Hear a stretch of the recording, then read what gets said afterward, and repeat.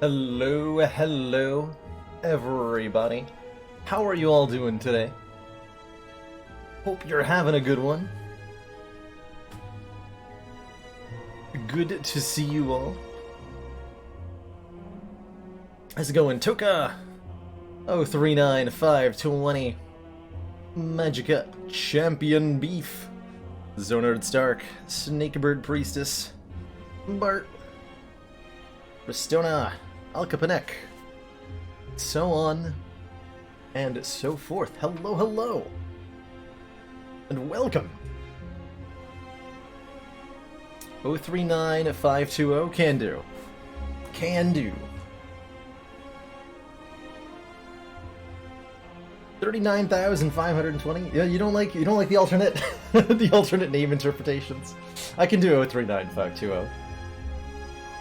That works for me. Heroes!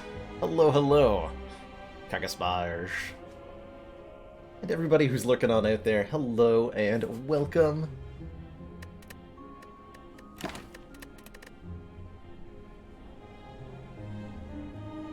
I want to climb a ladder.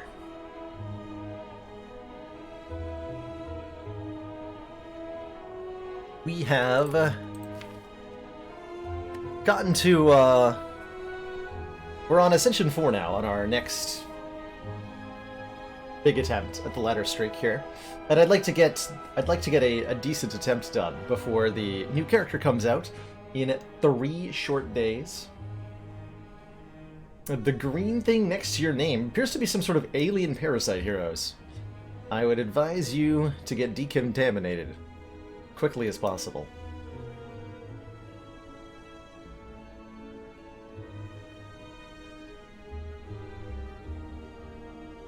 So yeah, a reminder to everybody is that there is a new official character coming to slay the Spire in just a few short days. I do want to manage expectations about this, though.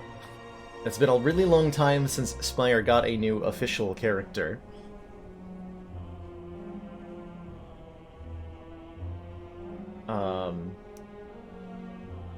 And not too many of us were around when the defect was first released to the beta branch, or even remember at this point really what the beta branch is, or what there is to be expected on the beta branch. So, brand new characters coming, and they'll be coming to the beta branch for Steam on September 9th, three days from now. So you'll only be able to, if you want to play this character yourself, then you need a copy of the game on Steam.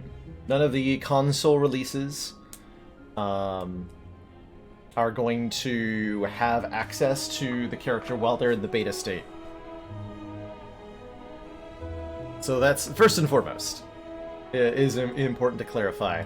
The character will launch in a relatively incomplete state, so we're talking beta art on all the cards, and probably not even that on some of the cards.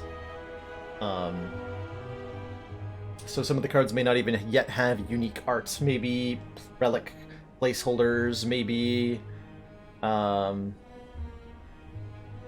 There's definitely going to be glitches, stuff that doesn't work like it should be, and balance issues, stuff that works like designed but is designed poorly and will have to be changed for one reason or another. Entire cards are going to be deleted outright from this character. Defect had quite a few cards that only ever existed in the beta branch and were relatively short-lived. Prime, Allocate, Axe Kick are the names of a few of them. Cards that no longer exist at all. So, don't get attached too much to any of the cards you see, because they might go away or be changed. And don't expect the character to be completely balanced. They might be too hard, they might be too easy. Who knows exactly where they'll fall when they're first implemented. The character's going to stick around in beta state for at least a month, I think. So it'll be a while if you're waiting for the new character on, say, consoles. But I'm really looking forward to checking them out and discovering them. I'm thinking that on the day that the new character comes out, we're going to begin a ascension climb with the new character. So probably exclusively playing the new character, at least on the 9th. Trying to climb up that ladder. Gonna try heart kills on every ascension. I'm not gonna try to win streak, but it'll be curious to see how many attempts it takes to get all the way to an ascension 20 heart kill with the new character. I'm particularly looking forward to that. And then once that's happened, depending on how I feel about the new character, I'll either add them to the permanent character rotation immediately, or if I feel like the new character still needs a lot of work done on it, and I just want to leave it alone. I can't imagine I'll decide this. I imagine everyone's going to be pretty hyped, and like people will always be like, well, why aren't you playing the new guy? I'll be playing the new guy. We'll be playing a lot of the new guy. Lots of the new guy. And I'm really looking forward to 4 character rotations. That'll give a lot of variety to the runs. Very, very much exciting. How's it going, Jin Fizzes? And everybody else who stopped in since last I said hello. Mr. Andre, Youthless, Heroes, Carissa. Celeste and Spire are updating on the same day. Wow. That's an exciting day for indie games. I haven't played any Celeste. I've watched a playthrough of it by Problems IRL, who's done a couple of other awesome games pretty recently. If you don't know who Problems IRL is, awesome variety / roguelike streamer. He's doing a lot of Ascension 20, Slay the Spire these days, and recently played through Celeste and Hollow Knight, which I both really very much enjoyed. And Banjo-Kazooie also, which was pretty cool to watch. Friend of the channel, has been featured on here a couple times for races. All around cool dude.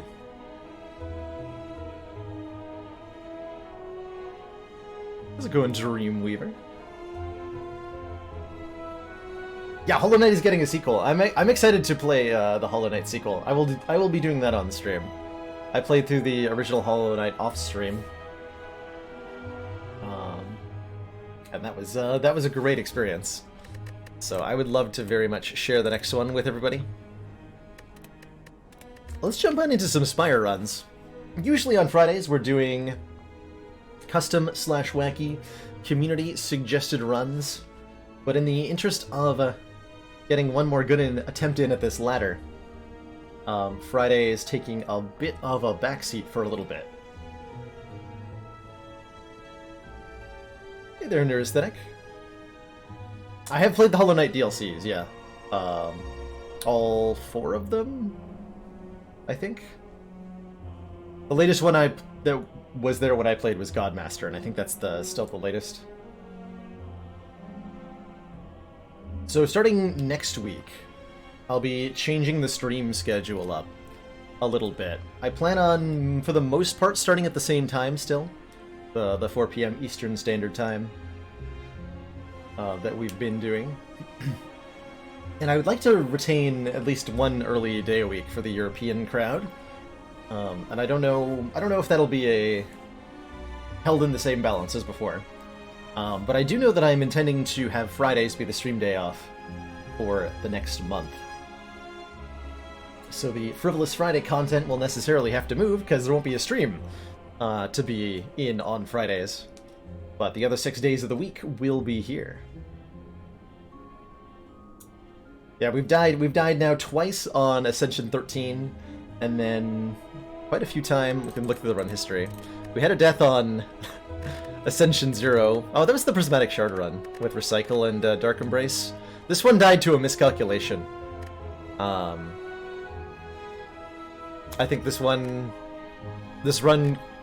was in great shape to win, but I mismathed, and Time Eater killed me after I thought I had one more card play than I did. So that was a whoopsie. We had an Ascension 2 Ironclad run that couldn't survive off of 5 flame barriers, which was deeply disappointing. Another A0 death. Had a lot of those.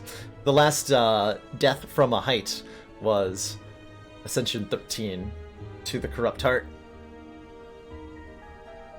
Really close battle, but we couldn't quite get there. Blackstar definitely felt like it let me down on this run. We got a lot of relics, but nothing hugely impactful. And even though we had a Runic Pyramid, we just couldn't quite get the orb scaling up enough to pull out a win. But it's defect time here on Ascension 4. Bosses are deadlier. Means that all the bosses of the Spire hit a little bit harder, and very notably, the Corrupt Heart of the Spire hits for times 15 attack instead of a times 12 attack every 3 turns. Let's see. A Curse for 14 max health is not a particularly exciting starting bonus. Are there any elite snipes I can land? No. It's 3 hallway fights no matter which way I go off the start. There are no early shops to work with, so taking a curse is no good. So we could rule out both of these. I could take either therefore a random rare card or a boss relic. And given the two, I think I'll take a random boss relic here to start out, or a Ascension 4 defect. So, let's trade in this Cracked Core. Channel a Lightning 4. An Empty Cage. Remove 2 cards from the deck. Okay. Not the greatest of starting bonuses, but not something I'm going to complain about. Remove Zap and Dual Cast. Just have 4 strikes and 4 defense. I don't think it's wrong to remove... Yeah, I do think it's a little bit wrong to remove Dual Cast. I think this is 1 strike, 1 defend. We want to keep the deck a little bit balanced so that we're okay against the early hallway fights. Where are we headed from here is a better question. I guess it partially depends on what kind of cards we're going to get. I think we take 2 fights, event, 3rd fight, and then we have branching choices. We can either go to this fire and then try to fight an elite. We can go straight for an elite if we picked up like Ball Lightning, Cold Snap or something. I do sometimes remove Dual Cast on boss relic starts. It isn't always the greatest choice. Yeah, if we get future Dark Orbs, it can be bad, and Dual Cast, like, once you have just any Lightning deck card in the deck, Dual Cast is such a major boost. It's a lot of front-loader damage if you have a Lightning Orb. Go 1 and 1 here, and we'll look to pick up hopefully 2 attack cards and 1 block card. I would really like to see like Rebound plus Auto Shields plus Ball Lightning or something like that. But it's up to the Spire what we get here. We must abide by its decisions. For better or worse.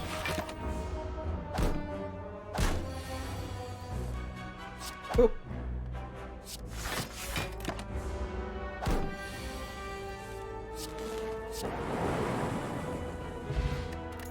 Regen Potion. Gain 5 regen. Excellent early starts. Okay. These are totally okay. I think a Barrage is particularly bad at the moment. We don't have that starting 1 Lightning Orb, so a Barrage drawn on turn 1 deals 0 damage. Which is not ideal. Skim is card draw, which helps this deck cycle pretty aggressively. If we take a Skim and then say, like, upgrade Zap, we can suddenly play that Zap every single turn quite reliably. But I think the tank that I need to go with here is Melter. It's a 10 damage for 1 energy attack, and if upgraded that goes all the way up to 14, which is pretty high impact. This will help a lot in just getting enough early damage to make sure that we survive things like Gremlin Knob, Triple Sentries, Lagavulin. It'll be nice against a few various threats throughout the run as well. It'll be good against Jawworm, potentially. Especially if Jawworm decides to shield up on a turn where we draw it.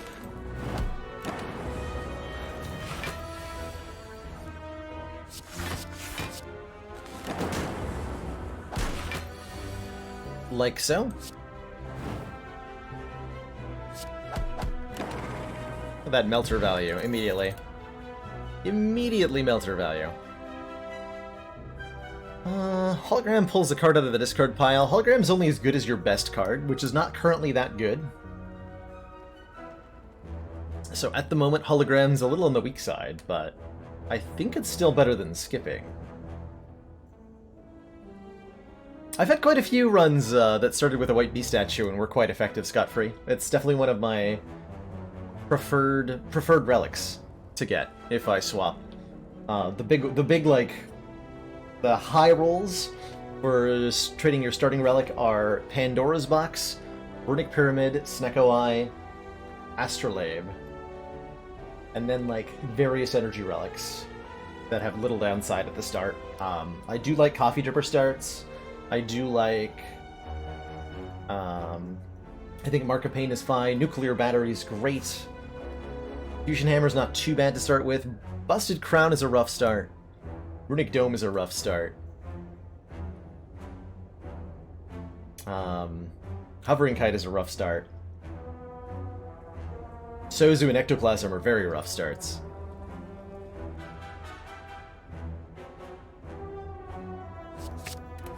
Sozu in particular, I have a hard time with. We have plenty of health, let's get a relic. Okay, I have now a Shuriken and still plenty of health. When every time we play 3 attacks in 1 turn, gain a strength. That's not bad.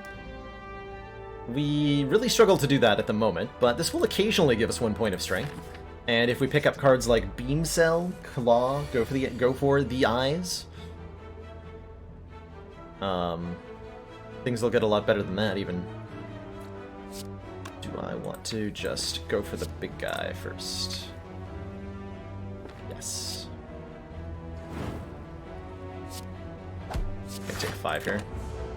Then we go for the Spike Slime kill quickly. That's the idea, anyway.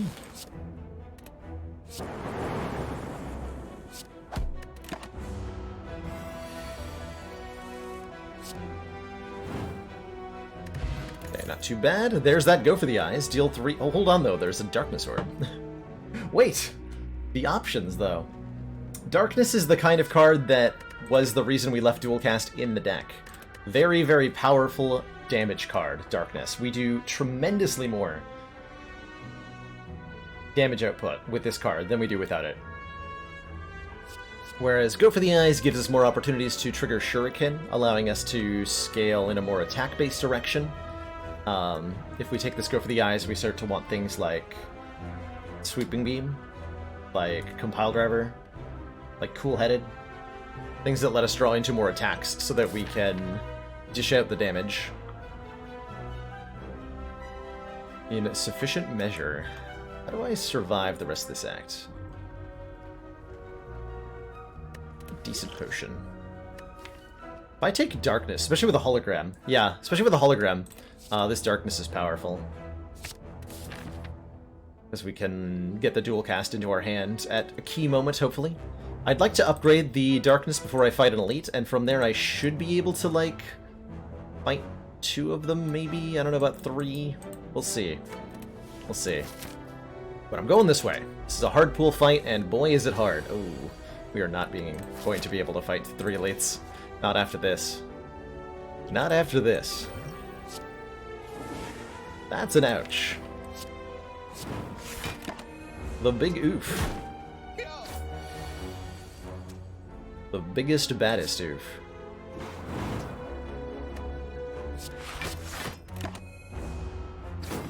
I'm gonna take additional chip damage from this guy too, because we can't consistently draw block. We have yet to add a good block card to the deck. It's okay though, we are decently healthy thanks to Regen Potion.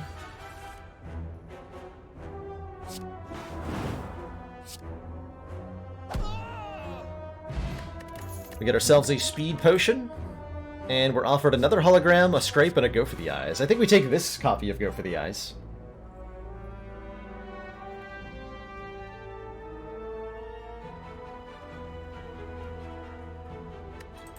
For all the reasons the previous one was good, this one's just not up against the Darkness, so we get to take it. So we get to take it. And I am upgrading Darkness before I try to fight an Elite. Hopefully this is Lagavulin. We should be able to, nope. Alright, well, Gremlin Knob with the Darkness on turn 1 shouldn't be too bad either. Hopefully not. Anyway, we will take 16 damage here. Dual cast will do 24 next turn. Times 2. So that'll hopefully help us get a kill. Do I hologram Go for the Eyes to take less damage, but deal 3 less? And get rid of hologram. Okay, yes. So, Melter, Strike, hologram Go for the Eyes, take 13. Well, take 10 instead of 16, more accurately. And hopefully get a kill here somehow. Somehow indeed. Good job, Darkness, you did it. You did it. It's my personal record for alternating character win streaks on the Ascension 20 Heart. 4 in a row, Pancake time. Is my personal record for A20 alternating. And then I have a 5-0 A20 Heart defect streak, somehow. But for alternating 4-0 is my best. There's that block card I've been looking for. Leap! Helps patch the gap that missing 1 defend has created in the deck. There's some argument for Fission here. It's a rare card, right? Though it does want an upgrade. Remove all your orbs, or evoke all your orbs if upgraded. Gain an energy and draw a card for each one removed. Though we don't have that many, so I'm not a huge fan. This game is very difficult, Jolch. Game is very difficult, and that I have fallen off the ladder at like Ascension 0 a couple of times is a good indication of just how hard this game is. There's very little room for wiggling around.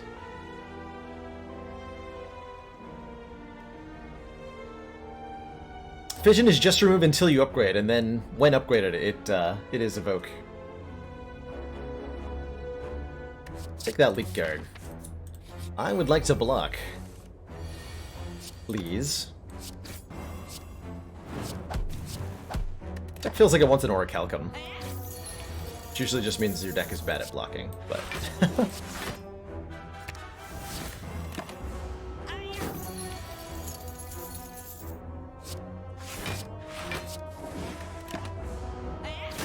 Get that chunky Dark Orb. Gold Snap. Deal 6 damage. It's an attack and an orb generation card, so it's good on a lot of levels. More orb generation is important right now for pushing Dark Orbs to the front, and allowing me to actually evoke them. And more attacks makes the Shuriken better, so let's definitely take a Cold Snap. Do I think I can take another Elite before this shop, and then another Elite after the shop? Or would I rather go, like, this way to the shop, get 2 fires? And no elites? I guess we can go to the chest, see what the relic is, and then make up our minds? Let's do that. So I'm either going this way, or I'm going this way. If this is a mango, for example, it's a potion belt. Obtain 2 potion slots. That doesn't make us any stronger now, but does make us stronger later. And so I'm immediately inclined to bank to the left here. And avoid the elites. We want to get this deck thin and heavily upgraded.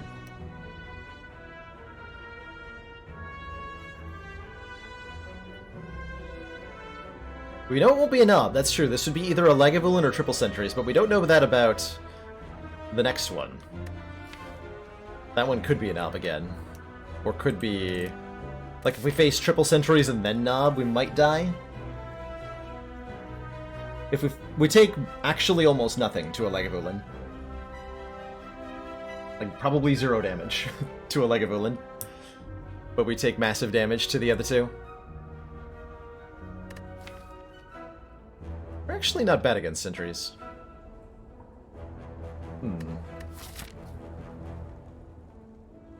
What am I upgrading here? I would like to upgrade Leap and Go for the Eyes. I have plenty of good upgrades. I would like to remove a card. Go this way. The path less traveled by.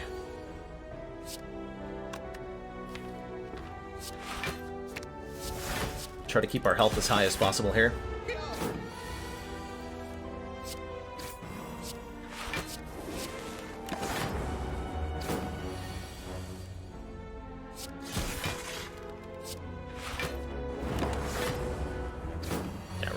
cruising now. We're cruising now. Another leap, or a Doom and Gloom. Deal 10 damage to all enemies, channel a Dark Orb, or good old gain 9 block. Given they're fighting, we're fighting Guardian, so more block is well rewarded, and I think a leap is fine here. Let's take one additional leap. Ooh, a loop goes great with the Dark Orbs. There is a Prismatic Shard here. Although, on a defect build that's using a Dark Orb, I really think Prismatic Shard is almost at its worst. We very much want specific defect cards here. I don't mind a Whetstone one bit. You know what I have exactly enough money for, actually? This is interesting. I have exactly enough money for Loop Whetstone card removal. Whetstone is likely to upgrade Go for the Eyes, Melter, Cold Snap, but could also hit Strikes, and any of those are fine. Getting a couple attacks upgraded goes a really long way.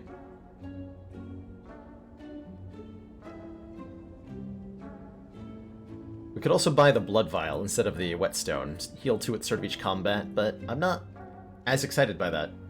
I think I want those upgraded attacks. Is there anything else worth considering? Certain potions are worth considering, like Weak Potion and Power Potion are both very good and could help us out of a tight situation moving forward, but nah.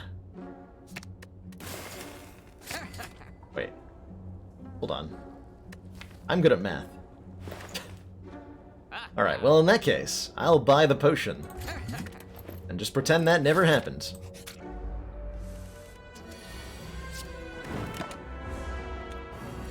But are the loops ready?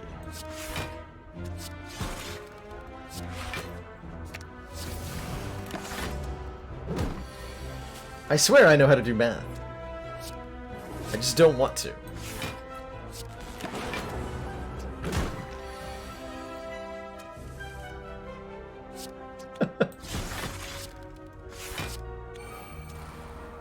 Yeah, I was off by, I think, 25 gold or something there.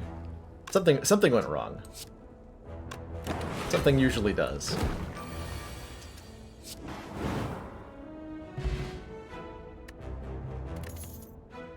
Something usually does. FTL's an interesting card here for letting us get Shuriken procs. I would like another attack card, given that we have 2 leaps now. Ball Lightning is an attack that channels an orb, so that's pretty interesting.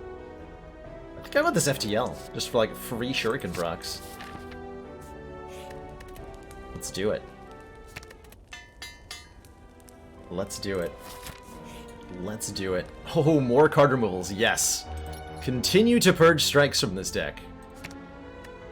Let them be gone. So we are down to 1 strike and 3 defends in Act 1, thanks to this empty cage start. Brilliant. Should probably upgrade Hologram now, since it seems like that's going to be... The deck is nice and tiny, we're going to be seeing this card a lot. So let's make sure it's upgraded before we fight Guardian here.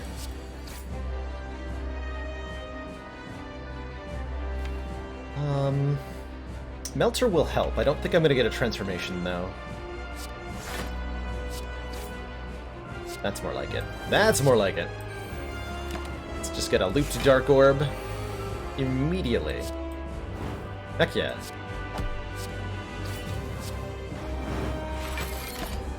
Get dunked on, Guardian. Get dunked on.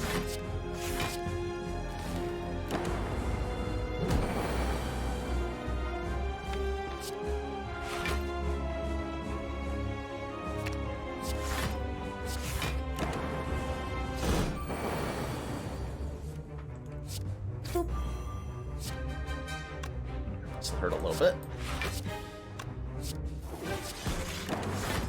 But only a little bit.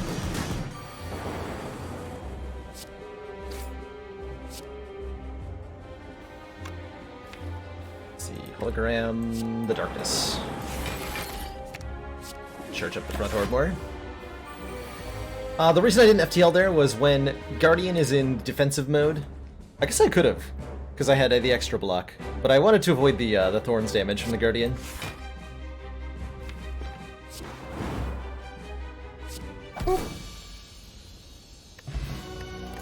Fire Potion! Deal 20 damage. This is a great insurance policy for an Act 2 elite. I think this will make Make those a bit safer. Ooh. Options. Hard to say no to a copy of Seek. Put a card from your draw pile into your hand from anywhere. Well, from the draw pile, but from anywhere in the draw pile. Doesn't matter how far away it is, meaning you always get what you need. Buffer's a great block card. Prevent the next time or 2 times that we would lose health. Can help you tank your way through some of the later game...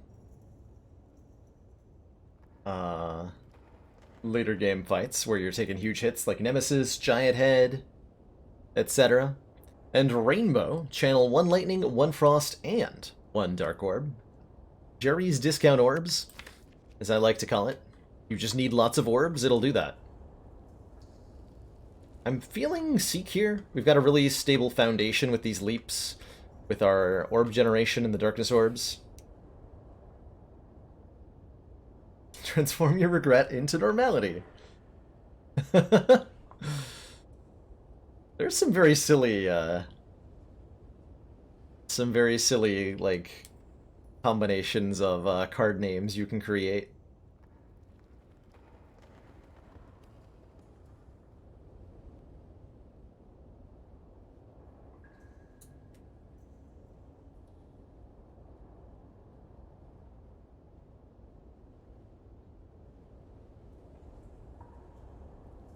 I think we're gonna take this Seek here. Yoink. Ooh, man, we could have taken a Pandora's box if we'd been less aggro with our removals. As it stands, transform all your strikes into defends simply means transform 4 cards instead of the usual transform 8 cards. And that makes it a lot less good here. Makes it much, much less good. Our other options are Energy Relics. The Cursed Key, gain an energy at the start of each turn, but when we open a non-boss chest, get a curse. We do have a blue candle, so the curses are a little bit less impactful than normal. Or Philosopher's Stone, gain an energy, but all enemies get +1 strength. Which do we think is worse between +1 strength and curses? I imagine the curses are less bad here. But maybe. Maybe Philo Stone's the real right answer, I don't know. Happy to see the Champ as our act boss. Because of our Darkness plus with Loop, we already have a way to beat Champ. So we could go straight into the Champ fight and we would probably win. Probably win. Oh my, we could have a really aggressive act. Wow, Elite Fire, Elite Fire, Elite Fire, Elite Fire. What? Hold on. 1, 2, 3, 4 elites. And 1, 2, 3, 4 fires. Holy moly. That is a crazy X2. I don't know if we're strong enough for that, but with our potion belts, I'm hoping we are. Let's approach it. We have... The neat thing about it is we have the option to, like, detour away if we're scared. But we're lacking a little bit of the AoE front load we need to be truly safe against 3 slavers. So that is an important consideration we gotta make right now. Meltzer putting in a lot of work that turn, by the way.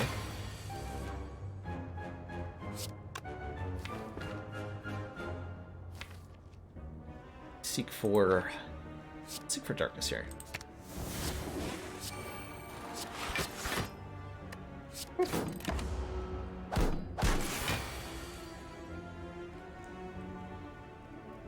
And dual cast is already going to kill him. Okay.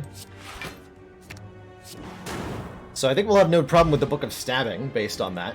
We can just do so much damage with the Dark Orb so quickly. We're looking at 60 damage after 1 turn. Ooh. Randomly upgraded attacks are great at improving our ability to front load damage.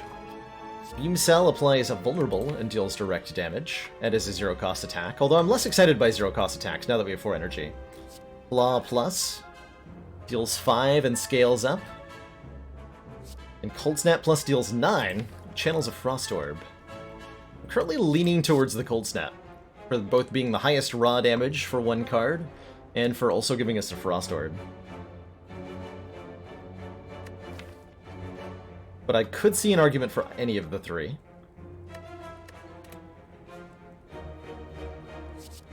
the Cold Snap.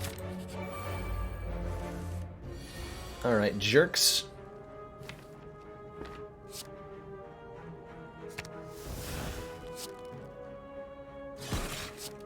Prepare to get it brought.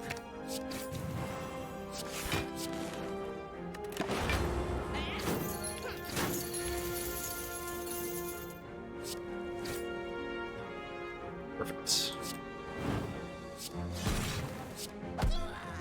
Blah. So just a little bit of relic synergy and some upgraded cards go a really long way here, which is excellent. Although unfortunately we're not killing this guy. We're one orb short. If I could get the Dark Orb in front, we'd have a dual cast kill here, but we don't. My money! My money. What's the difference between front-loaded damage and early damage? They're the same thing. They're two different terms for the same thing.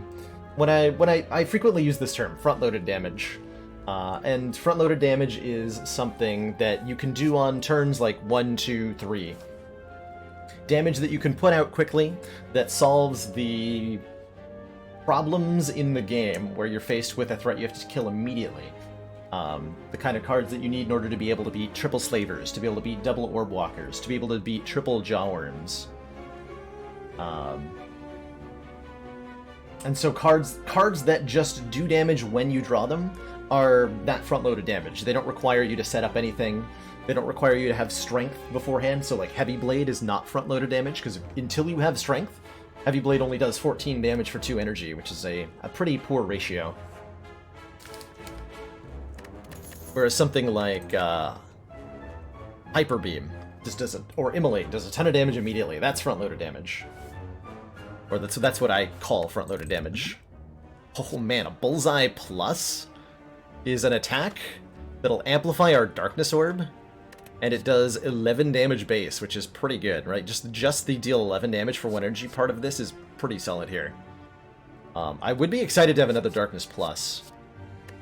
And if this Bullseye were not upgraded, I might seriously consider taking another Darkness.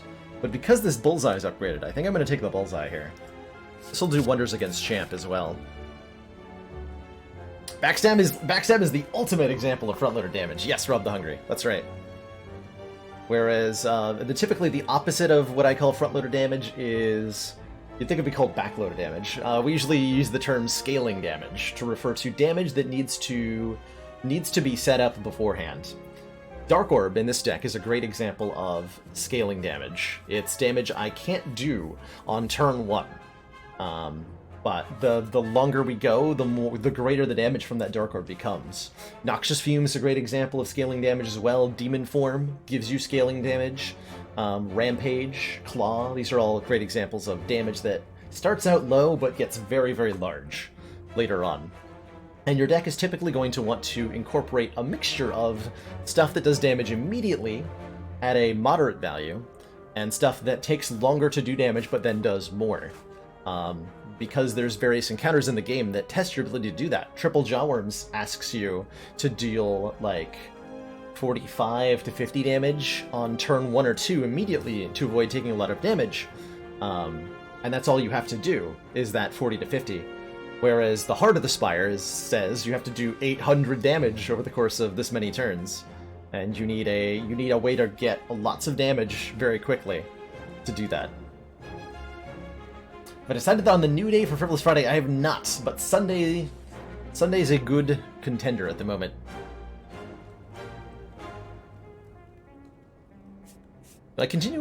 Do I want to continue taking fights, or do I want events now? What events would be really good? Upgrade all strikes defends. I might actually just remove strike. Not even kidding. I would not take bites. I would take apparitions for sure. I would be happy with Jax or whatever. The book event would be good. I think we go event, fight, event. We get one more fight in before this elite fight. Yeah. Superfluous Sunday. Oh, there's apparitions. Okay, well, we're a Spooky Ghost now. We are now Spooky Ghost. 5 copies of Apparition Ethereal. Gain 1 intangible exhaust. That's the power we're gonna need to take on 4 elites this act. That is the power.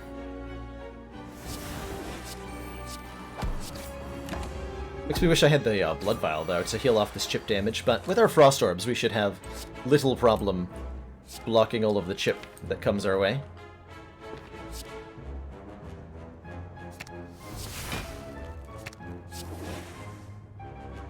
So this would currently kill the Mystic. I want to kill the Mystic.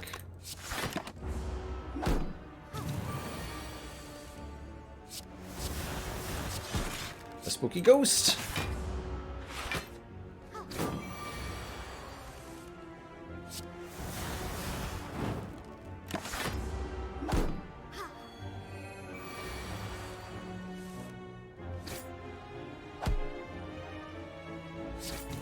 I think I'm just waiting for dual cast here.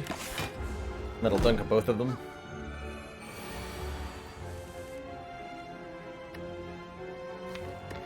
Or I can dunk them both separately. This is also fine.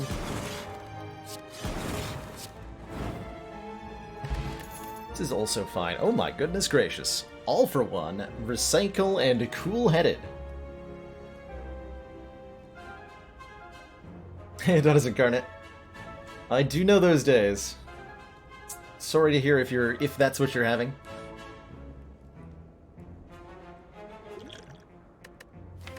So, Frost and card draw is great right now. So Cool-Headed's already appealing to me. Though we're starting to want a second Darkness at this point.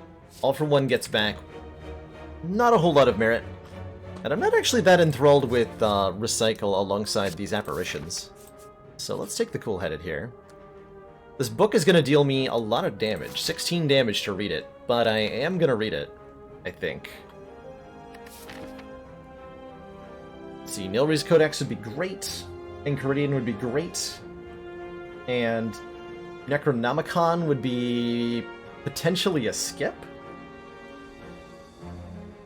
Am I really willing to give up 16 hit points, going down to 19, before I try to fight a lot of elites? That could go really poorly. Like, that could go very poorly.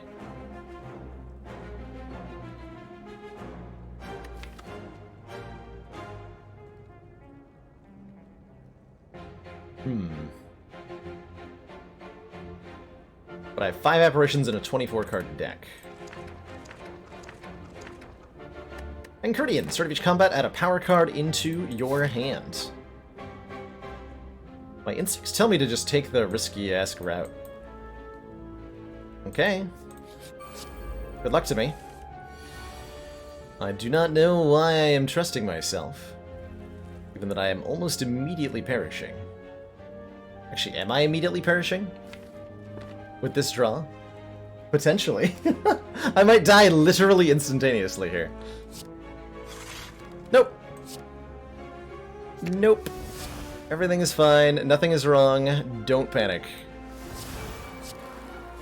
Guess I should have played Darkness before that loop. Or before the Frost Orb, but that's fine. That's fine. Apparition, Apparition, Hello World, Bullseye.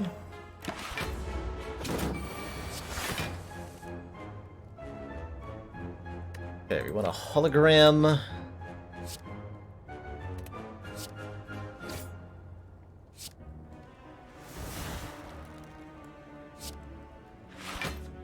Rebound, Darkness. Put this Dark Orb into the front for dual casting next turn.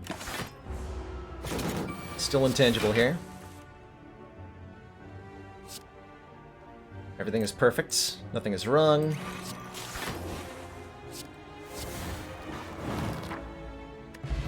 Nothing is wrong at all. Preserved Insect says enemies in elite combats have 25% less health, and that will definitely help keep me safe in the coming fights. Do I take another Cool-Headed? Maybe.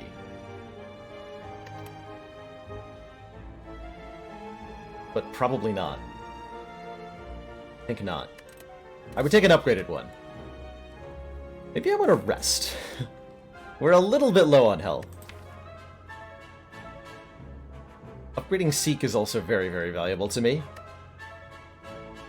Put 2 cards from your draw pile into your hand.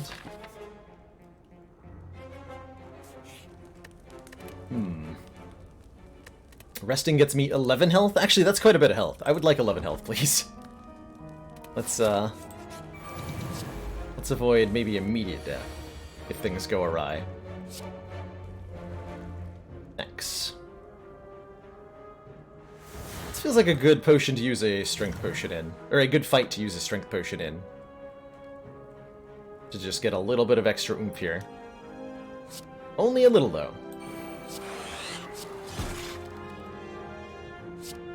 Let's take one. Deal 13 to Gremlin Leader here. This is plus 3 strength Gremlin Leader, which is definitely terrifying.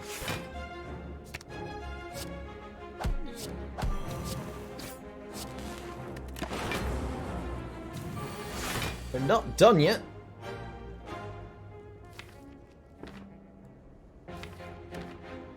Let's see.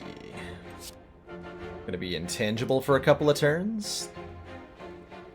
It's always pretty good. Seek any card in the deck. We're drawing mostly defensive cards the next couple turns, so I'm going to intangible his next multi-attack. Let's just get Snap out of the way here.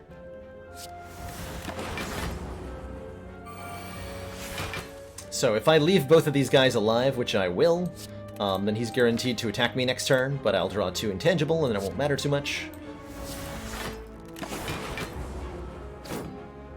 And then the goal is to kill Gremlin Leader before this becomes a real threat.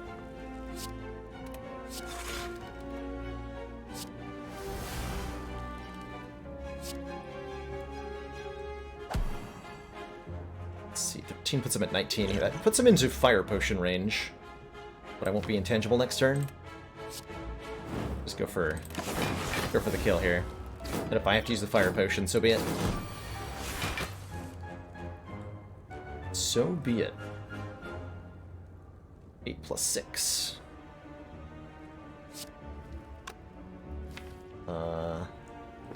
Odds that I draw lethal are not 0.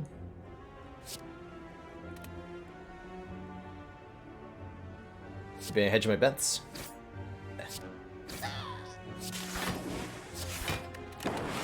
I still have the option to do Fire Potion if I need to, but I have a chance of not having to use it this way. Okay, smooth Gremlin Leader fight. Smooth Gremlin Leader fight. Warpaint will upgrade 2 random skills. I'm hoping for leaps, personally. Or apparitions. Oh man, apparitions can get upgraded with this? That's exciting. Focus Potion's great. Emerald Key is necessary. And, how about a reinforced body? Question mark? But maybe not.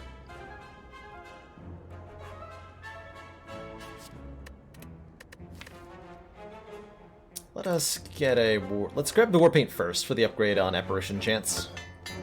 Nice. Very nice. Upgraded 2 Apparitions. So these 2 Apparitions no longer exhaust if they're in our hand. And now if we want to, we can still take the Reinforced Body. To gain a powerful block card.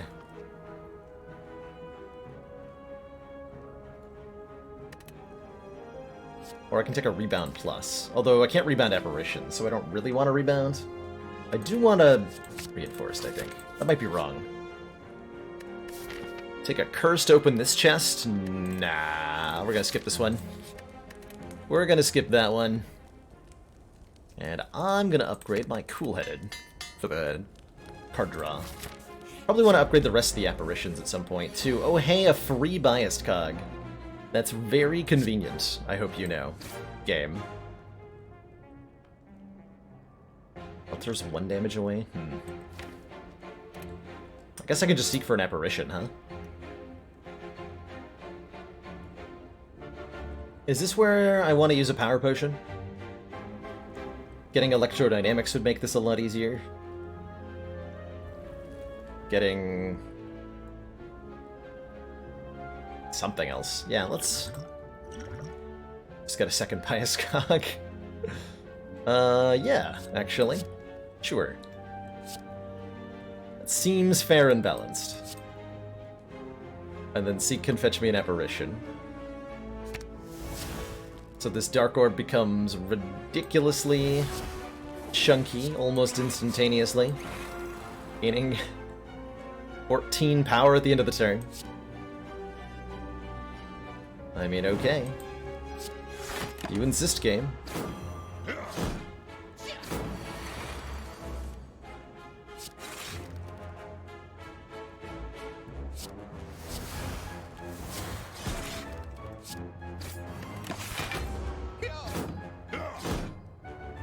Two turns of Spooky Ghost. More turns of Spooky Ghost. At this point, dual cast will kill two of them. I guess we just start hitting the middle guy now.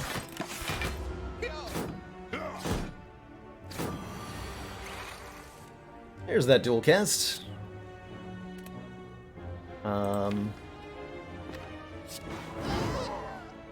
Go like that.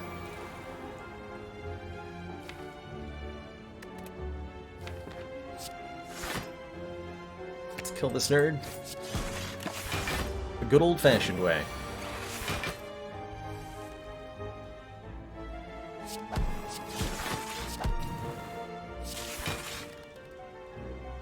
So, fun fact, loop triggers before the focus down from bias cognition.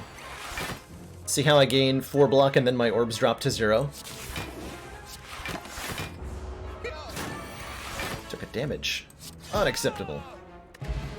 Bottled Tornado. Choose a power card to start each combat with in my hand. So currently that's Loop. Maybe there's a power that we can take here. No, but there is a Doom and Gloom and an Equilibrium. Both of which are good 2-cost cards. Equilibrium is even more block and hand retain, letting us potentially set up apparitions for better turns. Doom and Gloom is AoE damage, it's an attack. And it's another source of a Dark Orb, and I think we need an additional Dark Orb source at this point.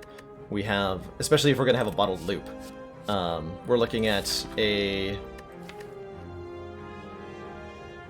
26-card deck that currently only has 1 Dark Orb card in it.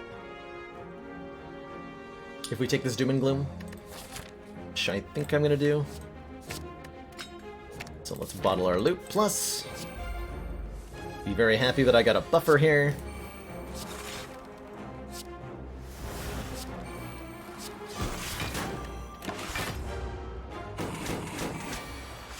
Continue to be amazed at apparitions being a thing.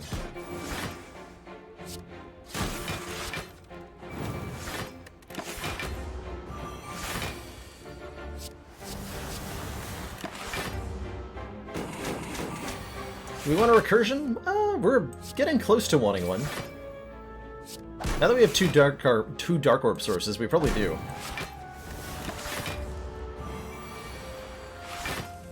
Probably do.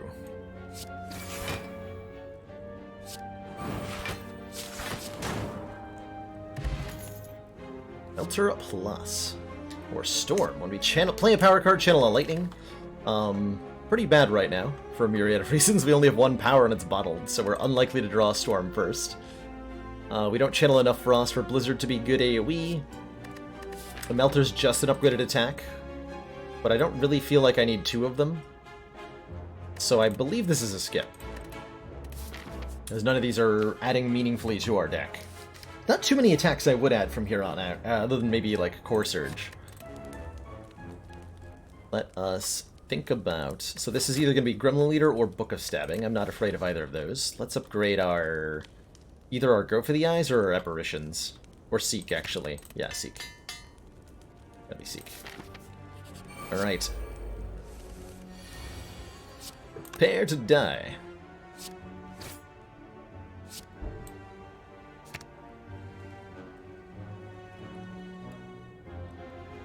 Let's get... let's see, Loop.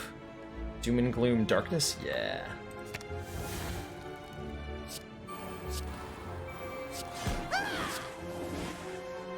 So we get 2 charged Dark Orbs, and the front one gets looped here. Meaning maximum devastation can ensue. Just stack up some intangibility. So I can do what I want, whenever I want.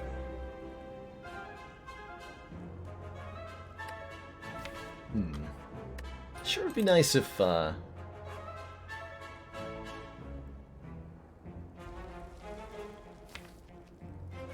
any of my attacks didn't... Wait, no, Bullseye does 11. Good.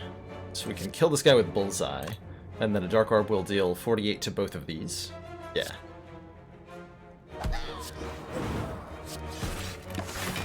And then we just need one more orb to kill.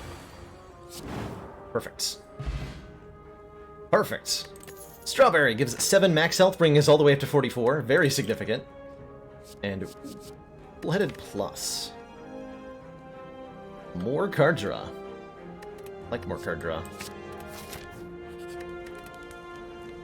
Get a lot. Okay. Let's get these rest of these apparitions hopefully upgraded here.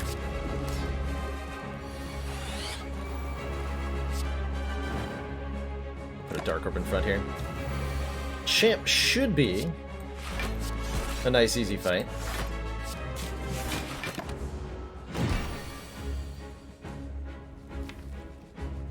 Doesn't mean he will be, but he should be. Put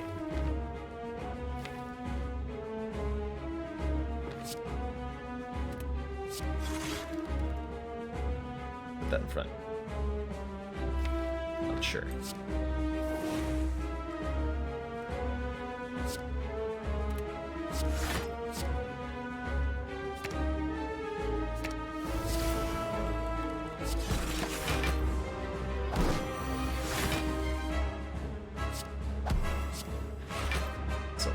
Get a couple Dark Orbs going here. Use our unupgraded apparitions is probably fine. A little unfortunate that Champ chose to get strong so quickly, but we don't need to wait very long for this front Dark Orb to become lethal here, especially with the Bullseye debuff. This is already... Since we're dual casting the Dark Orb and then the Bullseye debuff multiplies it by another 50%, or the lock-on debuff, excuse me, we can just mentally triple the damage of our front Dark Orb for how much we're going to do with dual cast. Triples a lot. So this would do 270 damage right now if I were to dual cast. That is a lot of damage.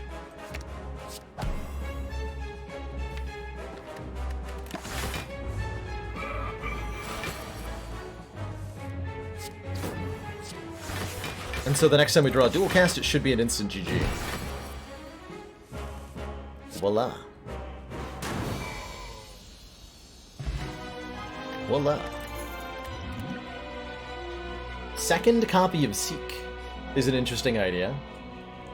I think Creative AI is also an interesting idea.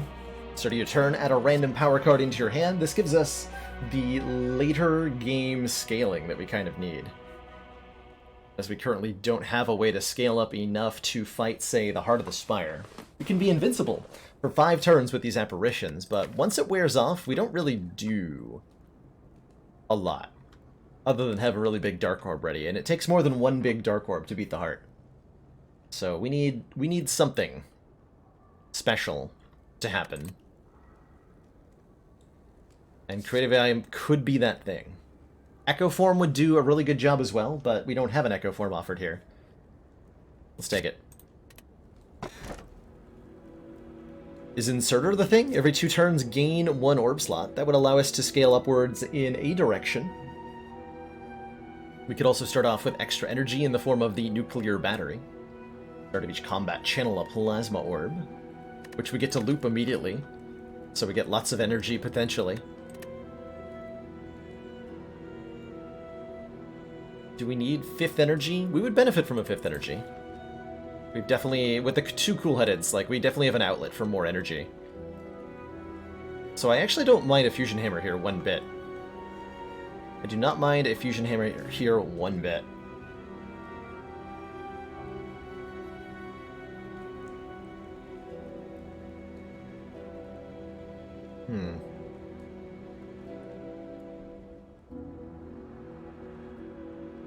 Is Inserter going to be worth the effort? Yeah, if we're taking Inserter, we're kind of hoping for Consume. It does become really difficult to evoke our orbs if we take this Inserter. So if we don't find certain other cards, we'll actually be a lot worse at things. Whereas if we want to cycle orbs aggressively, we can do that with extra energy.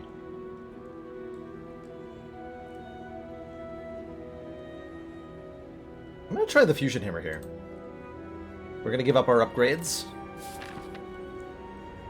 for 5 energy every single turn for the entire rest of the run. And I'm going to fight a lot of elites this act to try to get good cards and stuff. We're going to be mostly dodging fires because we don't get a whole lot of benefit out of them. So we're going to go shop, elite, elite, elite, shop, I think. Not a whole lot of events, but there's not too many paths that are rich in them. I guess we could go this way to get 4 and look for something like Mind Bloom or something. Fusion Hammer does mean we'll never be upgrading these 2 apparitions, which could hurt a little bit. I'm not too worried. Somehow.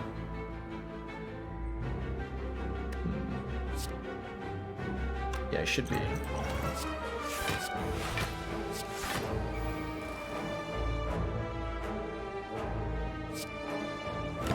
Probably just gonna intangible our way through the explosions on these nerds. Just in case I don't. Yep, I do. Oh yeah, really appreciating the extra point of energy right now. Very much so. Very much so.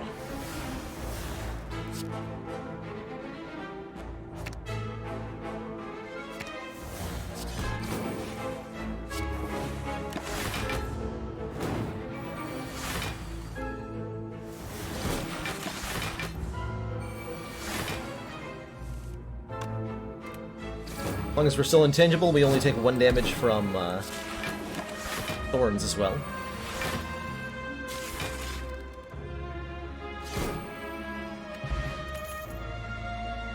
Second hologram, another chance at rebound, or reinforced body.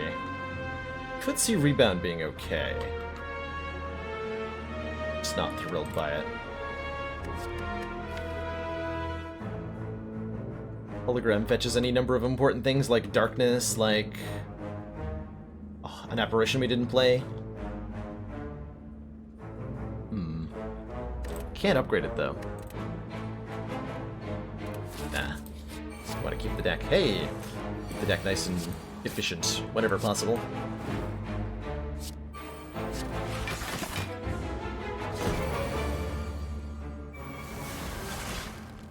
Oh yeah, an Echoform would let us duplicate our apparitions. That would be very ridiculous.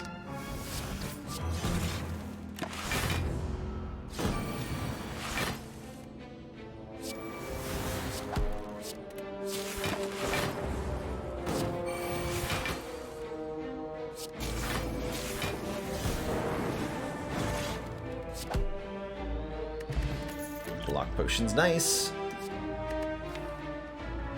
Second reinforced body, this one's upgraded.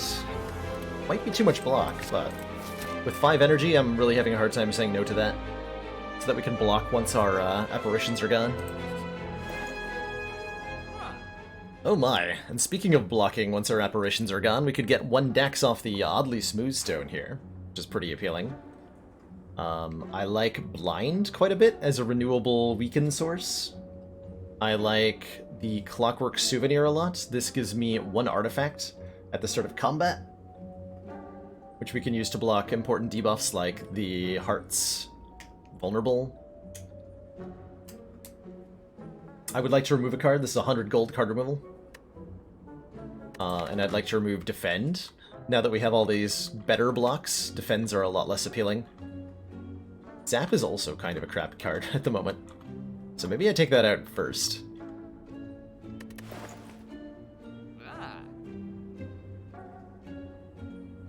I think we have to take this Souvenir.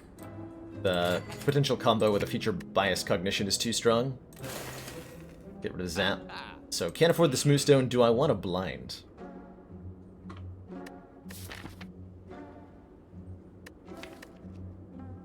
Yeah, I do. I have a lot of ways to chew through Artifact in Bullseye. Go for the eyes. If we get one more, we should have consistent weaken on our foes. And that should help us a lot against the heart. At least I hope so. At least I hope so. Buffair. Excellent. Excellent.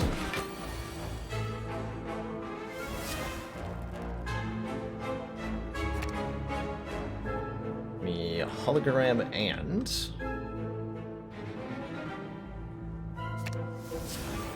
Actually, just creative AI. Do the hologram.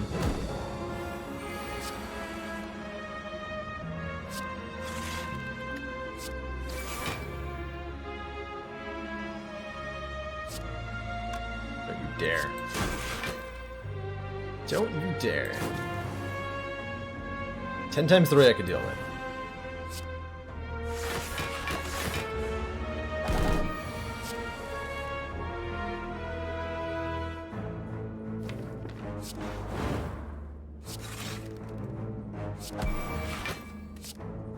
This is 1 damage short of a kill. That's tragic. There's Melter when you need it.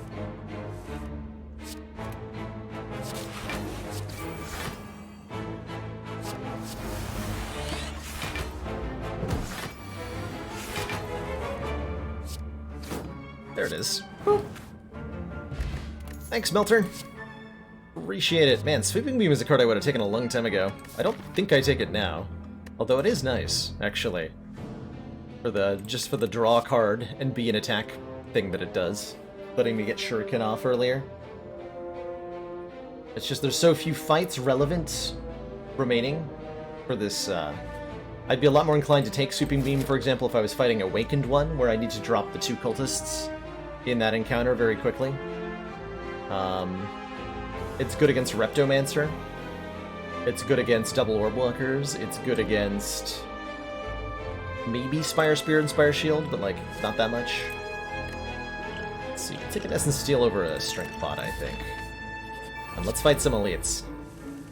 Alright, a Reptomancer. Hope you're ready to become Riptomancer. Aha.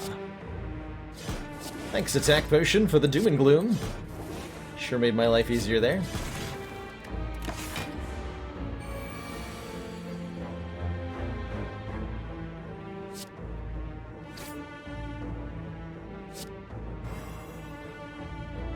Ow.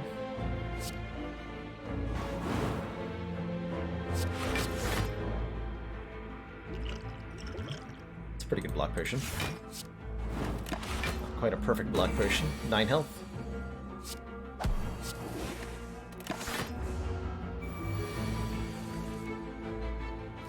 So I can seek for Doom and Gloom. The Dark Orb would hit the dagger, though. Actually, wait. Yeah, Dark Orb will hit the dagger. Well, let's just be intangible for a really long time.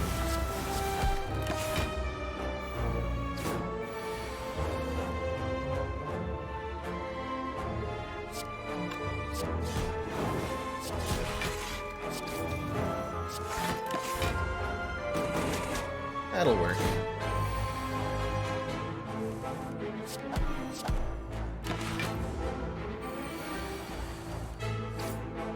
Hiya!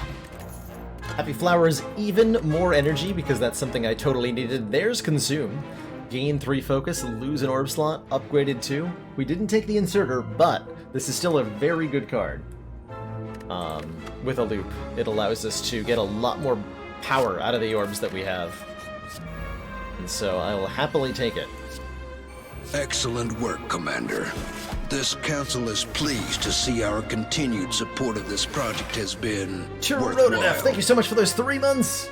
Tier 1 support. Enjoy your new blue defect energy badge and your newfound smug sense of splems. Thanks so much for supporting the channel.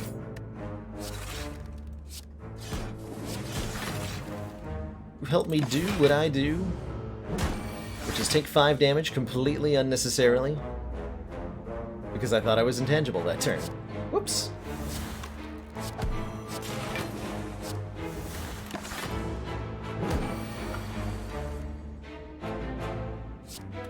If I dual cast, that'll almost kill it.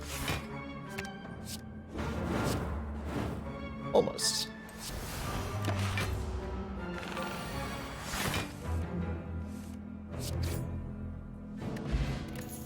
Gambler's Brew. Discard any number of cards and draw that many is excellent. This Sweeping Beam is upgraded. And now I have a Happy Flower, and I think those two reasons make me actually want this one. Just good enough to be added.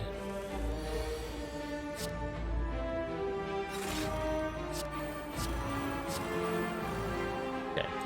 Don't take damage. Oh, for the upgraded meme. The upgraded meme. Disaster.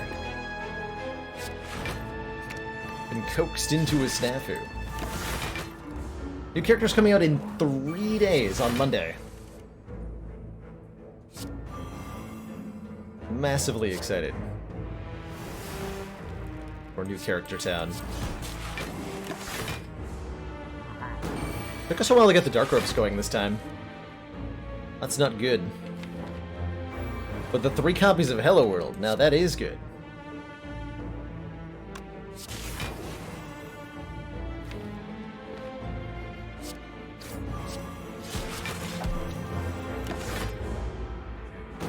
We have 1 stack of buffer, so if we have to take a big hit, that's fine. Stack is 24 block, so I don't think we have to take a big hit.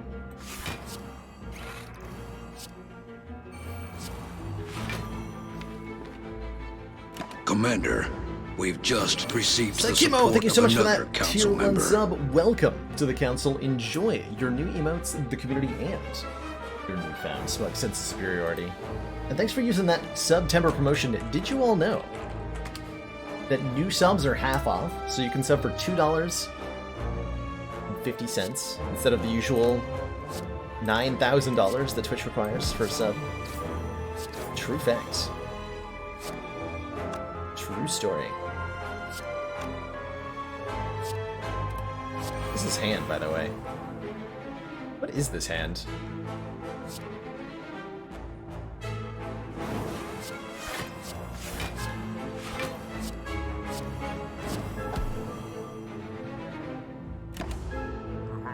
See you later, Buffer.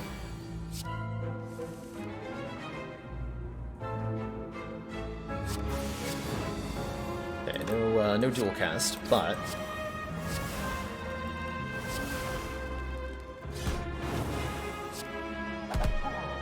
solve lethal.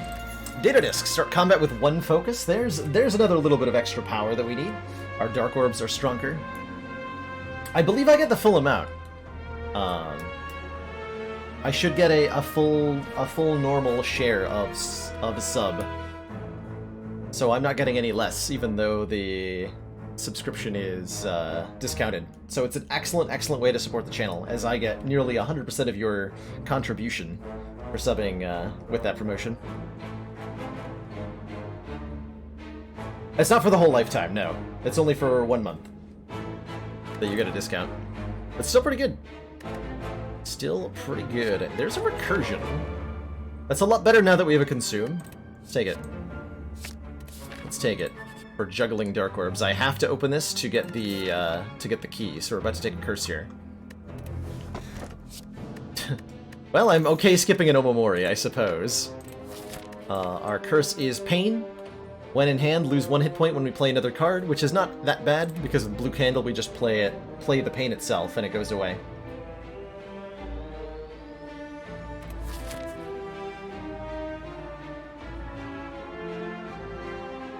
If you want only the 1 discounted month, then you can sub for $2.50 right now, and immediately go to your subscriptions page and set the subscription to not renew automatically, and you'll get the full duration of the month sub without having to worry to renew it. So that is an option available if you're only wanting one month of half price sub. It's easy to do. Pain does cause me damage when, well, I think it only causes just the one that the Blue Candle does. But it won't double up on the damage, so I'm only taking 1 and not 2. I believe. We'll test that very shortly, as soon as I draw it. Soon as I draw it. Okay. Immediately happy that I added that Sweeping Beam Plus to the deck. Did you hear me? Immediately happy. Look at that. Beauteous. Simply beauteous.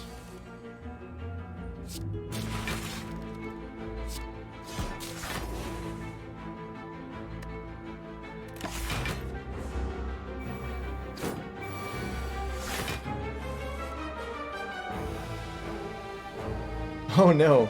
Subbed for free to a Skillshare once, and you were in for a surprise when it tried to take 99 bucks the next month. Dang. That's crazy. That's crazy. Hey, there's the pain. Alright, how much damage do we take? 1 or 2? Just 1. Just 1. Well then.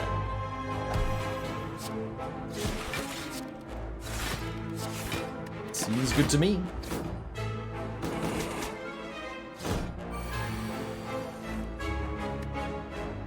Yeah, we've had a good number of gift subs given out pretty recently. There's always the option to pay it forward if you were if you were planning on giving support. You still have the option to do so.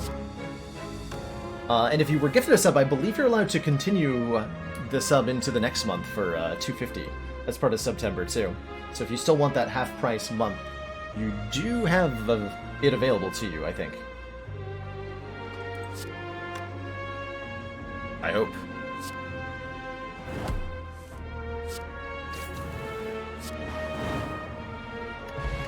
Wrecked Reptomancer. Ancient T-Set gives us even more energy. Feels a little excessive at this point.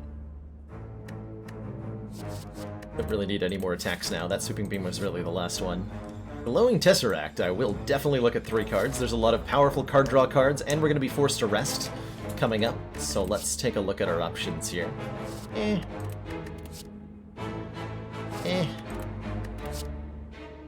Violence is okay. Put 3 random attacks into our hand. That guarantees a Shuriken proc. It lets me draw a bunch of cards. This is okay. Bandage Up is also okay for healing 4. Transmutation with this much energy, just being an X-cost card, is kind of powerful. And this can generate stuff like Apotheosis. Hey, Forials, haven't managed it yet, but we're on the attempt right now. So you've come at the perfect time. You've come at the perfect time. Yeah, Deep Breath is kind of interesting with Seek. I don't think I want it unupgraded. I'll take the Violence over the Transmutation. That's just a kind of like a Master strategy, but not quite sort of situation.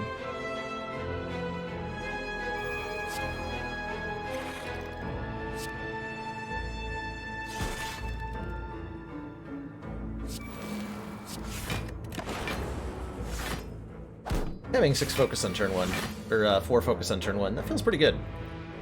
That feels pretty good. Oh, I shouldn't be seeking for attacks when I have violence in my hand, should I? I suppose not.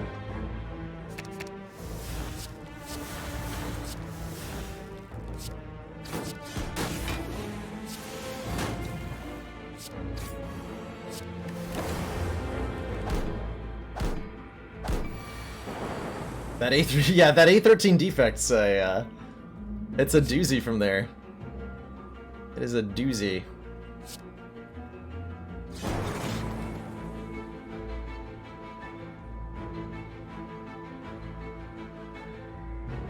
Which one does his Dark Orb hit? They're all at 19 health. Let's guarantee that it hits this one. And then in the middle one next. I think it's order of front to back. But I'm not sure. I am not sure.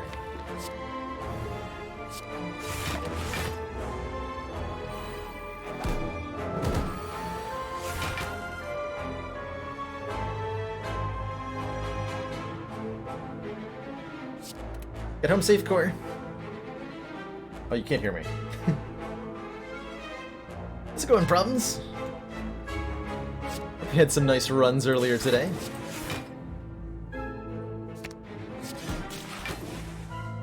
Just in time to join us for some more ladder streaking.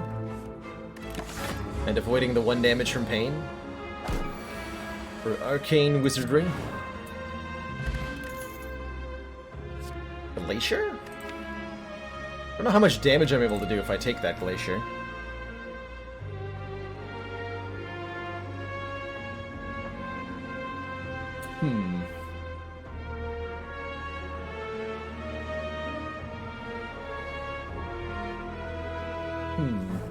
We could take another upgraded Sweeping Beam. I don't think it's actually the wrong choice to do so.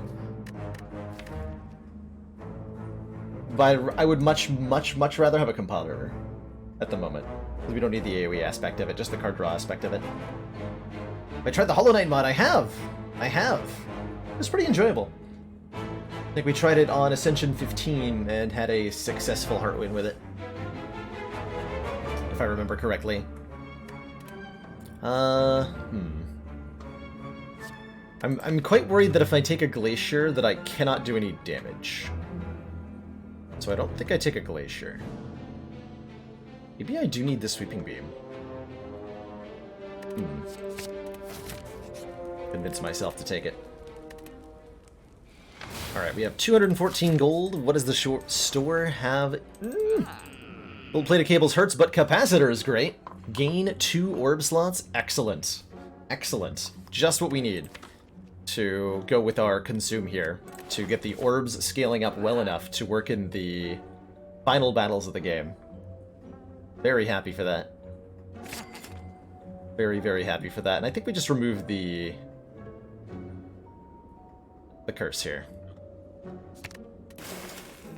So, still a 35 card deck, bigger than I'd like it to be. We're doing just fine. Does ladder streaking on the Friday mean I have to take every Calling Bell, Claw, and Prismatic Shard offered to me? You know, I heard that. I heard a rumor that the new patch with the new character coming out on the 9th is going to include a rework to Calling Bell. I don't know if that's true or not, and I don't know what the details of it are, but I heard about it, and I'm excited. Because I'm very curious what a rework in this case might mean.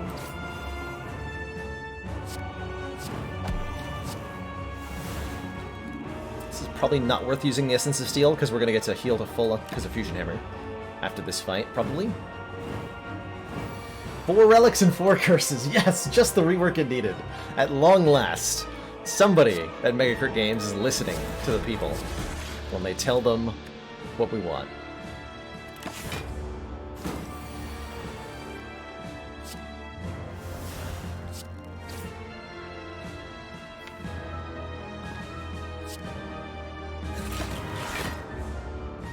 It's fine not getting creative AI in play. I actually forgot we had a creative AI, quite frankly. Not gonna lie, I totally forgot I had that.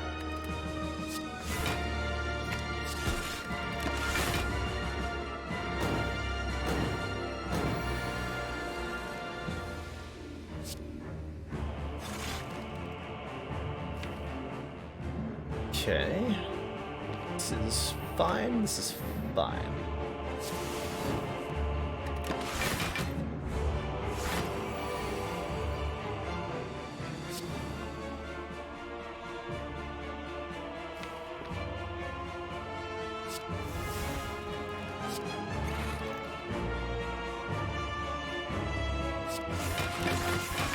This Dark Orb is almost lethal now.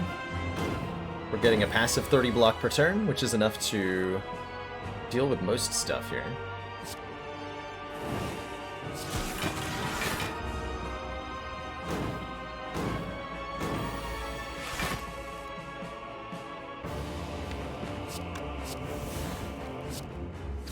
So we just need to get this Dark Orb back in front. Easily done.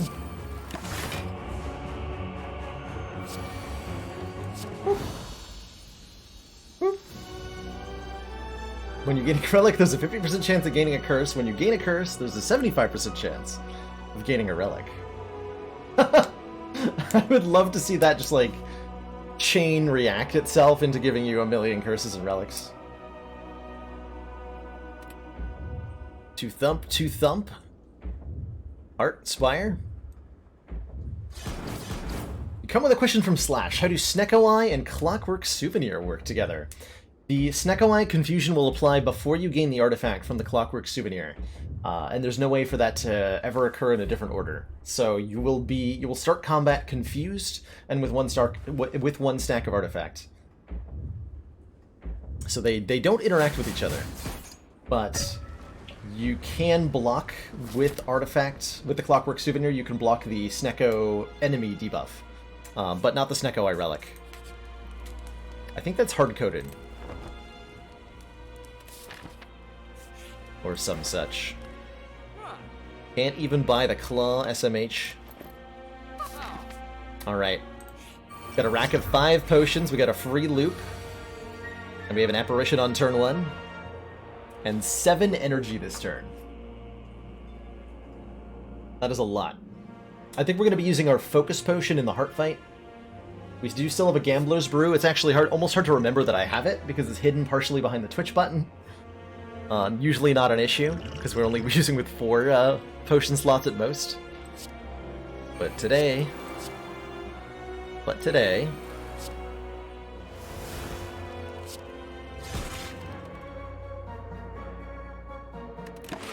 things are different.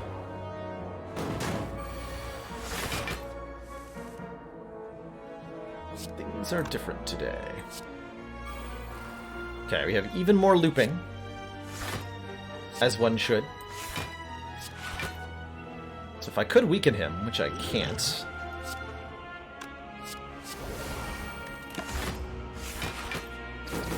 then I would have wanted to save that apparition, but as it stands, heck no. As it stands, hello, that's an Echo form.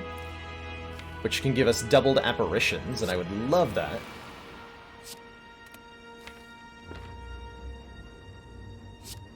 Let us get 1 apparition in play right now, and...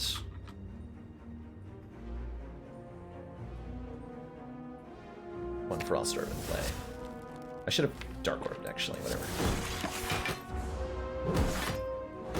We'll do damage shortly. Hey, I found our damage.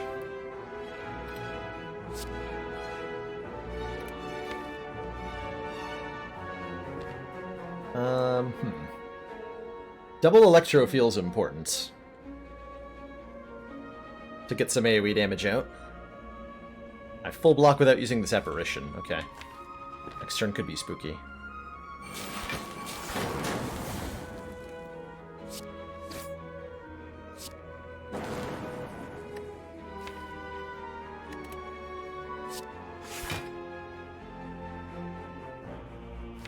Don't want a sweeping beam. Get some AoE damage down. Front orb is always the rightmost one, yeah. Regardless of which way you are or are not facing at the moment.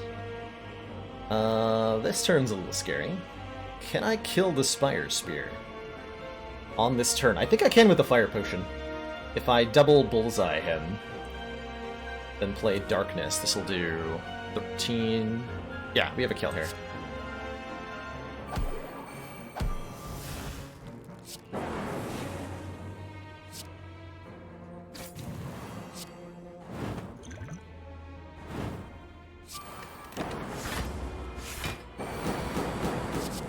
We have a kill here. Good stuff. Okay, Orichalcum says if we end our turn without block, gain 6, and 1 more hologram for the road. This one's upgraded. Let's do it. Alright, we're at the Corrupt Heart of the Spire. We have 4 potions, full health, and a copy of Storm, if we want it. And 2 holograms on turn 1, which we do not want. So I think we're immediately going to A, drink our Focus Potion, and B, drink our Gambler's Brew, letting us discard a number of cards to draw that many. We need to get these holograms out of here.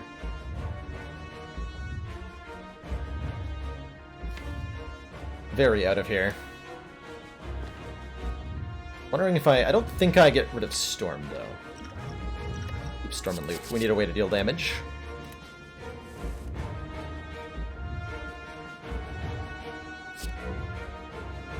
So I want the Frost Orb in front. Hey, very good.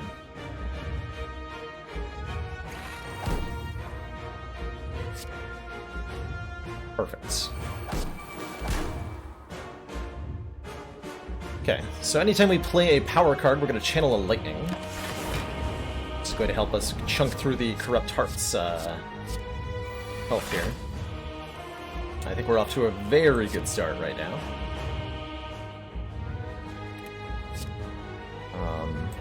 So draw first. Exactly that reason. I can't really save this apparition, so there's no reason to. Take that now.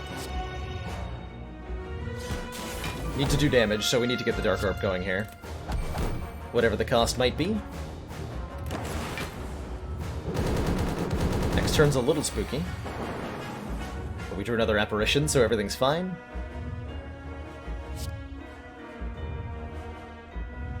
I wonder if it's just worth taking Beat of Death damage here.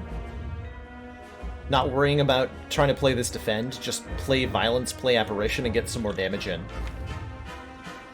Violence will give me Cold Snaps, for sure. I'd like to end the turn with the Dark Orb in front if I can, and I should be able to do that.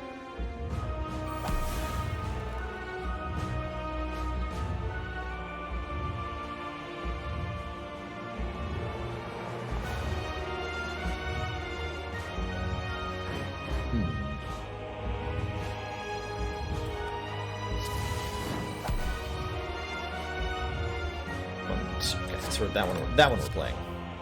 Or wait, Apparition, Cold Snap, Recursion, Melter. No, we're not playing a block card here. Excuse me.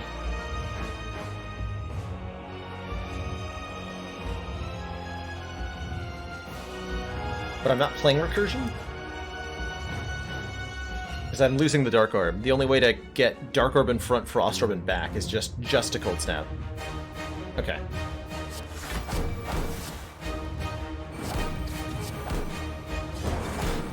That'll do. Just win, forehead.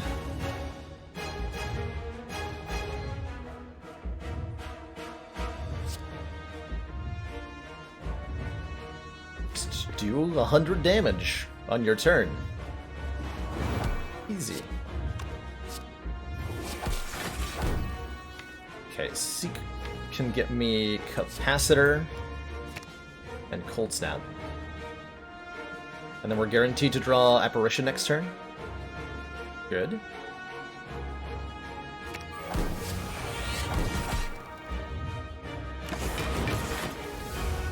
So no matter what, I'm not dying here. That's good.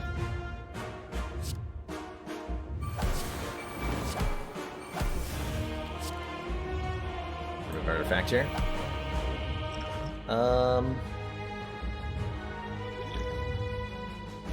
I'm worried about losing regen potion value if I drink it too early, but this is probably the right time.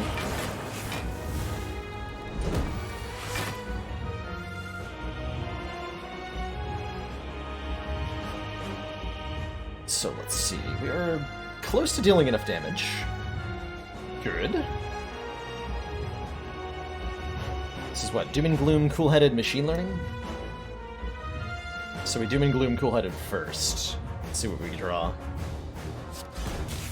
Definitely want to be channeling Dark Orbs at every opportunity, because they deal so much damage to this thing. Especially if we have Bullseye in play. Excellent. Are we blocking for enough? Is a very important question that I should be asking myself right now. This is 4 times 15. Goes down to 3 times 15 if I hologram that Go for the Eyes.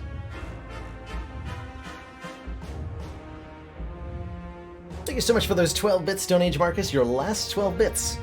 For the Spire knowledge. Thank you so much. Thank you so much. Yeah, I think we're going to need the Weaken this turn. So we're going to go Hologram. Go for the Eyes. Bullseye.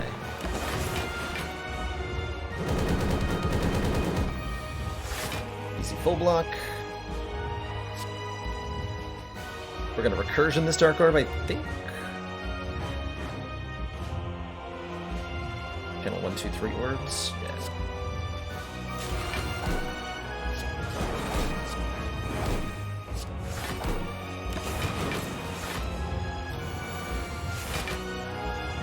Okay, the next incoming multi-attack is going to be a scary one. so I have to be extra careful. We drew both of our reinforced bodies. Next turn is going to be 6 times 15 damage. So if I don't draw an apparition, we could be in big trouble. Look, if I draw defend, defend, wound, dual cast...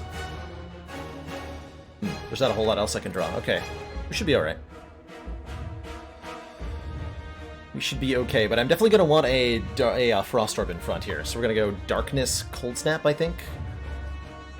Electrodynamics channels 3 Lightning Orbs. I guess I could do Darkness, Cold Snap, Electro. And then we'll have a Frost Orb in front. That works.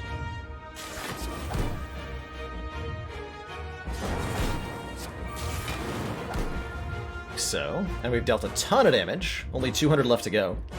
Might even be able to get there next turn, depending on what we draw. Each of these doing 13 damage for passive hit. Oh my goodness gracious. Well, if there was one way to kill the heart on this turn, getting +4 focus would definitely help. And by +4, I mean potentially +7 with this Consume. And we have a hologram. Which gets me back all number of fun things.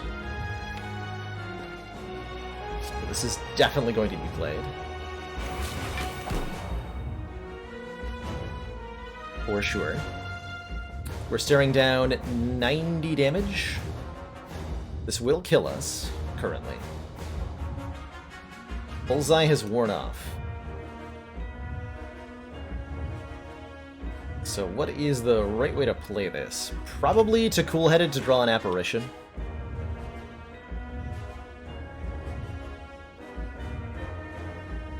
Would be my guess. This isn't close to 161 at the moment. There might be a way to find lethal.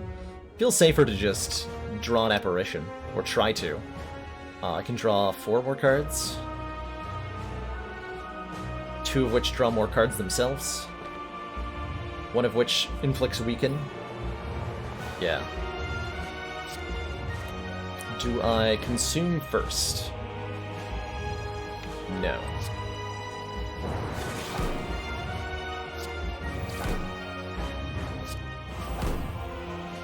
Okay, this is a much more manageable number now. We can actually just block this from here.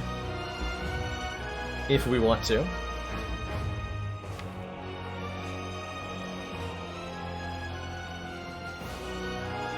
Actually guaranteed to draw an apparition if I keep drawing here, so that's fine too.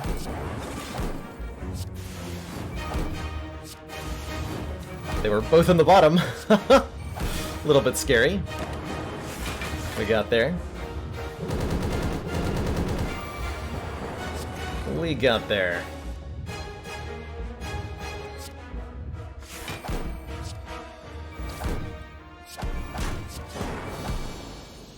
Oh no, my hit points. GG! GG. That was a fun fight. That's a fun run. We went a little sketchy with the 4 elites in Act 2, but man, those apparitions really carried us in a way that was very solid and very well appreciated.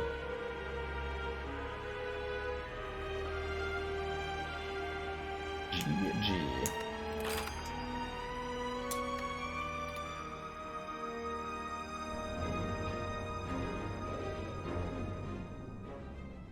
Alright, well that makes it Ironclad time. Heck yeah. Heck yeah. Ascension 5. Heal less after boss battles. We no longer heal to full when we beat a boss. Which, instead we're healing 75% of our missing health. So if we kill a boss with 60 out of 80 hit points, we heal up to 75 out of 80.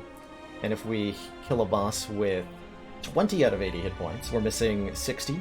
We heal 45 of them, we go to 65 out of 80. I believe. Yes. Well, let's embark. Would I like for even more Ascensions to be added to the game? I don't think so. I think that Ascension 20, especially with the heart, already presents a extraordinarily difficult challenge. and I don't have any current desire in my body to see the game get harder, especially in ways that makes it less accessible to the community. Like, while I would probably get something out of such a difficulty level, I think most people who would try it would find it more frustrating and unfair than many already find Ascension 20. Oh man, 250 gold starts. I love 250 gold starts. And there's early shops too. Ooh, okay, so we go fight, fight, fight, shop, fire, elite, fire, elite, fire, fire. Very good Act 1. Off of a 250 gold start. Nothing wrong with 8 max health, nothing wrong with the boss relic swap here either. But I've often found 250 gold to be, if you can get to a shop, a very powerful and consistent bonus to take. Very powerful. Slash SP. Thank you so much for that generous host. Welcome on in, everybody. Hello, hello.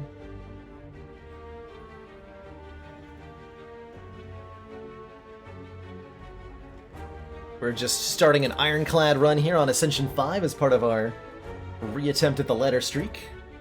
And I'm taking the money! 24 damage for 250 gold. That is just more than 10 gold per damage. Just got an Iron Dad win. Nice. Very nice. What were your boss relics? Tell me about the run. I love hearing about people's successful A20 runs. Okay, I'm going to try to not take damage in these early hallway fights so that our Burning Blood can get back some of the missing health. Let's see if that actually happens.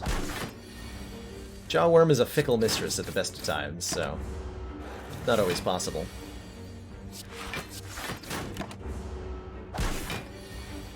Not always possible. Losing health on this one. But that's floor 1 Jawworm for you. Rude. Rude. Snecko Eye with Demon Form. Bottled. That'll do it. That'll do it. Alright. Potion's great. Do we take a floor 1 Corruption? Is that a thing? Is that ever a thing? I like Corruption a lot. I don't know if it's this good that we can just, like, take it. Probably the Perfected Strike is much better so that we can beat this elite pretty reliably.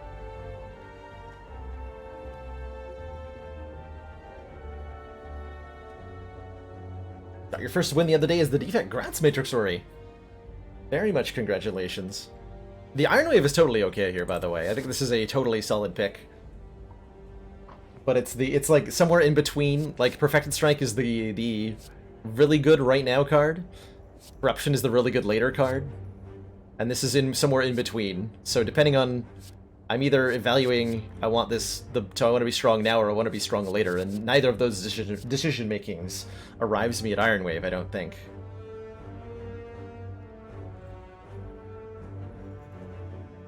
Yeah, useless card now that's great later if we can survive with it.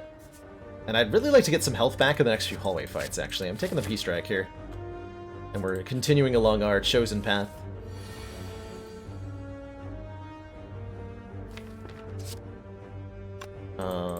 Yeah, this will work out.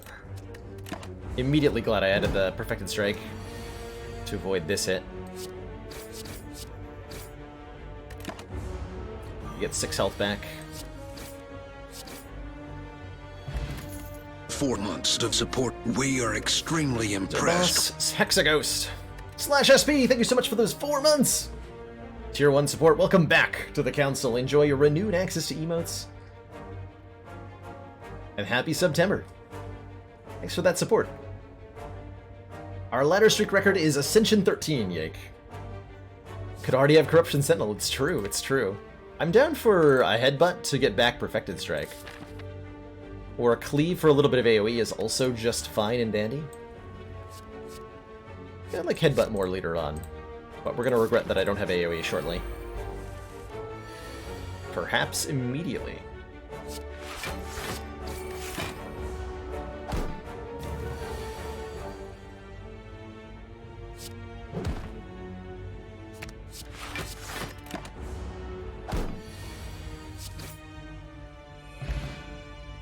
Getting a lot of use out of the Burning Blood, having taken the damage. We'd be at full health if I hadn't taken damage as my starting penalty. Ooh. Disarm versus Shockwave versus Pommel Strike. Are you kidding me? Are you kidding me? Man, Corruption would have made Shockwave a really good take here.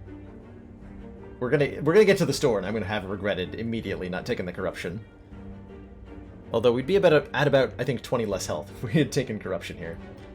Disarm is so good against Hexaghost. Disarm for the farm. Yeah, I'll take a Disarm. Great block card. It's not so good in the elite fights of Act 1. Shockwave would be better, but against Hexaghost, oh my gosh. Huh. I actually don't regret Corruption not taking yet. So I see some options here.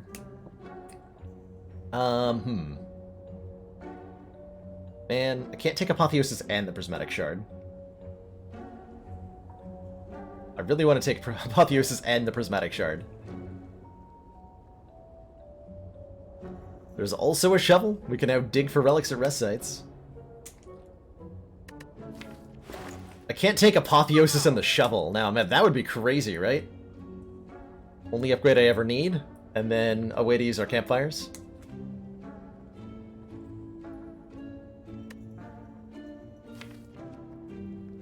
Apotheosis is a very strong card. So we probably want to do that. Prismatic Shard says, combat reward screens now contain colorless cards and cards from other colors. It's a very interesting relic. I wouldn't necessarily say this thing makes you stronger, but it does make your run way more interesting. So I enjoy it on that merits. I grab the Apotheosis in this case, along with a strike removal. I know we've got a Perfected Strike, but I'm still removing one. And then, like, maybe a Fire Potion?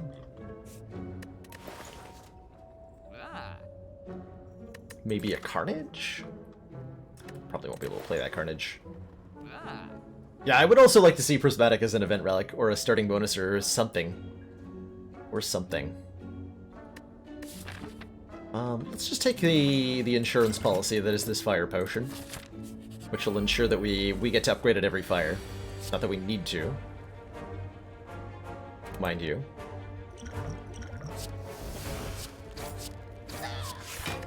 Blah.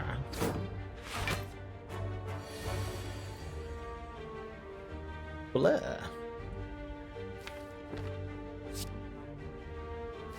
Yeah, that's enough damage that I can kill the wizard next turn. No problem. Here it comes!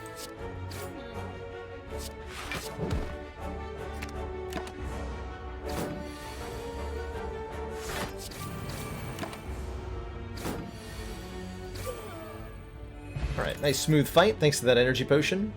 Rage is block whenever we play an attack on our turn, which is a nice way to add some block into this deck. I kind of like that.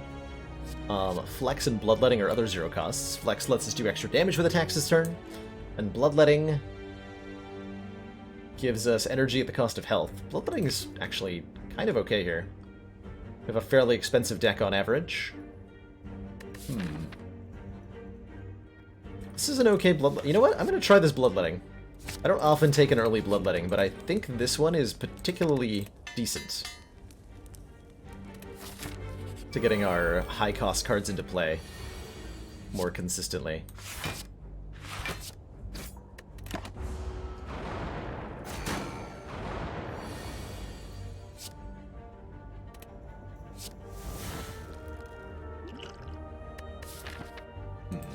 Wondering if I use my Fire Potion here. Actually save me much health this turn. It'd save me health next turn, then. My high-cost Dazes? Yeah. Yeah. But look at what it does for me on this turn. It lets me play and headbutt Perfected Strike.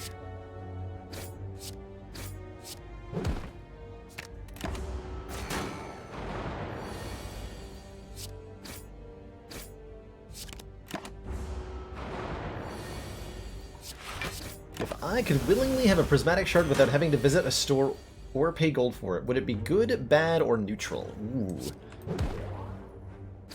I think it would be bad on, at the very least, defect.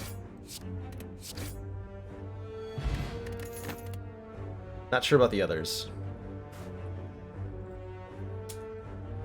Hard to call it good. Hard to call it good. It makes it harder to find cards that have positive interactions with one another. And it makes it more likely. It makes your card rewards much higher variance. Is one of the good ways to describe what it does. You can get some insane combos going, but it also means you're more likely to just like not see any damage cards at all, because the number of possible cards you can look at is so much higher. And now do we want to cleave? Yeah, now we want to cleave, I think. Yeah. Now we want to cleave. We want to upgrade our disarm in case we draw it before Apotheosis. Blood Vial. Heal 2 at the start of combat? Sure. That's an okay relic. This heals quite a bit over the course of a run, and should not be underestimated. Nor should the Gremlin Knob be, because he's a big meanie.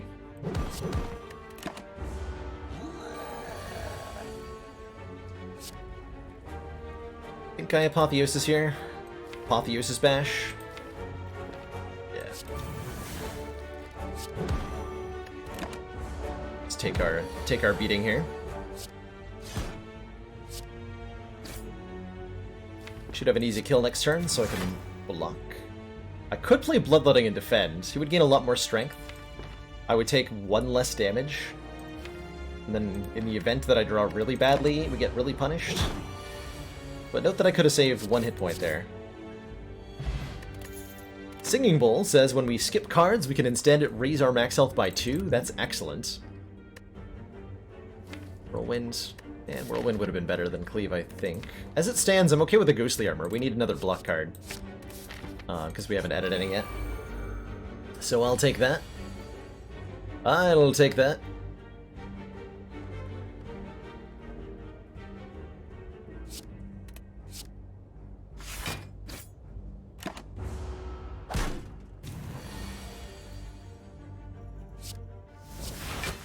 It immediately lets me block for so much. After an upgrade, that is 13 block for 1 energy, which is huge. Absolutely huge. Oh my gosh, Dark Embrace? Now I wish we had taken that Corruption. Whenever a card is exhausted, draw 1 card. I love Dark Embrace as a powerful card draw engine. We already have a decent number of cards that exhaust in this deck. Disarm, Apotheosis, Ghostly Armor can. I'm sure we'll be adding more. I'm going to pick up this Dark Embrace, and we're going to look for opportunities to make it crazy powerful. Punished for being reasonable? I mean, to be fair, we did get through a whole bunch of elites, courtesy of that, courtesy of this Perfected Strike. So we have a bunch of good relics now. And we have even less strikes in the deck. Oh, poor Perfected Strike.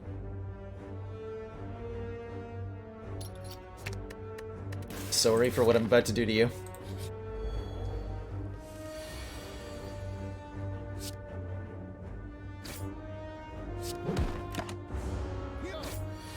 Perfected's probably our next removal, but not quite yet. Not quite yet.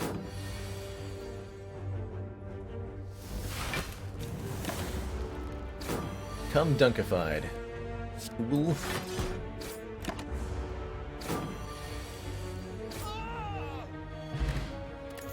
Potion, we got a lot of potions. Still put us in good shape for an elite. We could take another Perfected Strike. We certainly don't want an Armaments. Do we double up on Perfected Strikes so that our Perfected Strikes are okay? Or do we just take 2 max health here? We're a little bit worried about how we beat Hexaghost if we just... Actually, we should be okay with a Strength Potion and upgraded cards against Hexa. So we're going to be lacking in damage next act.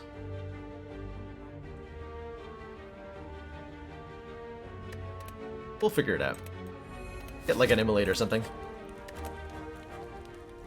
It will be fine, probably. I wonder if I have like a recall here or something weird.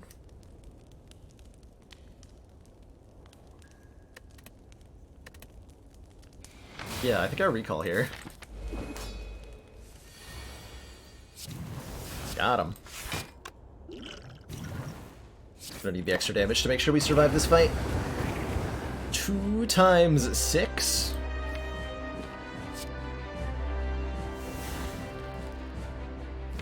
Looks like I need this energy potion as well. I am actually moderately worried about this fight. But only moderately.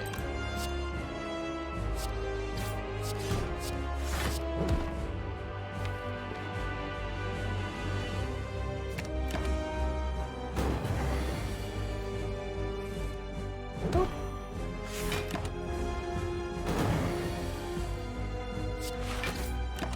16 per strike. Should be enough, right? Should be enough.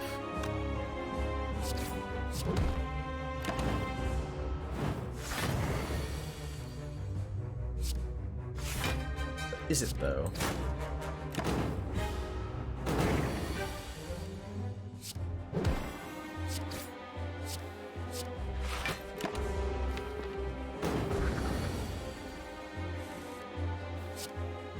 Only just barely.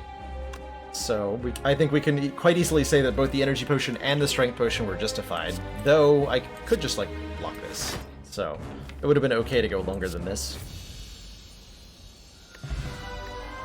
But from the A20 mindset I was using of, we have to kill before Inferno, those potions were necessary. Oh my. Limit Break versus Impervious versus Double Tap.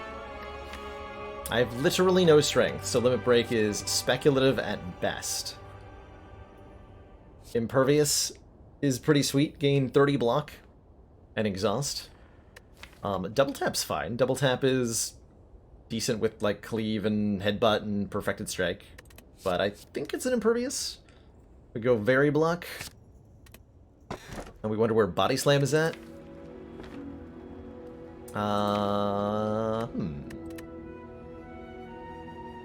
Cursed Key says gain an energy at the start of our turn when we open a non-boss chest.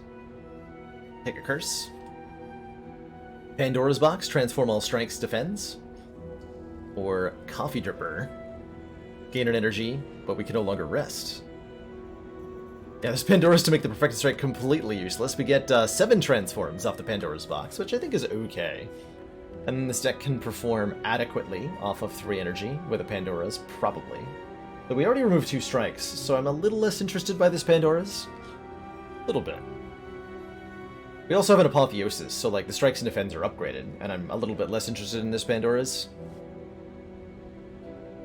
That said, it's likely to make our Dark Embrace way better. I think a 4th energy is totally fine. Like, I'm totally okay with the Coffee Dripper here, for the record. But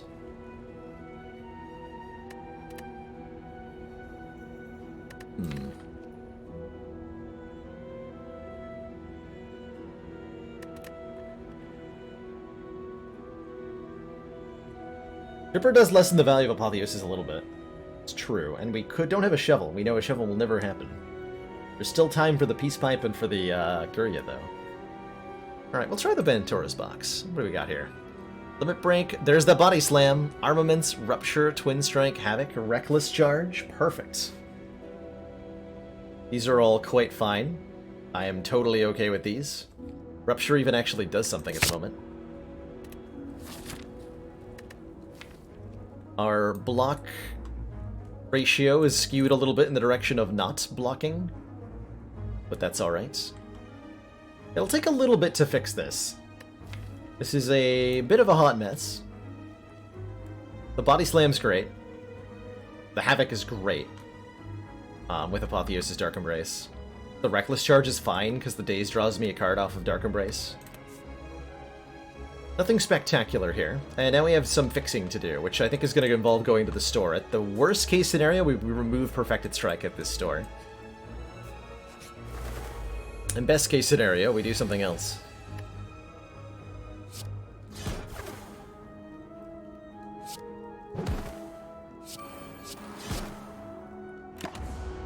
Knock that bird out of the air. Hear me? This will make Havoc free. It's already worth playing.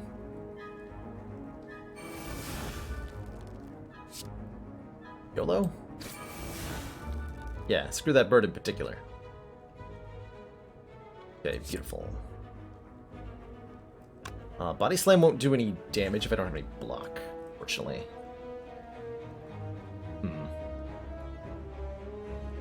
So I can knock this bird out of the air. Or I can disarm this bird, but I can't do both. Disarm also draws me a card. Perfect, now I can do both.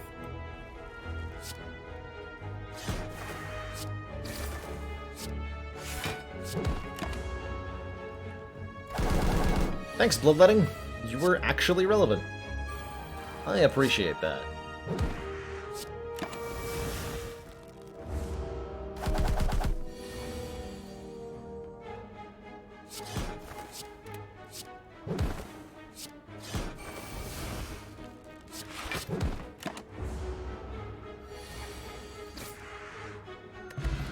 Block Potion is excellent. Flex with a Limit Break is actually kind of a big deal. So I think I take this Flex so that we have some strength to Limit Break. Is that a real statement I just made? I think it is, yeah. Alright. Talk.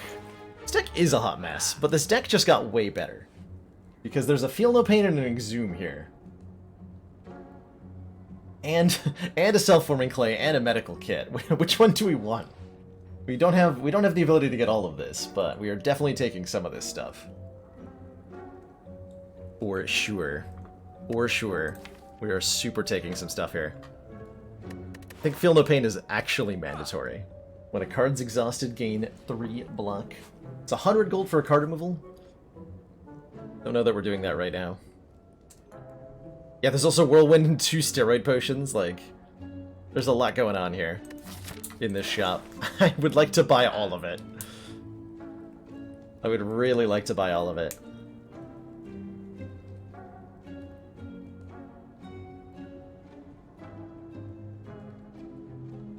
How much for your inventory, good sir? If I could fight the merchant, I would very much do so right now.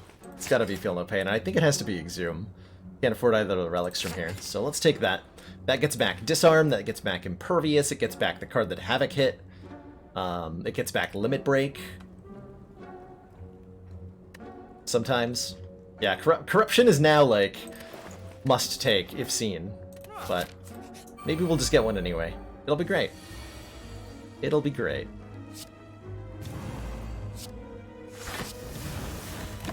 See, Flex Limit Breaks works every time. Every time.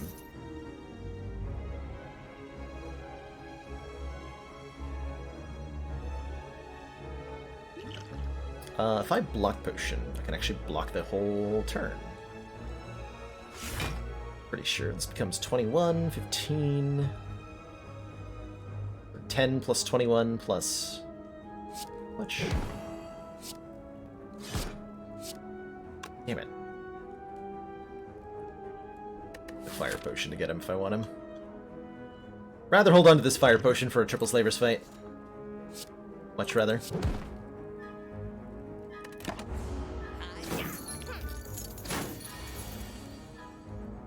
Much rather.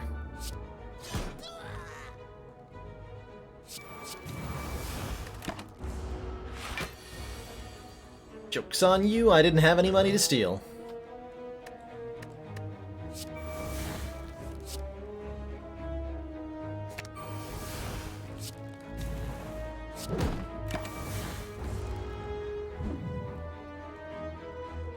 You just beat the heart with Ascension 7 with a Prismatic Shard, so you think I owe you a gift sub.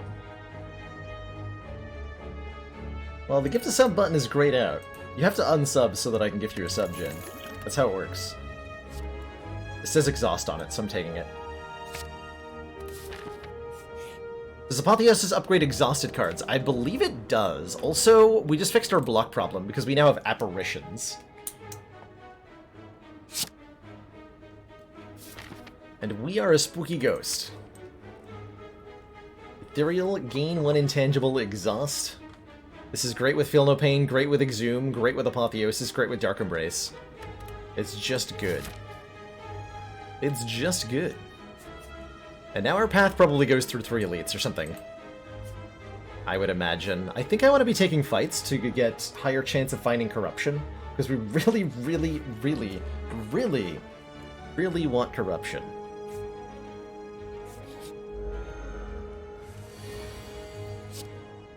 Very badly.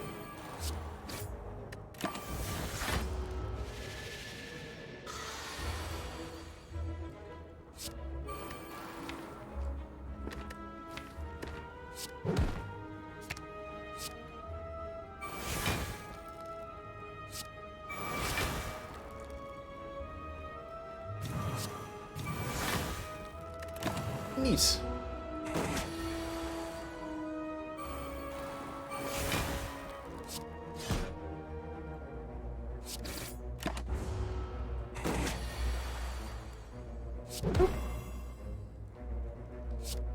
Only play one of them? That's tragic. But at least I draw a lot of cards off the other ones.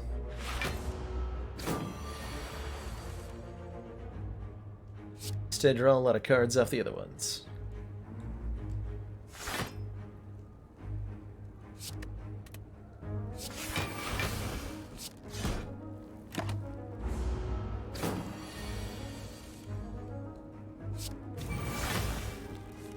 Good. Do that again.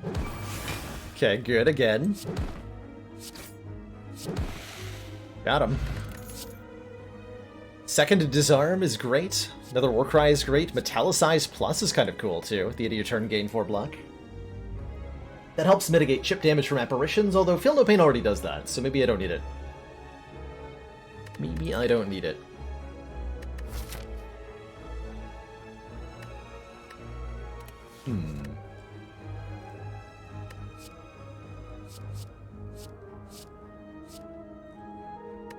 I do agree with the sentiment that Metallicize is, on average, underrated. It's a pretty good card, especially free upgrade. This is significant. Its 2 hit points is also quite nice, right? We don't have a lot of health at the moment. None of these cards say corruption on them.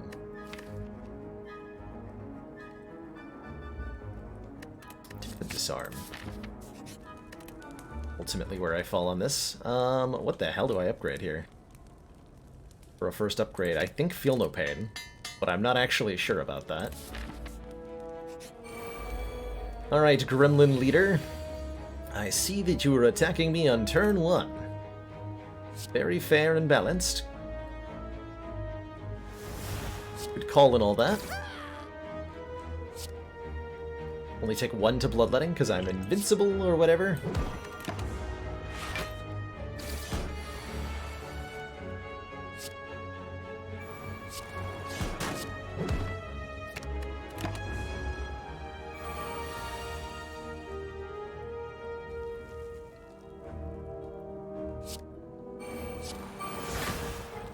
Okay.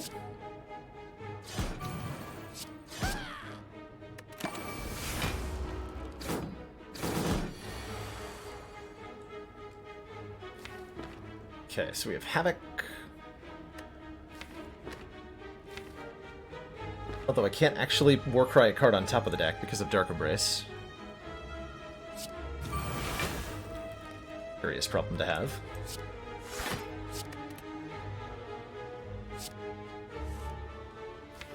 Nope, didn't want to draw those.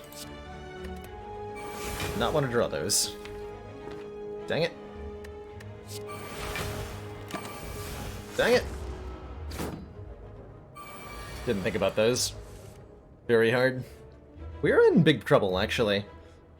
I am not able to out-damage the incoming minions very effectively. Oh, we are in such trouble.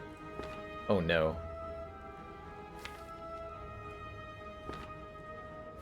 I really needed to play Apotheosis the first time I saw it. This might have to be a fire potion. I think it is gonna have to be a fire potion. Which is painful to say. But I'm quite sure it needs to be. I wish I could rupture here. I have to kill you as well.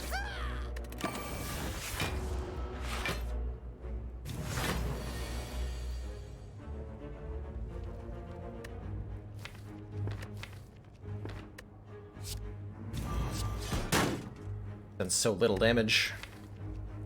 That's worrisome. quite worrisome. Okay, here's Apotheosis for us.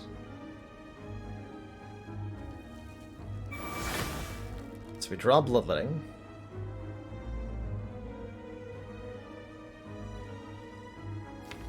How am I gonna get damage?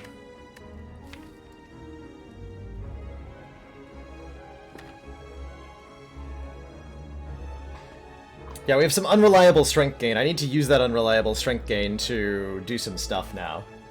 Or I'm gonna lose this fight kind of quickly. I think I need to cleave. If I can't cleave this turn without...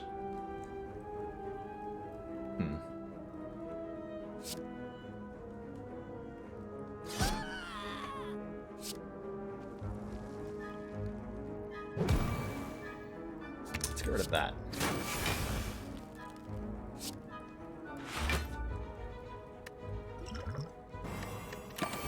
Our health high here. Oh, good. Now we're getting somewhere.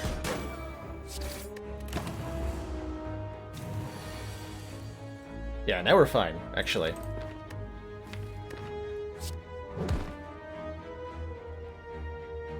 Now we are totes fine.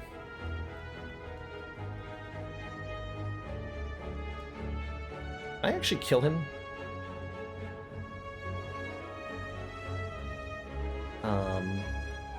Back. No, just do that.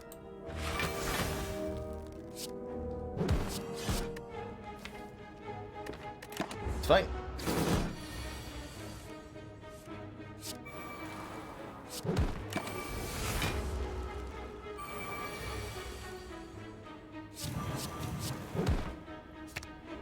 Okay, that was terrifying. But we are at full health. And we have an anchor, so we start combat with 10 block and a second flex, I think, is what I need. That's a weird thing to say. Lesson learned, play Apotheosis. Yeah, no kidding. No kidding. I don't know how I feel about a second flex. It'll eventually be good. Questionably good at the moment. Do it. I will fight you fools. I might regret it, but I will do it.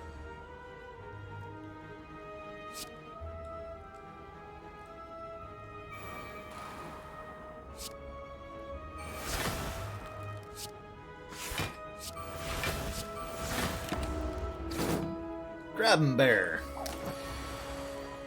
Get him. Do a whole lot of damage, but I do have a lot of intangibility, so we can hang around in this fight for a while. They don't scale up in damage themselves, so it's okay if the fight takes a while. Though it is a little weird.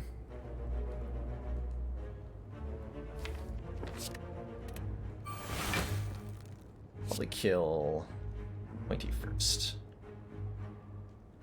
No, Romeo first? Romeo first.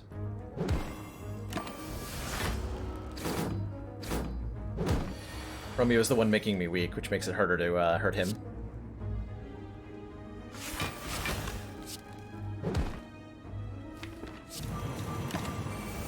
Get strong. Get strong. Okay, we play Apotheosis. Lesson learned. Lesson learned to play Apotheosis.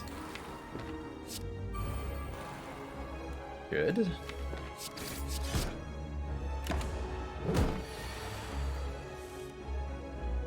Good, great, grand, wonderful.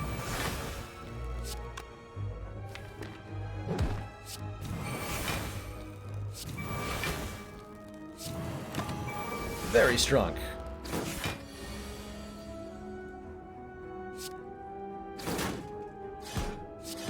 Okay, that went more smoothly than it really had any right to. I'm not taking the third flex, nor am I taking a double tap. We're just gonna take 2 hit points. And take a Molten Egg? When we add an attack into the deck, it is upgraded. Maybe? I mean, we would like some better attacks, probably. Yeah.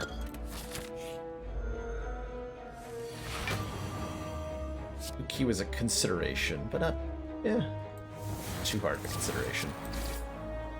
Alright, please don't kill me on turn 2. You jerks. Appreciate it.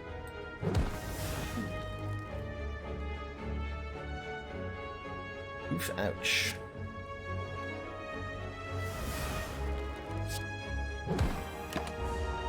Okay, this is getting scary. This is no longer scary.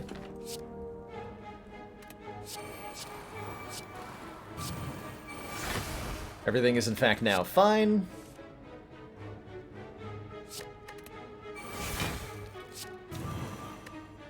But I'll exhume Warcry? Yeah, Warcry actually. Just draw more cards here. Of all things.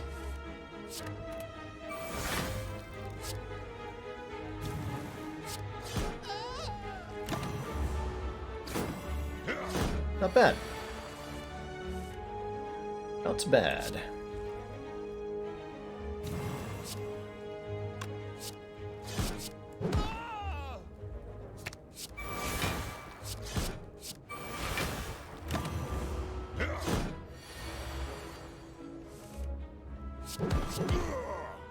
There. Stone Calendar. The end of turn 7, deal 52 damage to all enemies. That's quite nice. There's the corruption. Skills cost 0. Whenever you play a skill, exhaust it. And now our deck is very silly. Very, very silly. At last! At long last.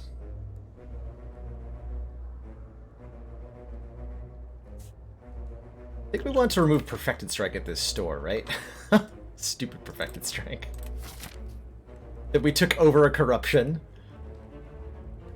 It got us some relics.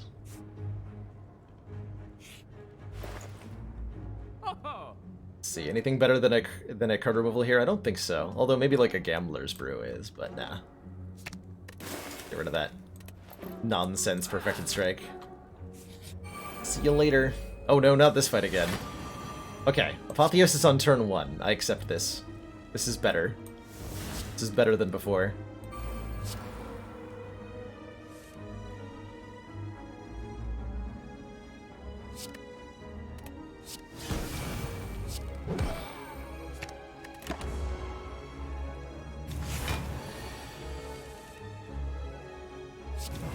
Commence the cleaving!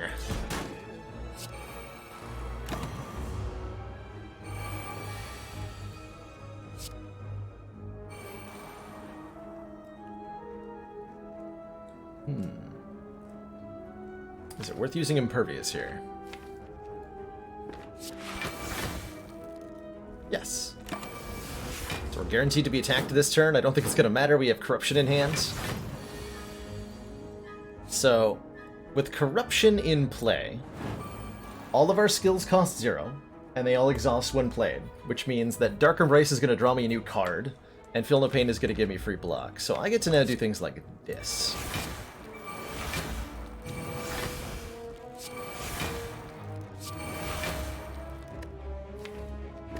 Am I exhuming here?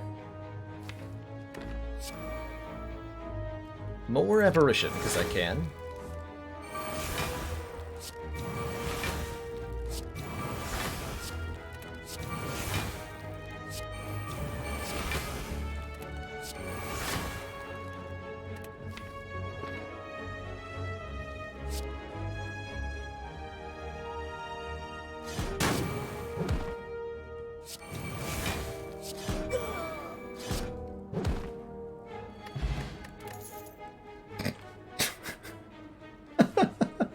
I like this deck. This deck is fun. This deck is good times. Strimmer, this is the Twitch police. We've been banned for too much cleavage. Oh no! TOS! TOS. Thank you for those kind words, Chosen. I've dungeon mastered one short D&D campaign. I enjoy the the storytelling aspect of D&D. What I don't like is preparing content ahead of time I'm too lazy, unfortunately. So disaster strikes usually. Do I need a third disarm? I mean, I want one, right? Just take one more. Transform 2 cards. Actually, Jax is pretty good. Jax is pretty good. Another way to gain strength here. Seems fine. It's a skill. Seems fine. It's a skill.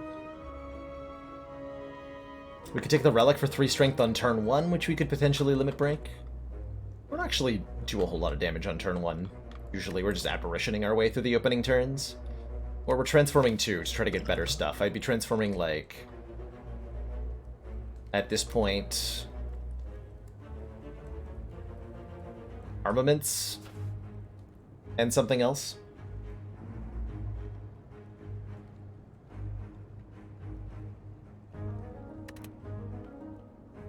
Have I tried Gloomhaven? Yeah, we checked out, I've played the physical version of Gloomhaven, and the digital adaptation we checked out on stream, like, a month or so ago. I like Ghostly Armor in this deck quite a bit. Like, maybe Rupture? If I'm transforming, yeah, I would transform Rupture. Armaments and Rupture is what I would get rid of. Or I can get the Jax, and then keep the Rupture.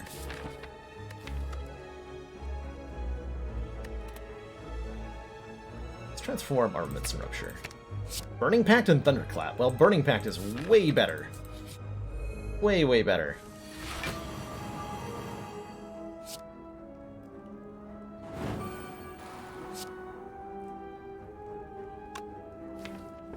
Damage quickly here.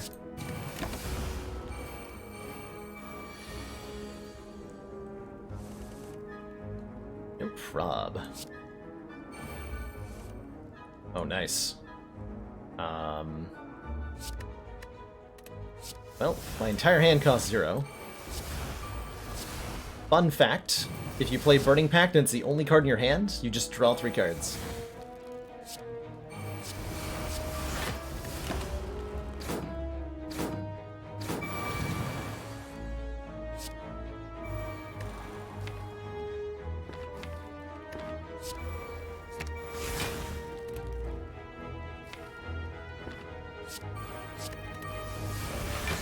There you are.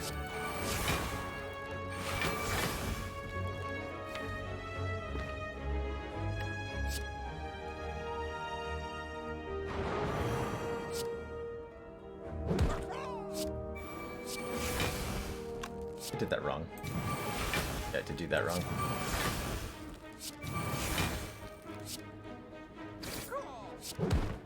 That's okay. You seem to have won. Deck wants a Seek. Shockwave's pretty good, though. Apply weaken vulnerable to all enemies. We don't need a 4th disarm, probably. Probably.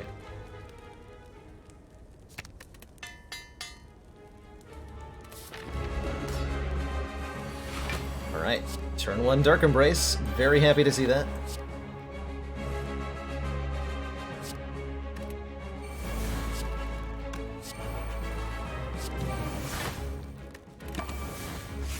All we have to do is find corruption, and everything's great.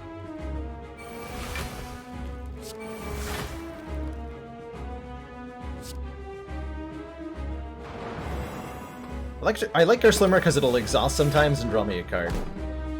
Good times. Good times.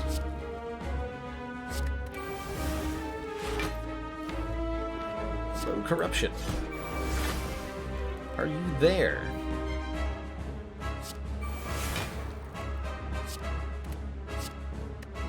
Yes, you are. Convenience.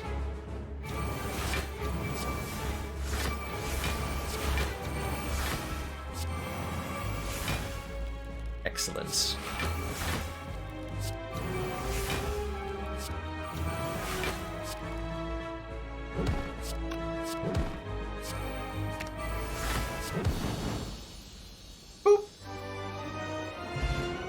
What's the marginal utility of Disarm? Disarm is incredibly useful at lowering the damage output of fights like Time Eater, Awakened One, and the Heart, especially. Shutting down any enemy that's hitting multiple times.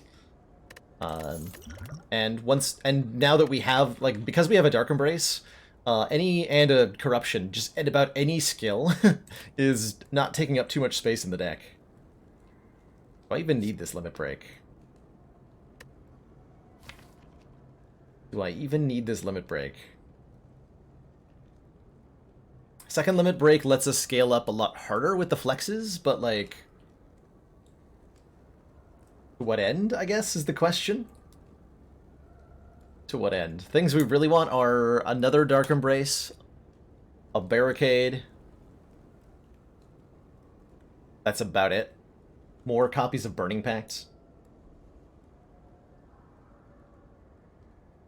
Bottle Lightning, yes. Bottle Lightning, Bottle Tornado would be good. Dead Branch would be fun. I think I actually take 2 hit points here.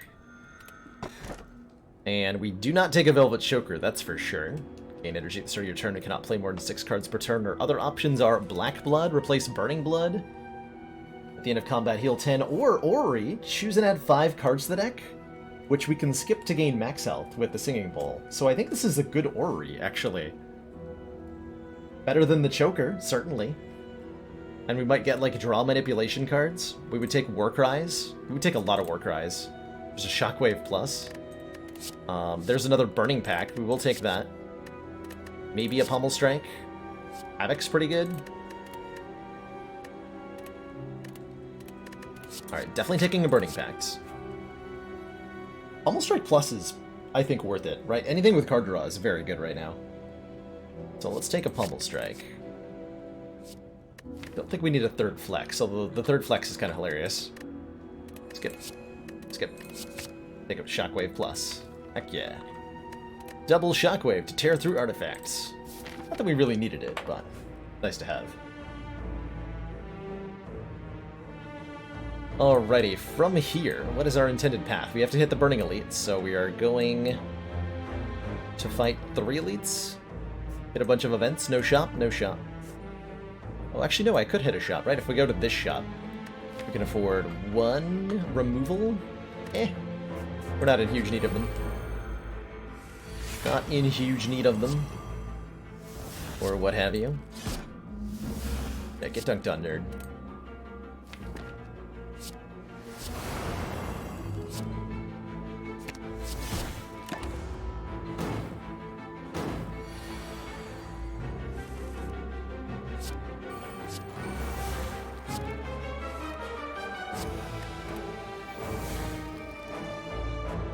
There's only 1 hit point.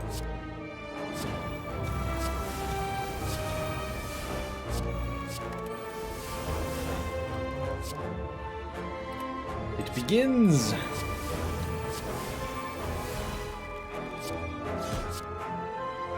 It ends. Second Pummel Strike? 1 was probably enough. We only have 3 base energy, right? Potions! Good potions, too. This is a great array of potions to be having right now.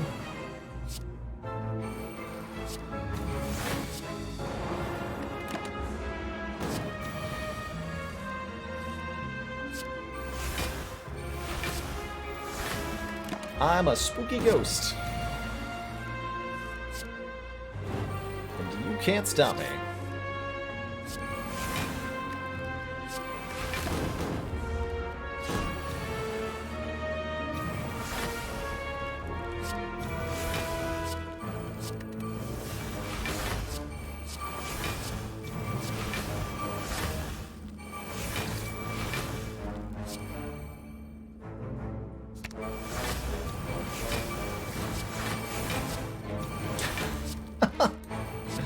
So satisfying.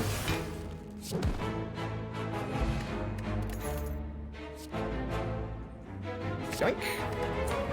Second copy of Dark Embrace. Whenever a card is exhausted, draw 1 card.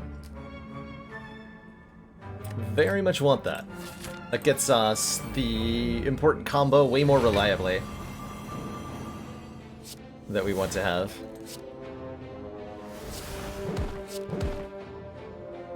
Way more reliably.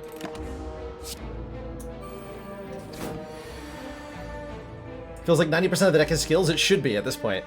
That's the intention behind the deck. So I would hope so.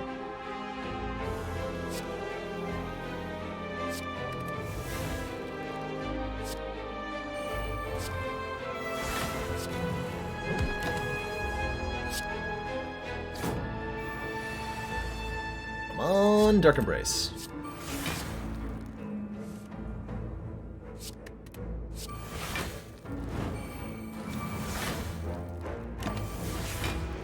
Hello, Dark Embrace.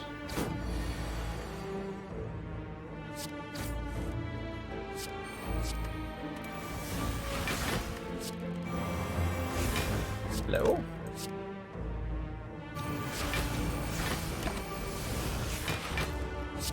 Hello? I have two of them. They're both in the draw pile.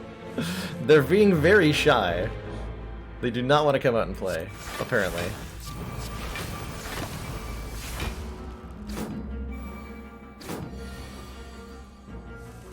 Wikipedia's down? Oh no, did they not get enough money in their yearly fundraising thing? Just gone now forever? Tragic. The world shall mourn its loss.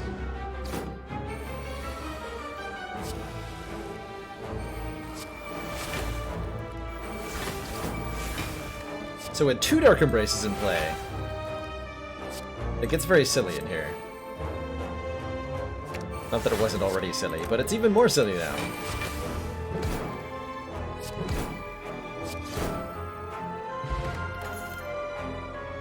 Okay, I don't need another disarm, I'm pretty sure. Are we fighting Awakened One? I'm pretty sure I don't need a fourth disarm. I've never skipped so many disarms in a run before. Sentinel could give me more energy. If I needed more energy, which I don't. Need. Currently.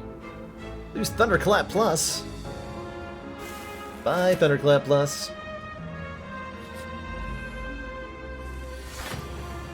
Nemesis. Nemesis is a good enemy to have disarm for.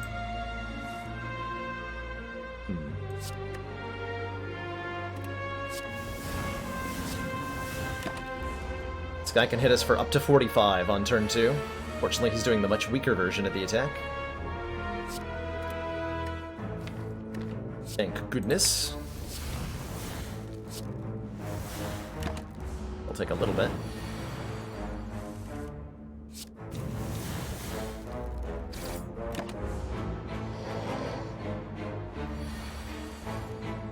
Here's all the good stuff.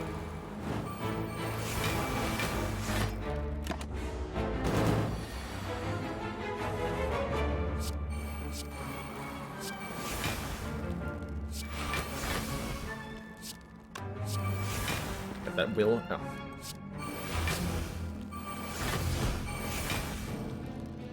Let the silliness begin.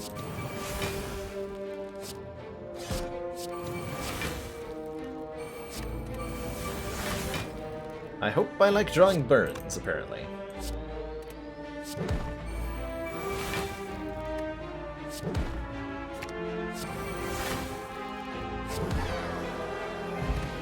Preserved Insect says enemies in elite combats have less health.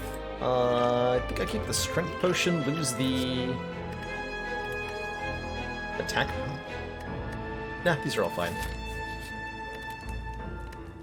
Let us upgrade the other Dark Embrace.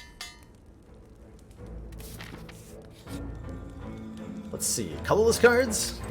Heck yeah, card draw? 4 max hit points, our choice. Second Apotheosis if we feel like we need one. Discovery's kind of cool. None of these are good at card drawing, unfortunately. Like Deep Breath, Master Strategy, Violence would be the ones I want. Hit points are fine, though. Take a Discovery. Hit points are fine. Sapphire Key over the Kunai instead of the Molten Egg. I don't think either of those would have done too much. Although we would have triggered Kunai relatively often. Sad but true.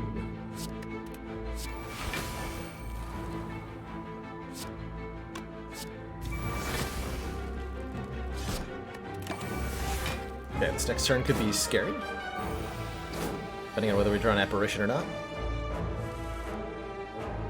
Could be nope, we did not draw an apparition.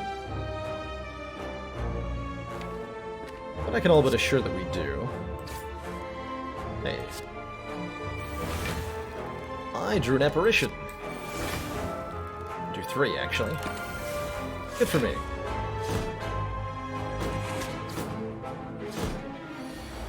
Good for me.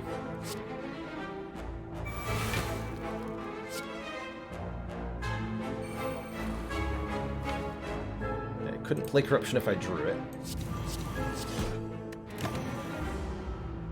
So I'm not going to draw anymore.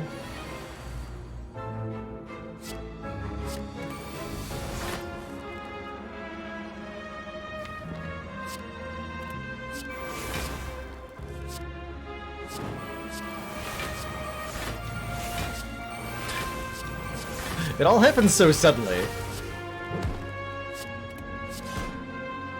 As soon as that corruption gets in play, oh my god. Don't need no limit break nonsense.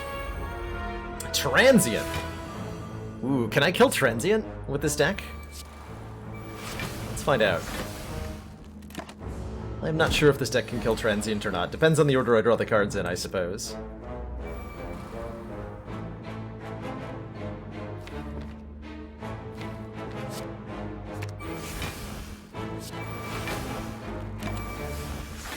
Gotta get that corruption in play.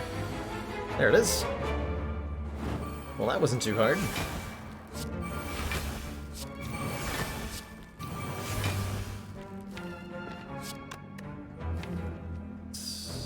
Okay. Looking for bloodletting. I'm looking for my friend Bloodletting. Have you seen him? Found him.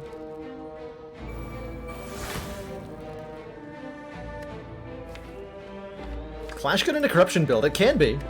You can often play all of the stuff.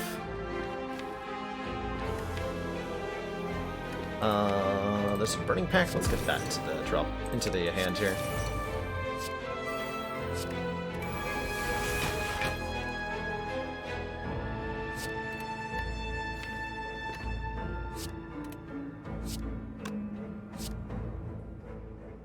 This is my last energy.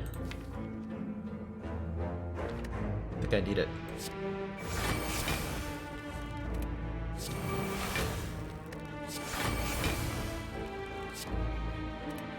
Don't think I need it.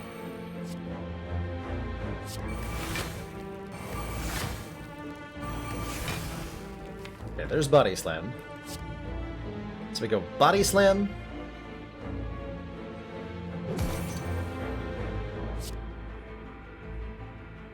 Havoc the Headbutt. Body Slam. Disarm. Body Slam. Limit Break. Body Slam. Burning Pact. Body Slam. Boop. It's all about drawing the same card over and over again off the Dark Embrace, once the deck gets small enough. We can do that as many times as necessary to kill anything. Got him. So Battle Trance is interesting, because it prevents us from drawing extra cards for the rest of the turn. We're kind of invested in doing that, right? There should be an achievement for that. There is an achievement for that, Eyeshadows. There is in fact a achievement for killing the Transient like that. Any way you do it, if you do the 999 damage, doesn't matter how, you get an achievement. How will that work for the heart? Very poorly. We need to spread that nonsense out over multiple turns to be able to beat the heart. And I've got a couple ideas for how to do that. We can just kind of like slowly shrink the deck over a couple of turns. Barricade would be one way to do it. So power potions are extremely valuable. Just scaling up our strength high enough could work.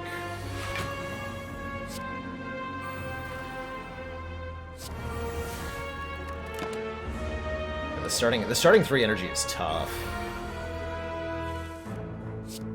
Oh, we already did the thing on this one. Good job, me.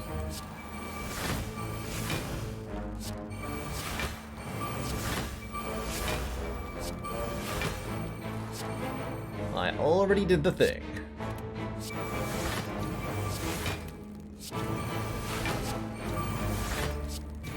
Unfortunately, I can't kill him this turn, so I guess I have to stop. Don't I? Yeah, I do. Because he is, intangible, is, I believe, the term. So rude.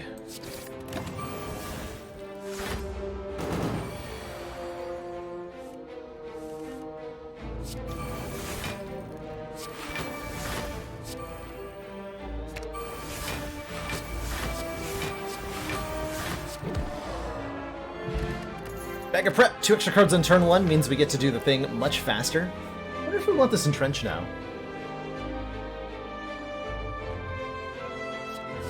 Take it. Nothing to gain out of a rest. Upgrade, I don't know. Like an apparition or something?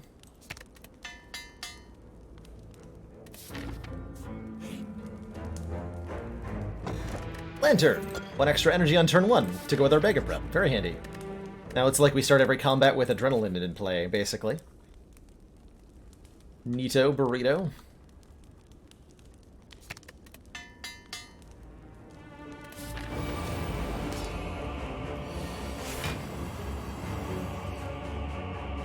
Okay.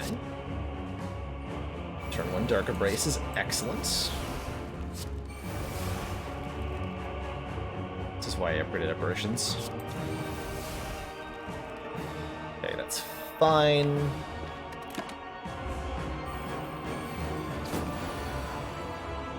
Show me the corruption. That is not the corruption.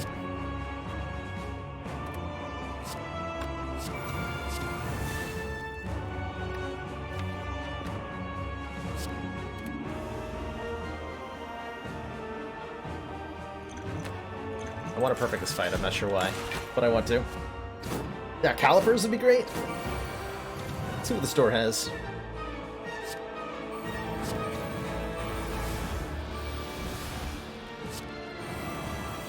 So I gotta be a little bit careful here, too, because Awakened One has 2 phases, right? Oh, never mind.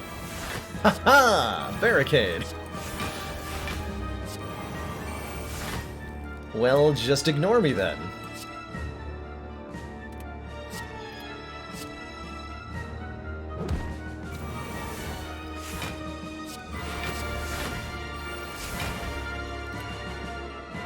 Just frickin' ignore me then.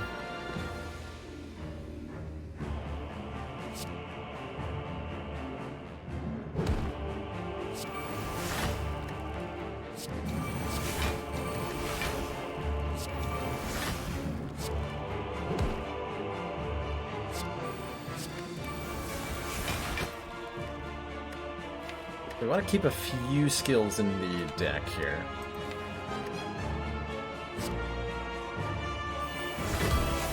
I'll put that guy. I'll keep this one alive. You get to live, bird. You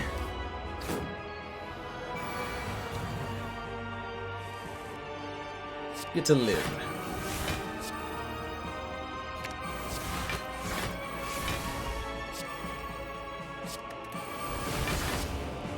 $500. Grr.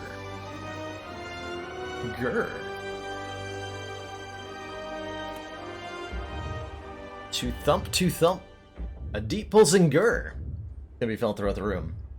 Is this the heart of a cultist? The source of this caca?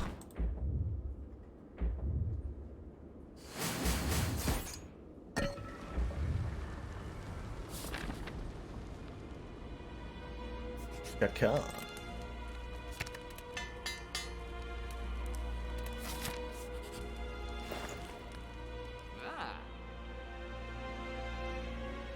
Well, that's quite the store.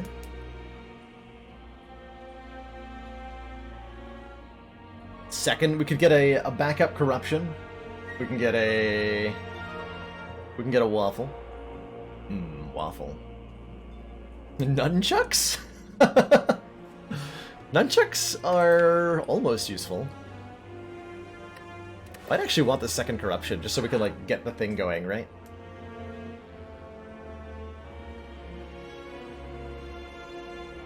Delicious, delicious waffle.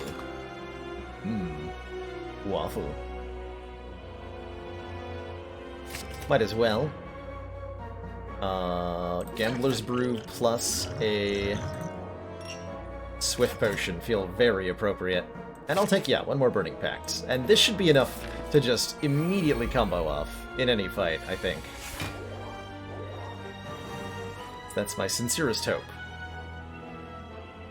My sincerest hope. Might be our Swift Potion right away.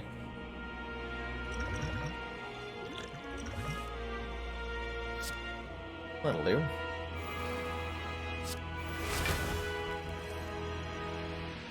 No corruption.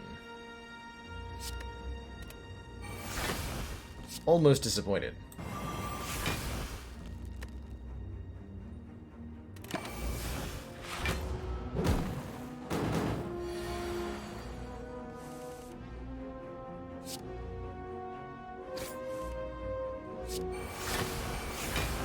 Buy myself some time while we wait for the cards to show up.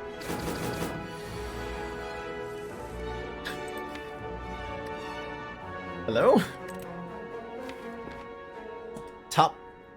Hello? Can I have my cards, please? Please and thank you. Apparently not.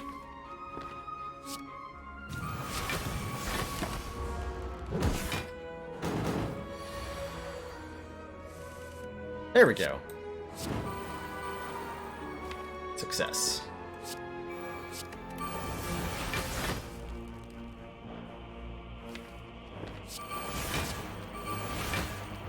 That'll hit Exhume. I don't want that to hit Exhume.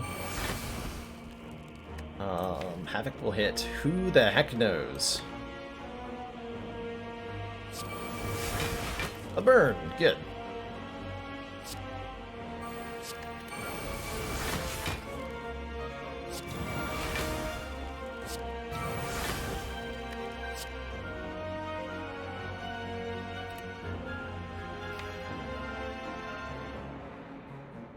I haven't played Impervious yet. Okay. Neat.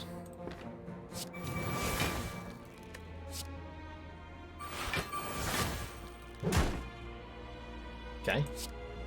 That guy appears to be gone now.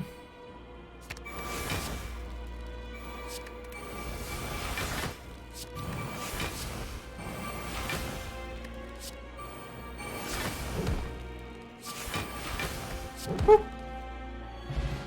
The boot! And would deal 4 or less unblocked attack damage up it to 5.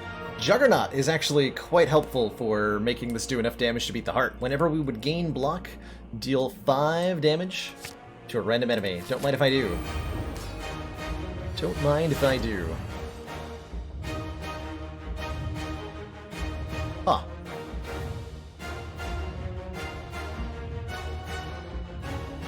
Seems like a good turn 1. Dark Embrace, Corruption, Feel No Pain. I mean, okay.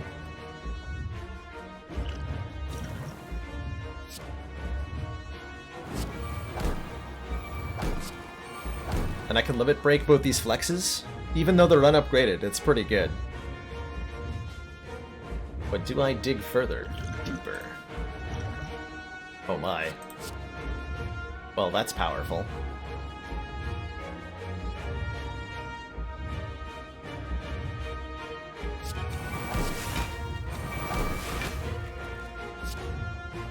That's powerful.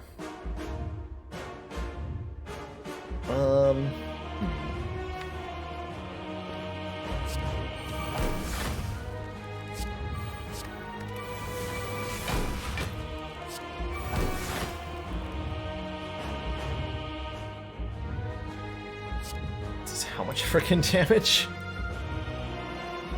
Beanfire does a lot of damage this turn.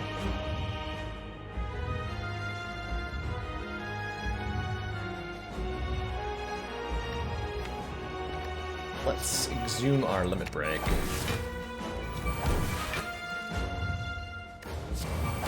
Yeah, but at what cost, indeed. But at what cost? Seemingly a pretty reasonable cost.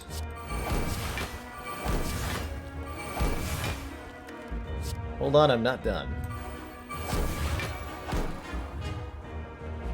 Yeah, that seems like a pretty reasonable cost.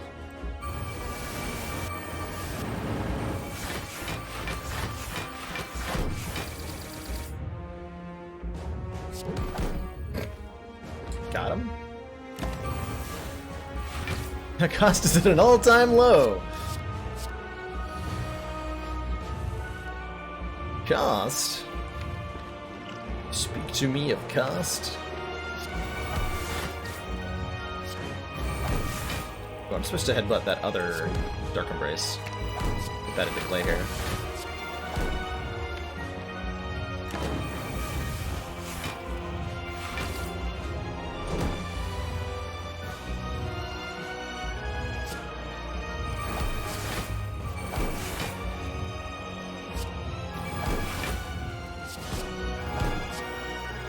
More Dark Embrace! Totally fair and reasonable. Oh, I'm almost out of cards. I thought I had something left. No, everything's gone. That's right, I Fiend Fired it all. So, we have to be careful here about how we do this. Because there's very little left in the deck.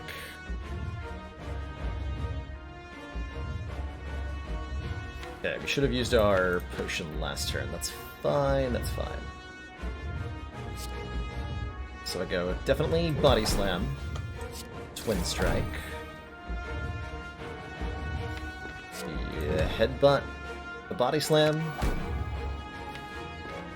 get rid of the... I don't want to draw this Dazed yet. Right. We just end turn here. Just end turn here.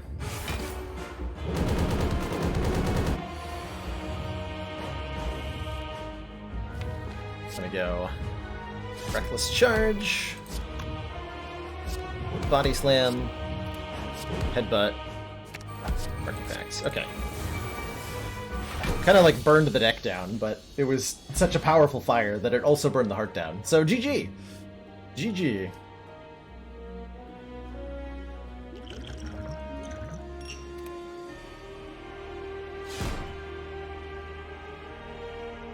Good run. And that's Corruption Dark Embrace. It's very fun. One of my favorite ways to play Ironclad. And actually, decks like that are precisely why Ironclad is my response whenever somebody asks you, which of the classes is your favorite? Maybe I don't have a favorite class, but I do have a favorite deck, and that is my favorite deck.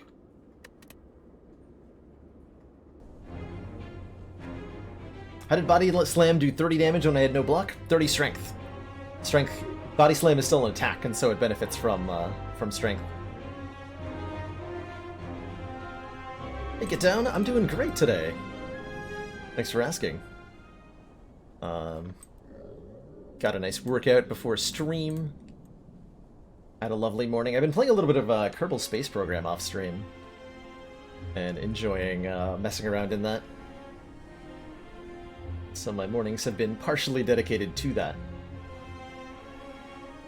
Commander, we've just received the support of another council member. Thank you so much for that Twitch Prime sub. Welcome to the council. Enjoy your new emotes, the community, and your newfound smug sense of superiority. Speaking of new emotes, did you all know that we are currently 6 sub points away from a new emote? Only 6 more subs until another emote slot is unlocked. And that is very exciting. The channel has not been on the edge of an emote unlock since May, I want to say. So that's crazy. Just close the stream. What's my least favorite deck? anything involving multiple copies of Scrape. It's not true. Don't know if I have a least favorite deck. There's so many different decks I've created in Slay the Spire. Excellent work, Commander. They're all good times. This council is pleased to see our continued support of this project has been worthwhile. Thank you for those 2 months of Tier 1 support. Commander, one of And Adonis Incarnate. our most valued supporters says continued support of the XCOM That project. 6-month Twitch Prime sub. Thank you so much for the long-standing council support. Enjoy the red ironclad energy badge. And welcome back, Dark Knoll. Thank you both for the generous support. And let's show some waffle love in chat for that ridiculousness. Now we're only 4 sub points away from a new emote slot. Odds are pretty high we'll get it pretty soon. Looking forward to it. Oh, least favorite strikes and defend. Yeah, the starter deck. I don't mind the starter deck so much. Don't mind the starter deck so much.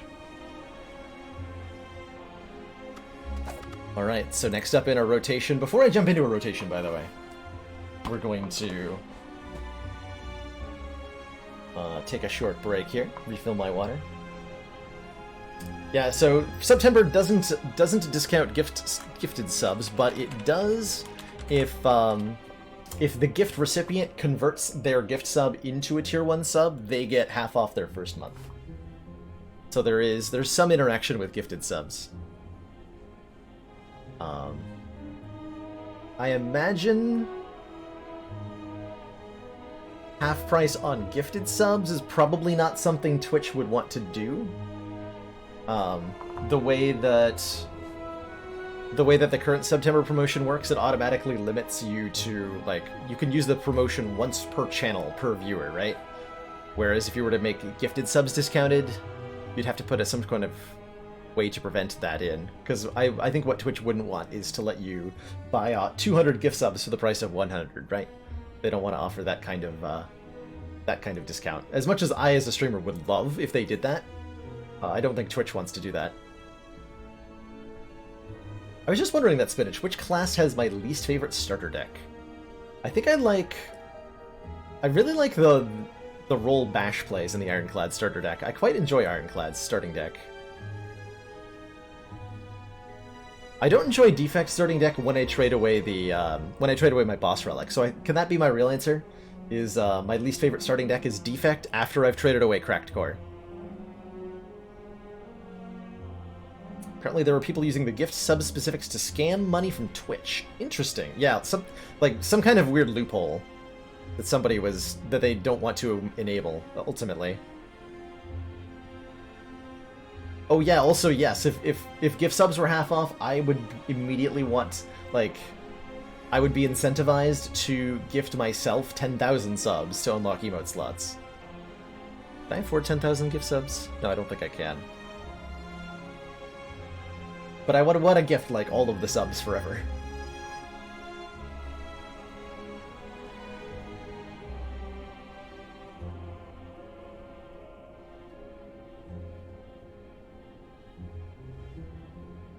And yeah, if I had a better than 50-50 split,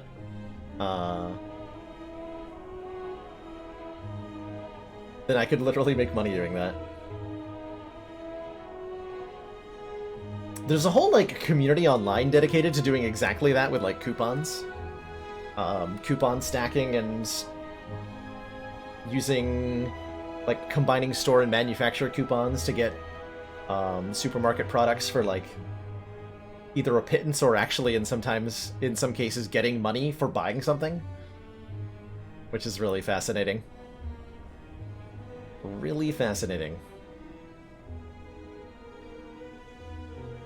Anyway, I'm going to refill my water, grab a quick snack, and when I return, we'll jump into a silent Ascension 6 run here to continue up this ladder. Thank you, everybody, for your patience. Thanks for being here. And I hope you're having an awesome and wonderful evening.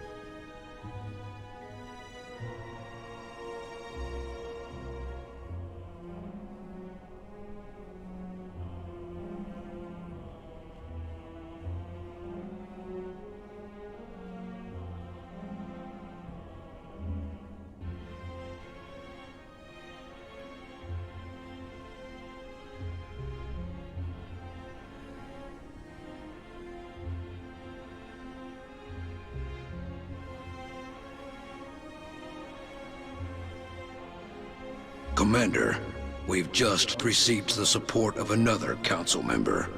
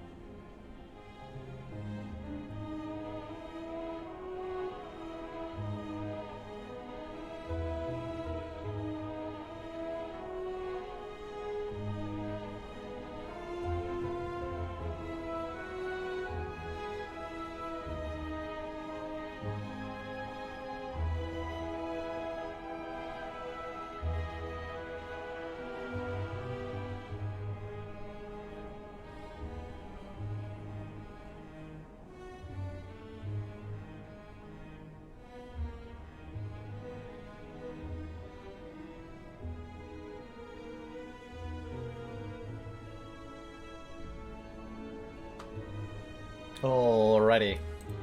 We are back. Thank you for that moment of patience, everybody. Micah Soda! Thank you so much for that tier 1 sub during the break. Welcome to the council. Enjoy your new emotes, the smug sense of superiority that comes with them, and the community. Speaking of community, did you all know that we have a community Discord?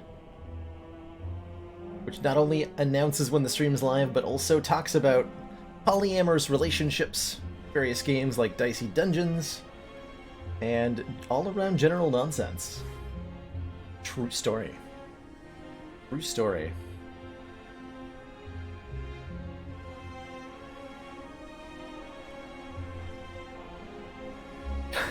Chat's all busy thinking of opossum puns for your Instagram thought account. Now, I'm also thinking of puns. Hold on.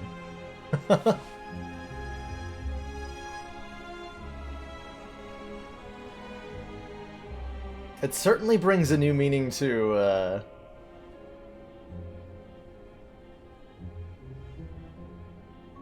being a trashy hoe, right?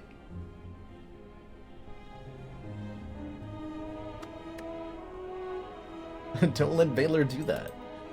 Don't let Baylor think.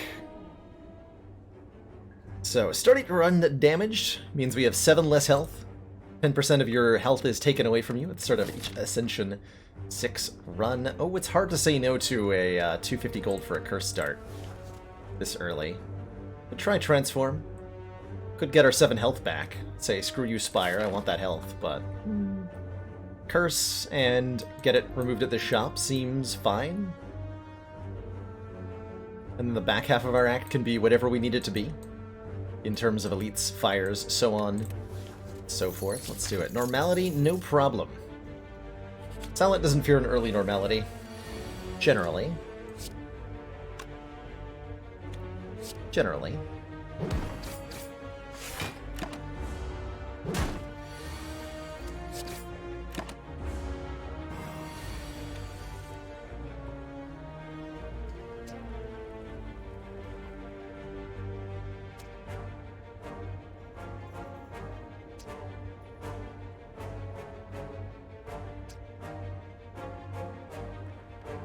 Oh, absolutely, Jin. Apologies if I was not meant with that pun to imply a connection between sex work and being trashy, because that's certainly not something I believe is true. Like,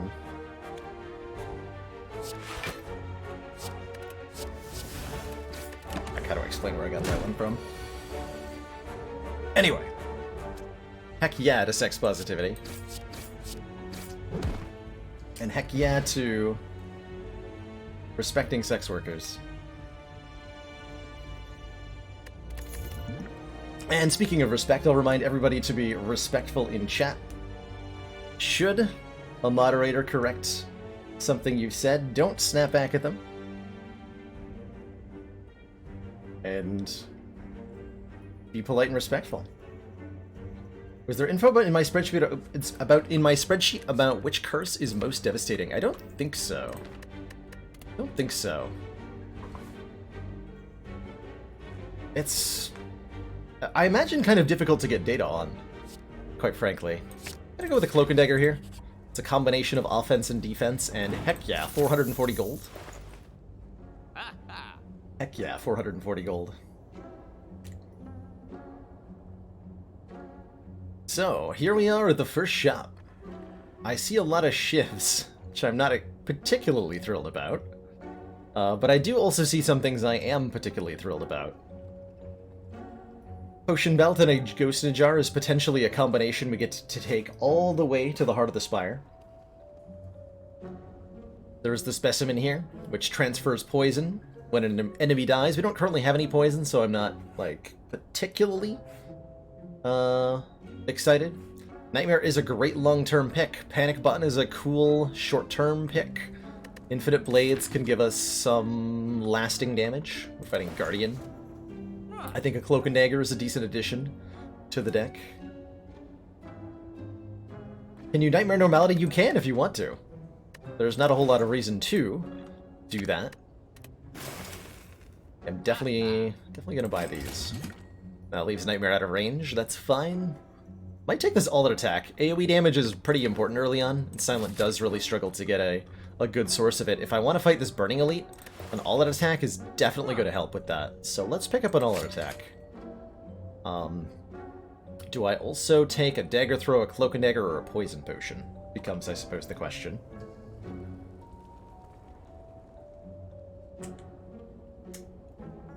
Nightmare's a good long-term pick and a great short-term curse. It's also a great way to not be able to spend 146 gold on something else. So it's almost like 2 curses in that regard. Almost like. But not quite. You know what? I'm going to take a second Cloak and Dagger with this Strength Potion. I believe it. Ooh, remove Transform upgrade.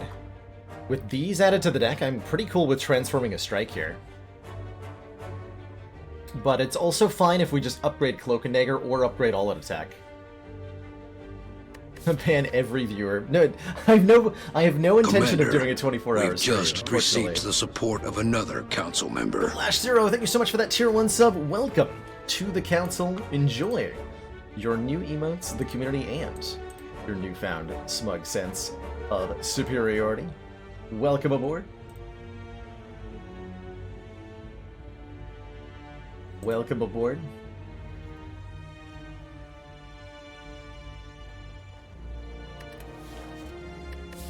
Remove transform upgrade. So either transform or upgrade. We do get one upgrade before the Burning Elite. Let's transform. Let's get rid of a strike here. Get ahead on that removal game. And strike becomes, drumroll, poison stab. Okay, so our strike turned into a poisoned strike, which is almost the same as upgrading strike, but slightly better, I guess, question mark. I mean, it is better than a strike, so I'm not...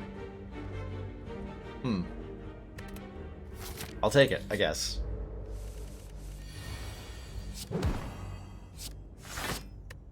Feels like that was worse than upgrade, but only, like, very barely. Only very barely. Shivved upon, sir. Yeah, now I regret not being able to transfer my 3 poison to another enemy.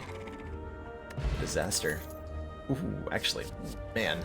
Dash versus Crippling Cloud. Crippling Cloud is such a good card later in the game, but if I want to beat an Act 1 Elite, Dash is such a good card now in the game. What do I take? I think I take a Dash. And that lets me beat this Burning Elite pretty handily, so we go into the rest of the run with more upgrades. Let's do that.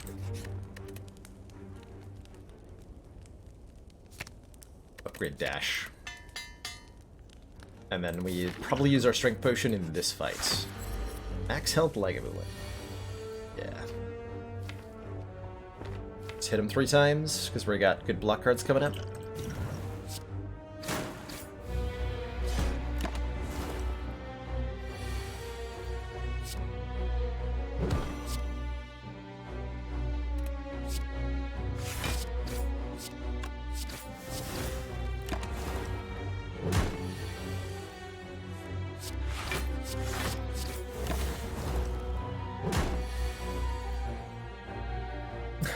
Pretty handily is your new burlesque name.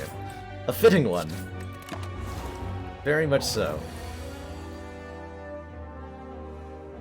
Okay, this is a little suboptimal. This is ideally where we would have killed Lagavulin, but the extra max health it has means that is not the case. So I think this is defend, defend, all out. We hopefully kill on the next turn.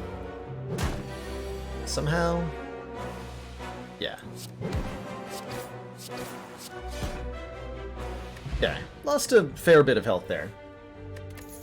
Stone Calendar deals 52 damage to all enemies on turn 7. Really good relic to have. Could I take a 3rd Cloak and Dagger?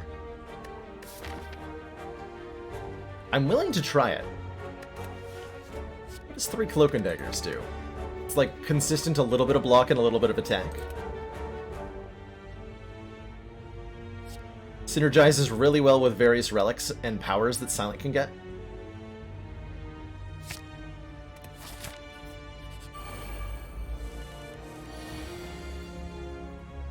That sounds about right, Chrono. Although, on A20 we're talking a little bit less. The max health doesn't matter, because we already run damage. A little bit, we have the Ascender's Bane is the big difference. But I think in general, yeah. That would have gone okay. On A20. And by okay, I mean we'd be not dead. Considering that we went into an early Burning Elite, which is crazy talk. Crazy town.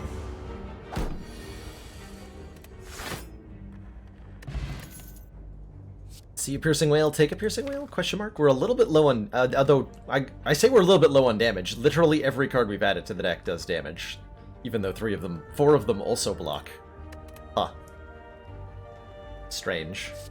Gonna take a Piercing Whale though. Such a top tier defensive card for Silent. Come on, 75 gold in here. Nope, but there is a Mango. Raise our max health by 14. Really good. Really good relic. 3 very good relics so far, and hopefully we're going to get some more. We'll be able to afford not much of value at this shop, which is unfortunate because I'm going this way anyway because of the fire.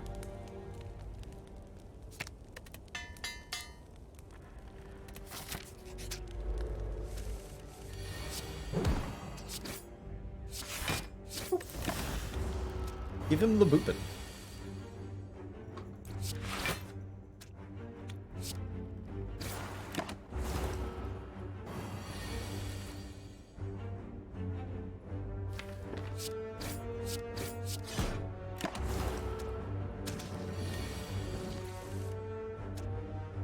Give me the boopin'.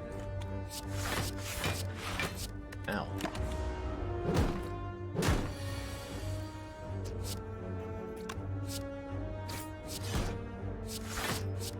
Slight order mistake there.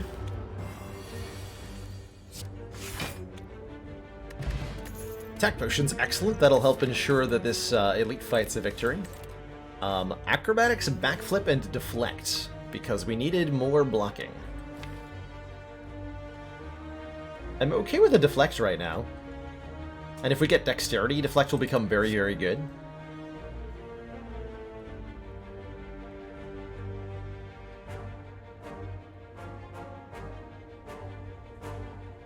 Stone Calendar is a really interesting relic in terms of evaluation. One way that I used to think about this relic was like, how often does a fight get to turn 7? What percentage of fights get to turn 7? And the answer to that question is like 15 to 20% of them, maybe. So it only does something in a handful of fights. But the thing that it does in those fights is actually really important. Stone Calendar does things against many of Spire's elites and almost every single boss. And the impact in a lot of those boss fights is huge. Like, the Stone Calendar means we have to deal 52 less damage to the heart. That's really relevant. If we were fighting Hexaghost, it would mean we would need to do 52 less damage to Hexaghost, which is of vital importance. It's great against Collector. It's great against Bronze Automaton. Although on Bronze Automaton it hits the turn after Hyper Beam, awkwardly. But the impact is very high in the fights it does affect, and those fights are fights that you're guaranteed to encounter over the course of your run. Man, I was really hoping for, like, footwork here. I guess Noxious Fumes is pretty good. Gives us some slow poison scaling to go with our, like, mediocre front-loaded damage output. And it's mostly scaling we want to add from here on out. So I am totally okay with the fumes here. Yeah, those fights are also some of the more difficult fights. Again, notably, like, all of the game's boss fights last 7 or more turns on average, generally. All of them.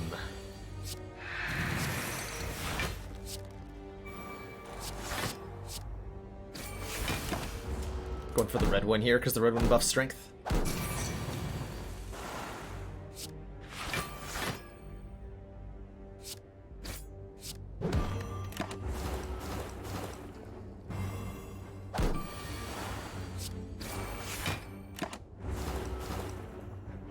Nice and clean.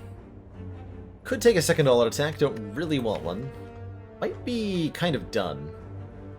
Adding front-loaded cards. Like, I could see a use for another dagger throw, or for a dagger throw. I could see a use for another all-out attack, but mostly I just want to upgrade what I've got.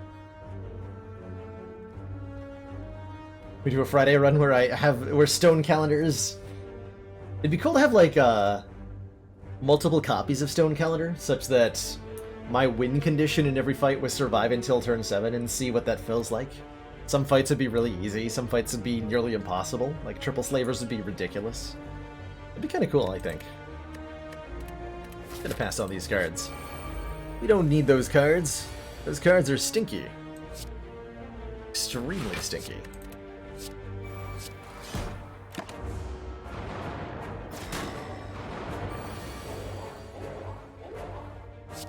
Conveniently timed Piercing Whale.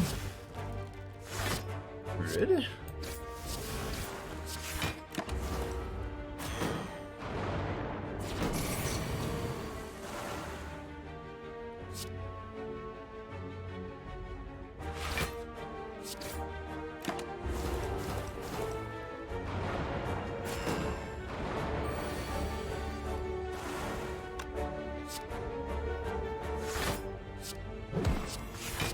Kill this one before he attacks me again.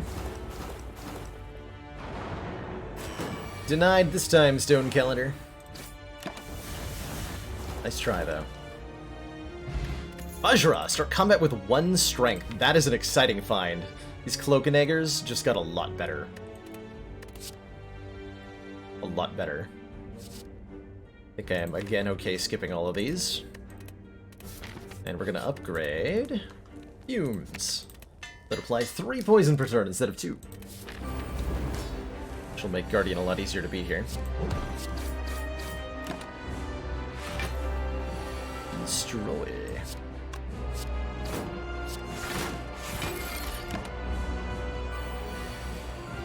Pretty much just get Fumes in play and wait here. Playing the Shiv would cause me to take 3 damage anytime we play an attack while the Guardian is transformed into the Angry Onion mode. As I believe he is called. He'll take 3 damage in retaliation.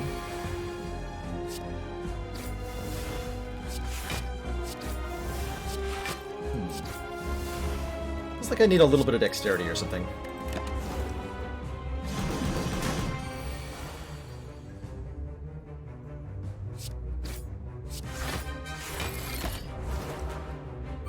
More like an artichoke. I can see that. Stone calendar coming in. Boop.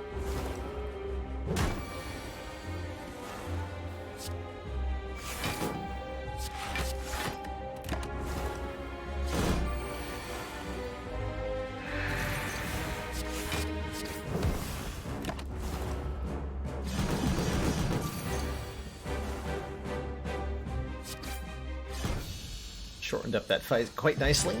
Still 10 turns though. Strength Potion goes well with all of our cards. Ooh. Interesting choices.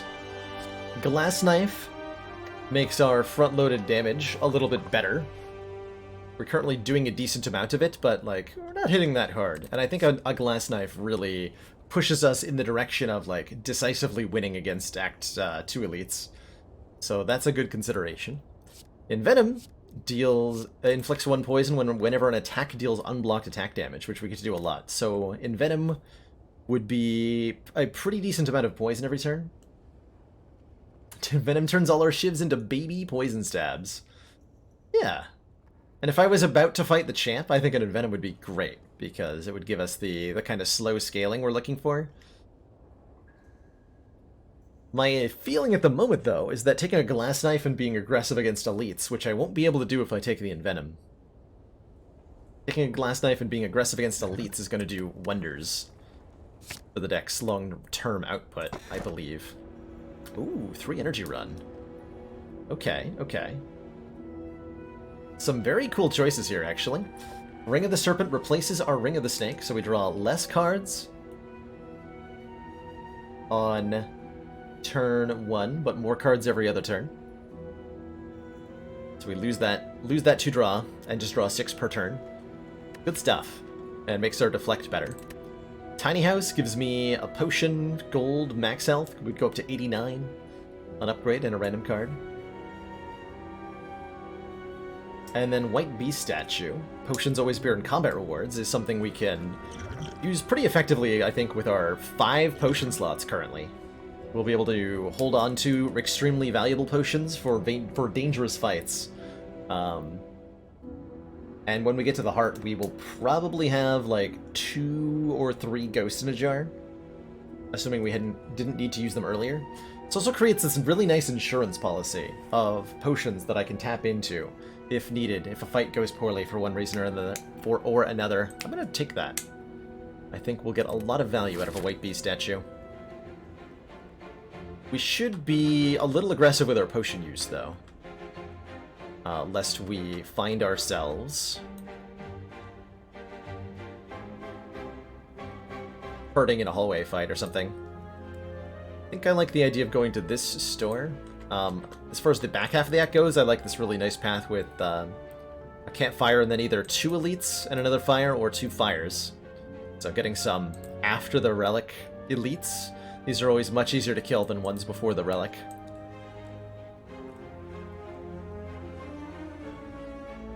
And if this path be what I'm taking, then to get there I want to go through this shop.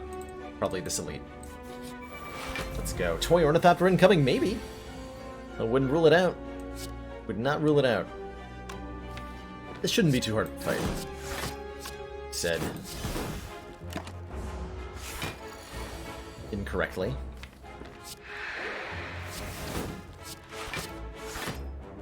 An immediate question if I should have used a strength potion. Looks like the answer was... wouldn't have mattered. But I will use this attack potion right now.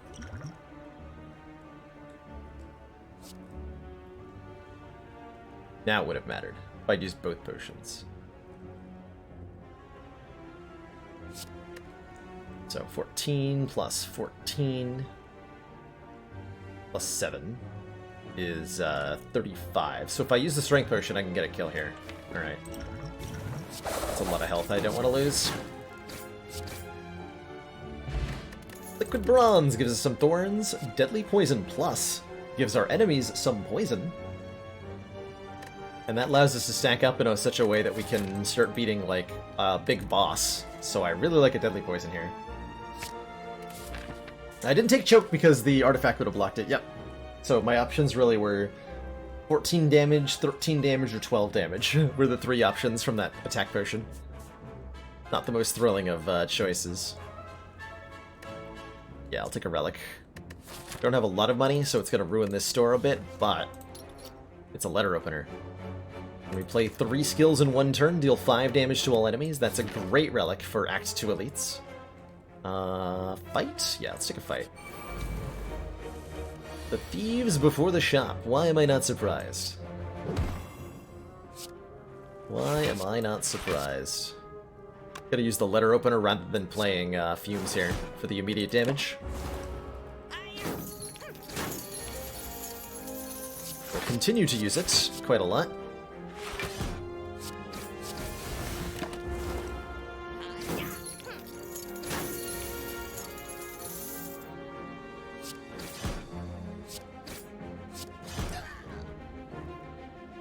Alright, got a potion out of that. A dex potion, very helpful. Gain 2 dexterity and whoa, footwork plus. Oh my gosh. Okay. That is the card we've been waiting for a while to really kick our defenses up a notch. Now we can block, finally, off of 3 energy. Especially with this dex potion.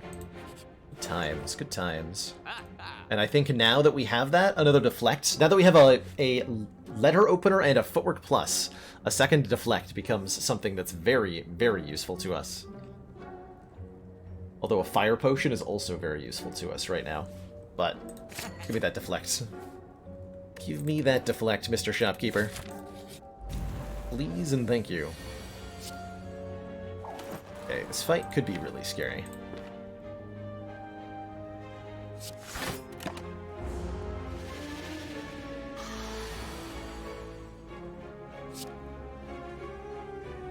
We are confused, so everything is random costs. Which can often mean that we're not blocking for enough.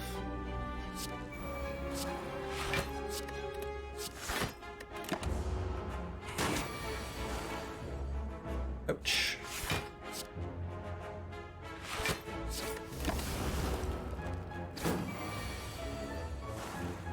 Snack go, please.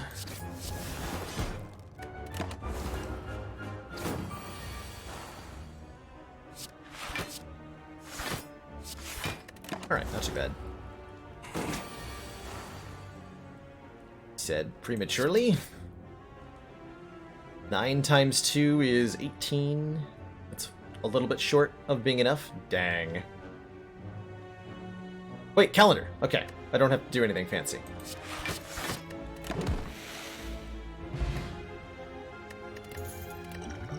Was there an accuracy in that store? I think it's really important to reiterate the accuracy thing. A lot of people... Hold on. Not a lot of people. Accuracy is a really difficult card to evaluate in terms of how good it is. We have 3 Cloak and Daggers. Isn't that enough shivs to make an accuracy worthwhile? It's not.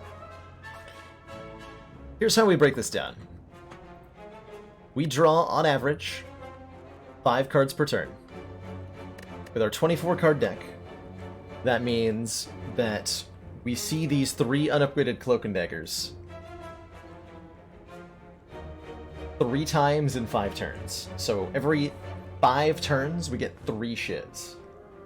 if we take an accuracy plus and add it to the deck, then we're adding 5 damage onto each of those 3 shivs over the course of 5 turns.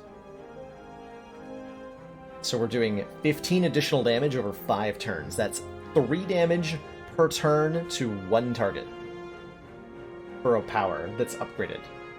Compared to Noxious Fumes, which does 3 damage per turn in poison to all targets, or even a Caltrops, which is going to do, in most, like the worst case scenario, 5 damage per turn. Accuracy is at the moment coming out way behind everything else. Way behind everything else. In order for accuracy to be like really worthwhile, you need to be playing like usually around 2 shivs per turn on average. So you need, in a deck of this size, that means we need like 3 Cloak and Dagger plus and 2 Blade Dance plus. Or we need a couple copies of Infinite Blades or something. You need a ton of shivs to make an accuracy worthwhile. Ooh, Prepared Letter Opener. As much as I like Crippling Cloud, it's really hard to play on this energy. Whereas the Prepared is a 0-cost skill, and lets me find the important stuff. I like it. And I think with that and these potions, I can take on this Elite. Which I was hoping would be a Book of Stabbing, but I'll definitely take the Gremlins here as well. I will definitely just take Gremlins and be happy with that. I think it's really important that I get Fumes down, so I'm actually willing to take 5 damage to do that.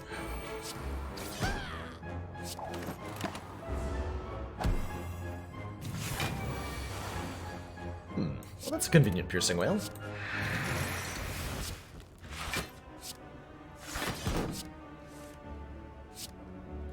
How much damage? Less than I'm looking for. Okay, good.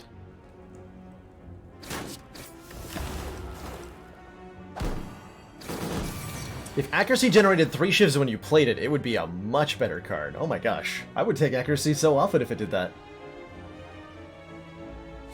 That'd be credible. Incredible. Maybe just regular credible. Not sure. But excited. Let's see. I can't both trigger Letter Opener and play All Attack Plus, so I have to kill these nerds the old-fashioned way. With death.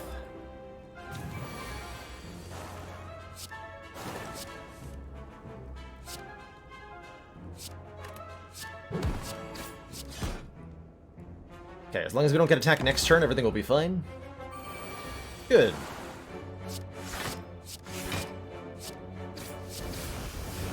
Dare I say it, even great.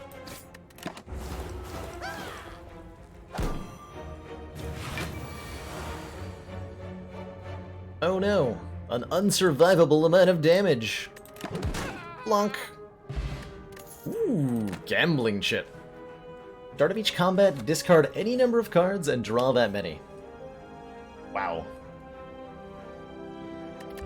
Wow, I say. What? Cloak and Dagger Plus versus Glass Knife? Number 2? I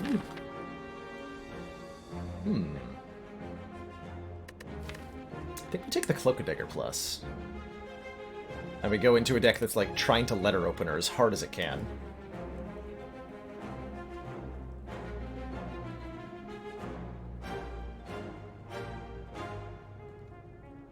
You'll see me play decks like this a lot, Jake, where there's not a singular focus, or a theme to the deck, because we're building the deck one card at a time. It's not a constructed deck from a collectible card game. It's something that we had to build piece by piece in rapidly shifting conditions, and so I think all Spire decks are going to have some level of jankiness to them.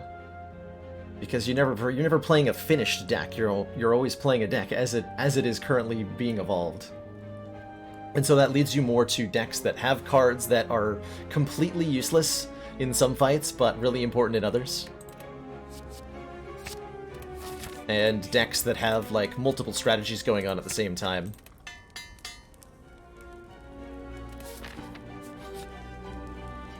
long line of hooded figures. Do we want a ritual dagger? No, I think we're a little bit late on the ritual dagger. We've gotten that event over here-ish. I'd be taking it, but as it stands, 99 gold is a lot of gold.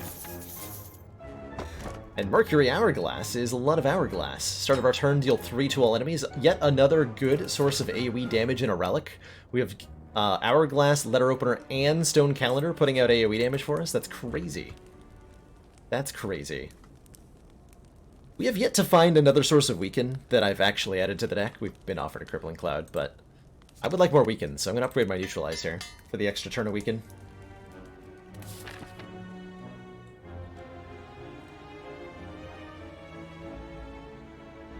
Yeah, exactly. Problems. Building with a particular theme or like predetermined destination in mind can leave you with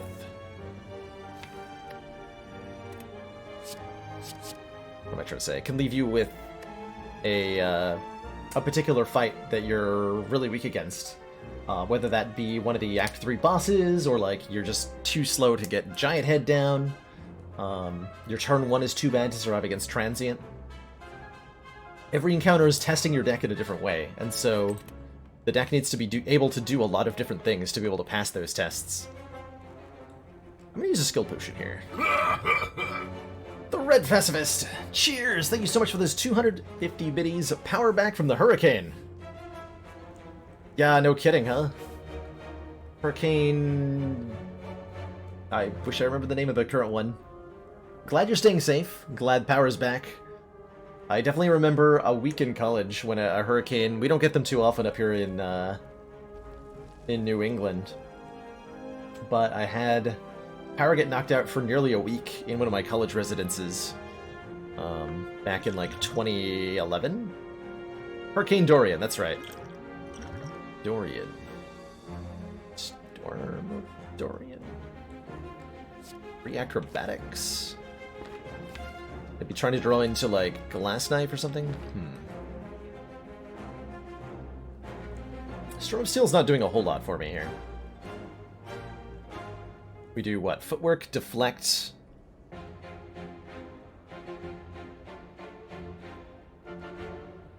Cloak and Dagger Survivor. And that would leave 3 cards to be discarded, so I get 3 shivs out of Storm of Steel. So this Storm of Steel is a Blade Dance Plus. And it's okay if that's what it is.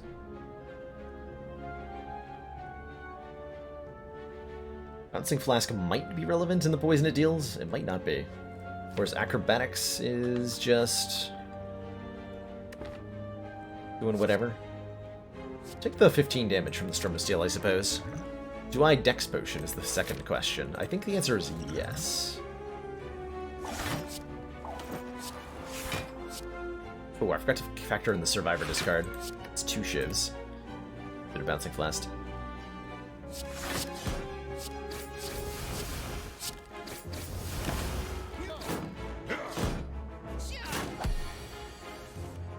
Thank you, various potions and stuff.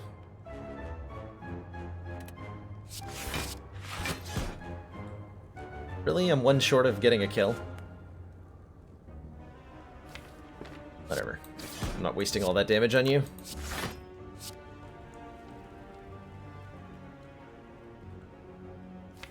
Something weird here.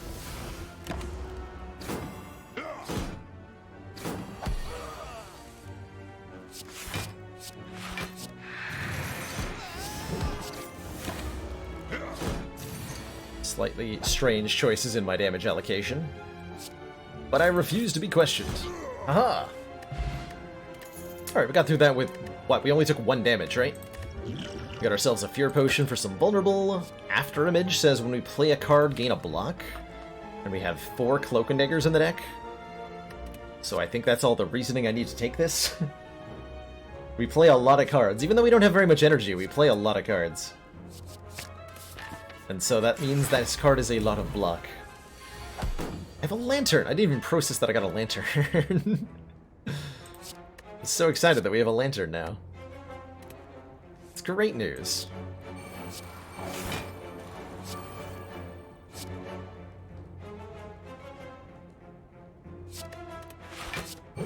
Excellent news.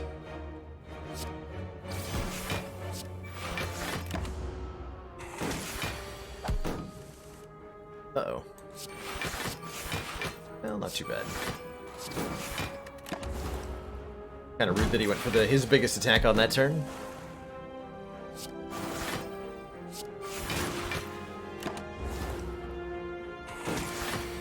Consider yourself questioned. Thought it'd be fun, okay? Gosh, jeez.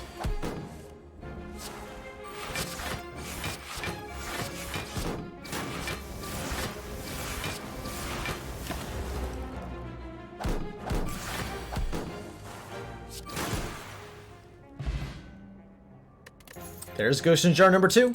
We said we would have multiple when we got to the heart because of this white beast statue, and so far proving correct. Well-laid plans plus? Retain up to 2 cards per turn? I mean, sure. This Infinite Blades is, like, almost good enough to take now that we have an after image. But it's not better than a well-laid plans plus. Retain is such a powerful thing in Spire. Oh my gosh. This is a much better turn 1 than our last Gremlin Leader fight. Much better turn 1.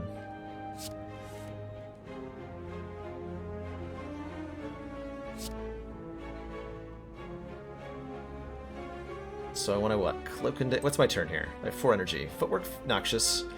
Cloak. Strike.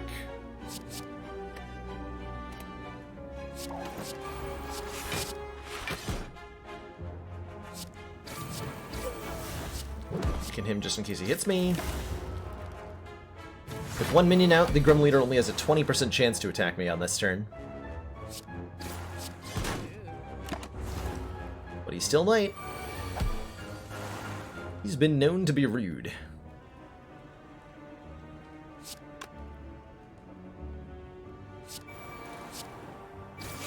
Stack poison on the leader. It'll be more damage, ultimately, than the glass knife would have been. Uh-oh. Uh-oh. Piercing Whale was at the bottom, and we're being attacked.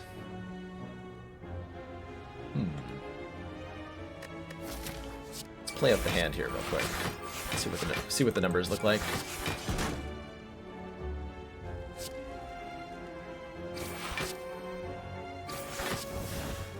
Okay, so this is 42 damage, 32 block. We're only taking 10. It's not really worth for one of these. Not really worth spending a Ghost in a Jar on.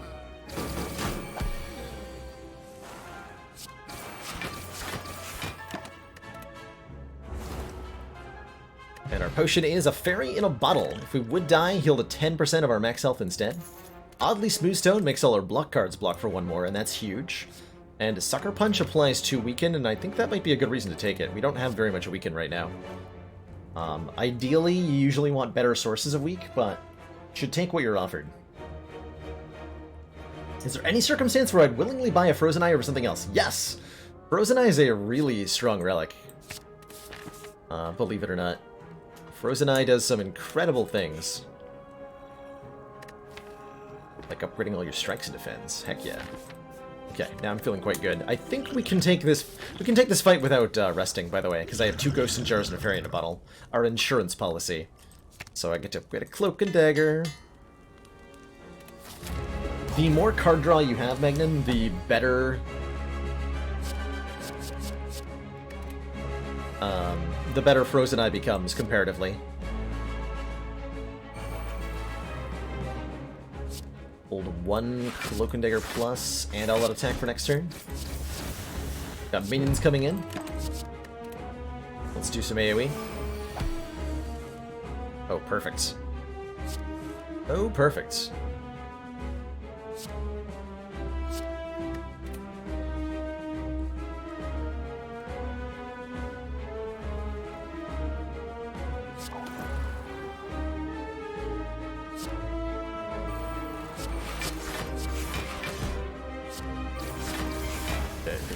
Great, we're going to be attacked for a lot next turn.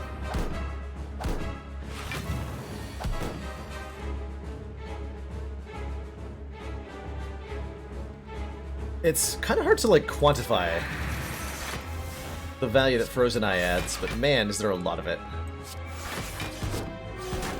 The ability to know how drawing impacts your future turns is shockingly strong. Shockingly strong.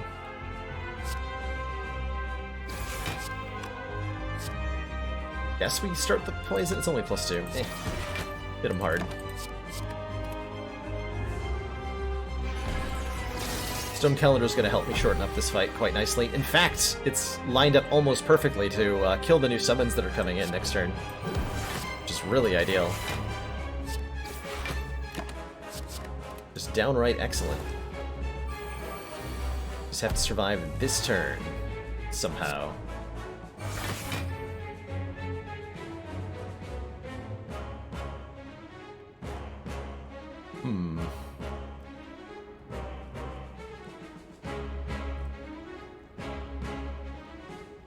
We're getting what? 13 plus 9?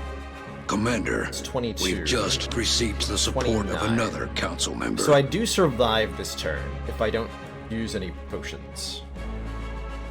Salamdi, thank you so much for that Twitch Prime sub. Welcome to the council. Enjoy your new emotes, the community, and your newfound smug sense superiority.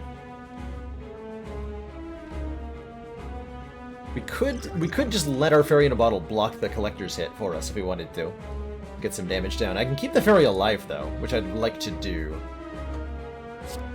So let's keep it alive.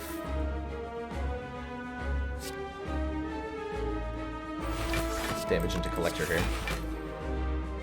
Verify we do live through that.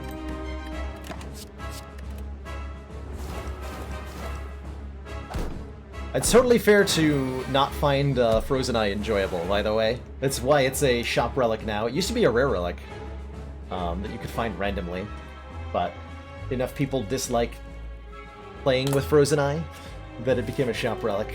I miss the days of it being something you could get randomly. Those were good times. Okay, I think we're just gonna take this hit on the fairy in a bottle.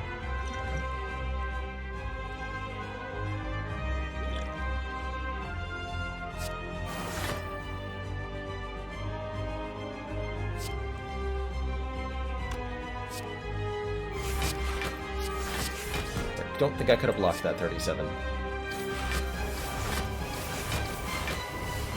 Stone Calendar takes out these minions for me. Thankfully.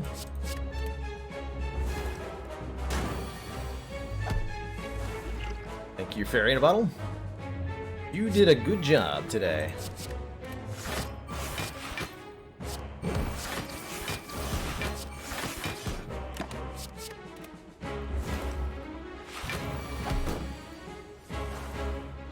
Stuff.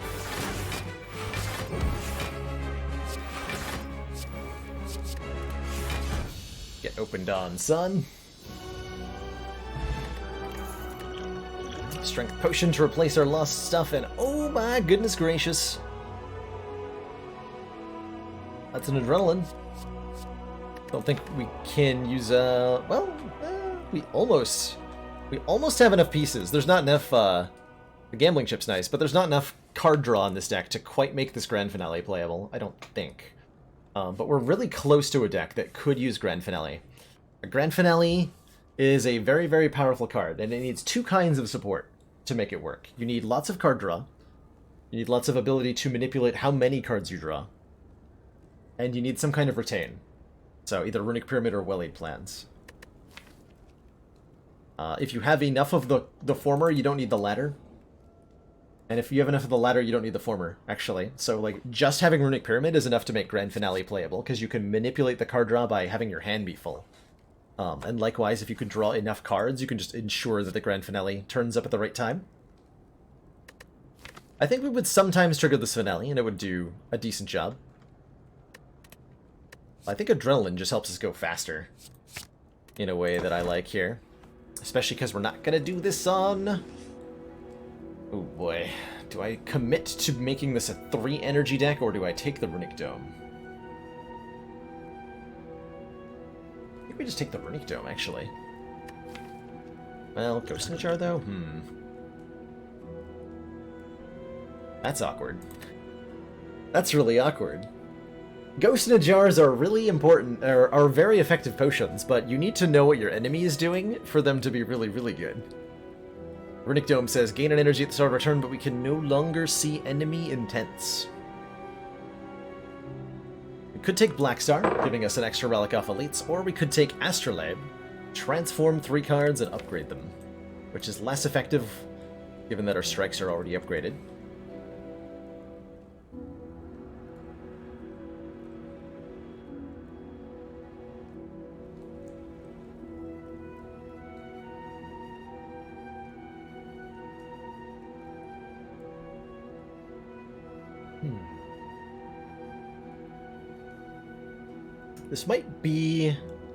This might still be Runic Dome. This deck really wants a 4th energy. The relics really heavily reward extra energy that we have. The letter opener wants more energy. In order to block, we want more energy.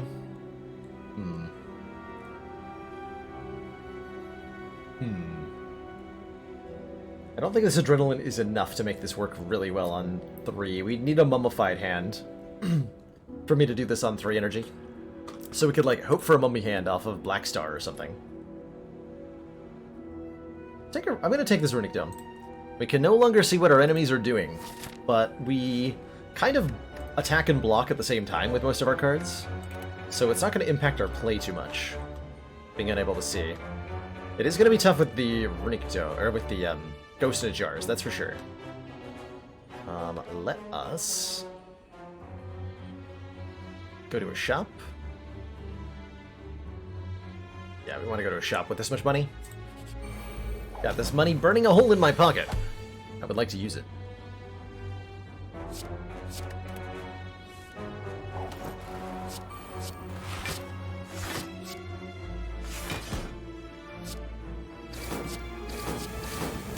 Spiker. So I can't tell if these nerds are attacking or not. If we're blocking for so much, it shouldn't matter too much.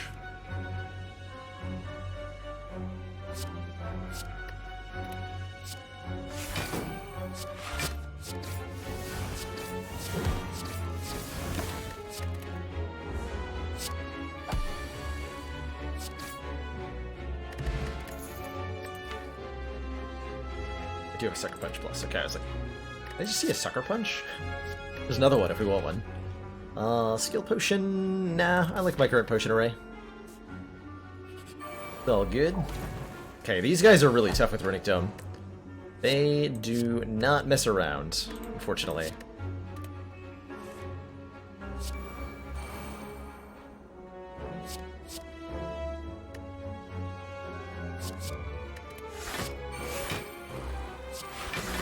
So I have no way of knowing if they're attacking or blocking.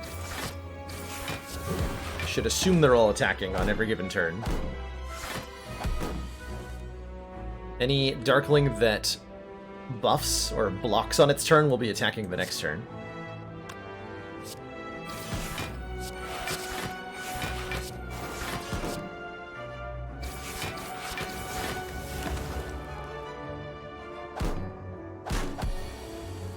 Their damage not too bad though.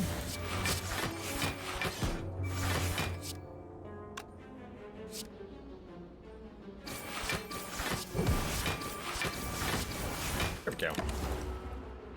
Yeah, Nemesis with Dome can be a terrifying experience, that's for sure.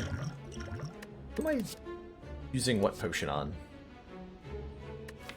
Let's see, an Acrobatics to draw more consistently into our zero cost or our block stuff sounds great. Probably even want to upgrade that. Let's see, for Giant Head, I would really like a Strength Potion. Liquid Bronze is like for the heart. I don't think I have room to take stuff for the heart yet. Begin to fall. Lose Strike Plus. Sure. See you later, Strike Plus. Use all gold for a relic? How about no? How about I don't do that? And instead, I buy stuff at this store. Some good stuff at this store. A second copy of Footwork. Helps us block despite the uncertainty of Dome. We could Bottle of Power, so that we have a power card in our opening hand in every fight. That could be Fumes, that could be Footwork, it could be Plans. Bottled Plans would be very nice. I'm just not sure I can spend 248 gold on it. How am I going to hurt the heart? Important question. Feels like I need more poison. Maybe I need to take this Bouncing Flask. I do want another Piercing Whale. So this is what? Piercing Whale, Footwork. Probably want Happy Flower for extra energy every third turn.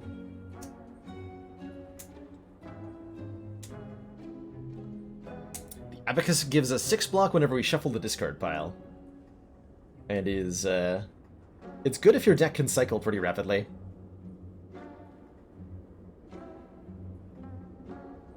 I think I want this Happy Flower. Which means not taking the bottle. Can't afford Bouncing Flask if I remove a card. Removing a Strike seems like a great idea. Okay. See you later, Bouncing Flask. It was nice knowing you. But I'm here to upgrade stuff. Alright, if Giant Head, immediately use Strength Potion. Nemesis. Nemesis is pretty scary, too.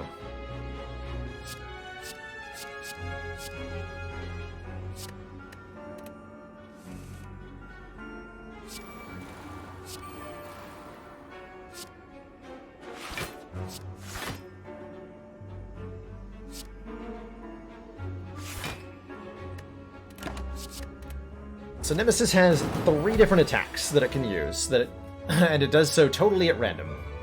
It has a 7x3 multi-attack. It has a 45 damage single attack, and it has a status attack that adds 5 burns to the deck. The restrictions on this are that it cannot do the big attack twice in a row, and it can't do the big attack on turn 1. But now it can, because we're on turn 2. So this is quite dangerous at the moment. Okay, it's a little bit better. Yeah, with 15 block defense and an Essence of Steel, would guarantee that I take nothing even if he is using the big attack this turn. So he should be fine. He totally was, by the way, so the Essence of Steel just saved me. Jerk. You giant jerk.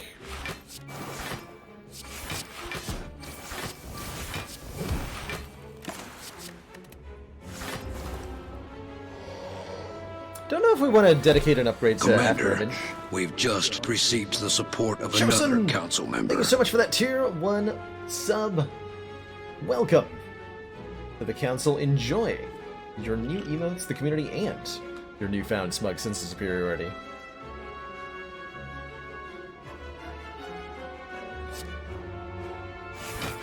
Glad you're enjoying hanging out.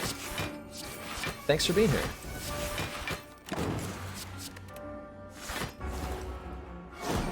Big attack again. Like a jerk.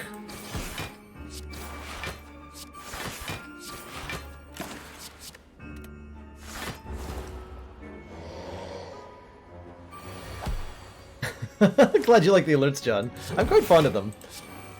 We've had them for quite a while, and I'm pretty attached. What did he do last turn? He just hit me with the big attack, right? Or did he just add 5 burns? The hell. It's part of the issue is that I can't remember what my opponent is, what turn I'm on. Okay, I'm glad I blocked. This Nemesis has been really rude. Going for the big attack quite frequently here. What Stone Calendar Dunksum Pendib says every 10th attack we play is doubled in damage, which incentivizes some amount of damage adding. Maybe I had a Dagger Throw plus. Just a little bit more damage? Just a little bit more damage. We would like to increase our damage significantly for the heart fight. We don't have what it takes to kill the heart at the moment. Although the Stone Calendar is going to help us with that a lot. I have to take the blue key here. I am legally required to, by law.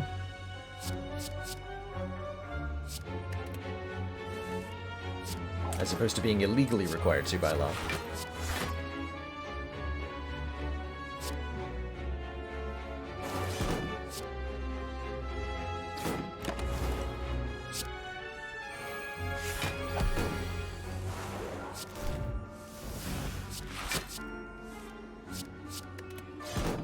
Some artifacts.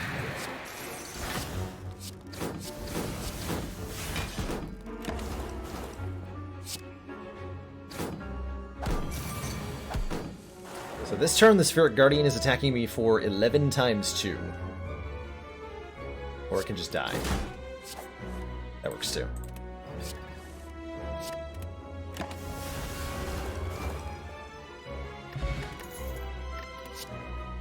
Another Cloak and Dagger Plus? Sure. Sure, I'll keep adding those. Those are great cards. They are skills, they do a lot of damage with the shivs, they generate a lot of block. They're all good. Fighting Time Eater, though. Time Eater. That's unfortunate for us. Time Eater with Runic Dome is hard. I might actually rest before Time Eater, because of how difficult Time Eater is with the Runic Dome. And that's where we're going to use our Strength Potion, too. Okay. Glowing Tesseract? Heck yeah. Dark Shackles is great. Finesse is very good in this deck, even against Time Eater. Patience, if we don't have any attacks, draw 2. Is kind of interesting. Sadistic Nature is also kind of interesting. If we apply a debuff to an enemy, they take 3. If we'd had an Envenom, I might take this. Apotheosis. Upgrade all of your cards. The rest of combat. Not that many cards that are getting upgraded, but it's probably enough that it's worth my time.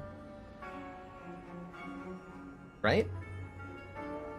Sadistic does work with Noxious, yep, so it becomes +3 additional damage to every enemy every turn.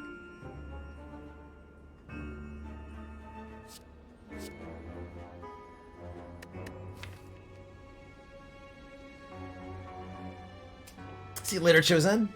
Thanks for dropping by today. It was awesome having you in the channel. I hope you come back sometime. Take this Finesse because of the Runic Dome. Do have to just be really mindful of the Time Eater here. If I had too many, like, spammy 0 costs, I could really run into trouble.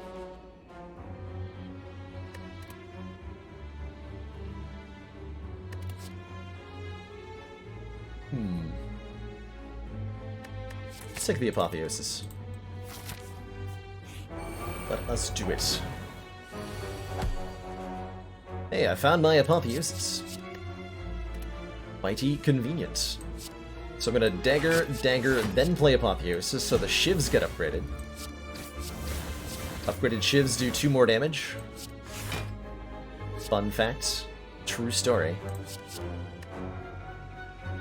And all that.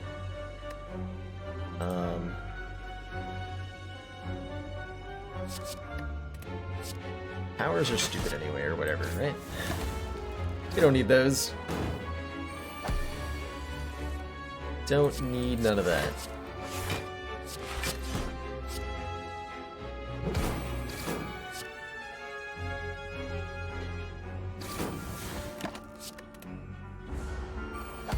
Good.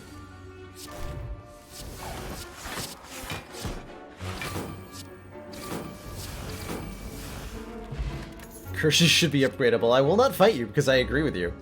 Okay, another Cloak and Dagger before Time Eater is maybe too many Cloak and Daggers. I think that's too many.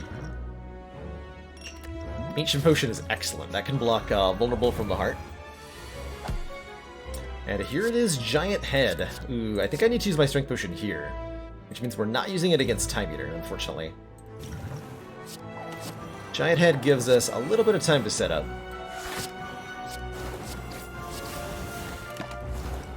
And upon the conclusion of that setup time, counts down from 4 to 0. Once that countdown concludes, Giant Head begins to do terrible things to us.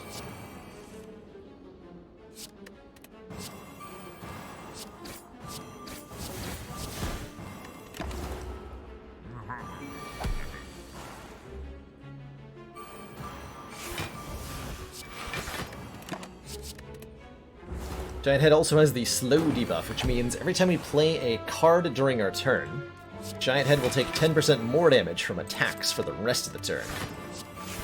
Can use that to get quite a lot of damage done on turns like this one. So our dash normally does 16, but does 30 thanks to 9 stacks of slow. Countdown is now 1, so Giant Head will begin attacking for 40 damage on this turn, which is weakened down to 30. It's a very big number.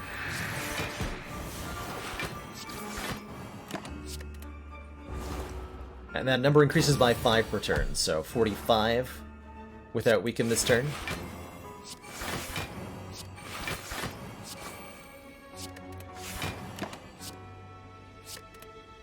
$50 the next.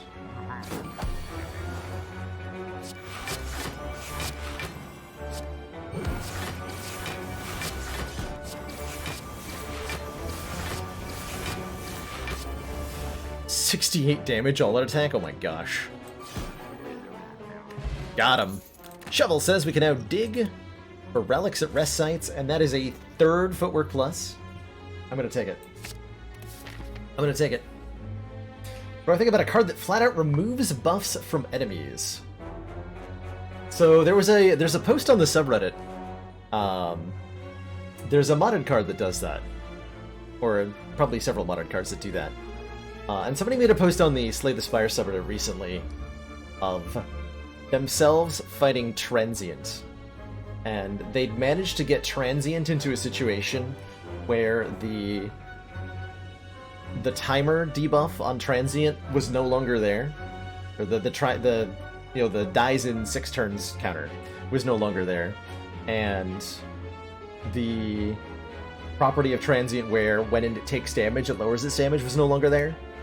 So it was just a 999 hit point enemy that was attacking for 90 every turn. And the devs responded to that post saying, "This is why we don't let you remove buffs from enemies." Ultimately, there's so many of the enemies are like dependent on their buffs to do special things. And I think you run into so many situations where you can just break the game if you can remove them. But if you were to like edge case out all of those somehow, it would be kind of neat, I think.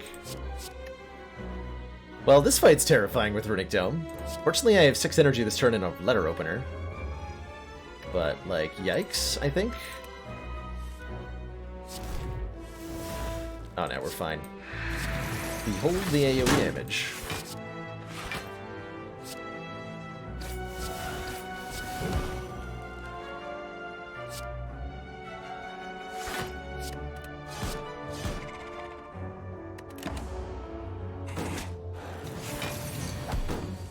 Behold the AoE damage.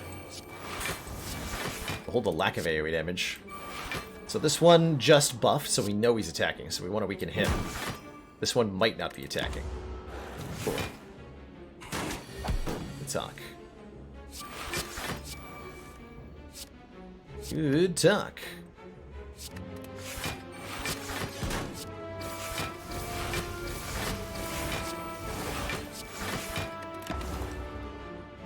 Leave with Penib on 9 for Time Eater. Alright.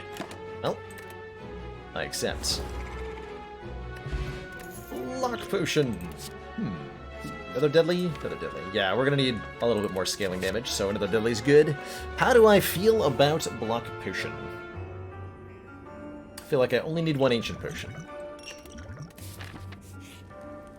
And we're gonna rest, because I am actually quite afraid of Time Eater here. Not Dig, rest. So Time Eater says every time you play 12 cards, end your turn immediately. And Time Eater gains 2 strength.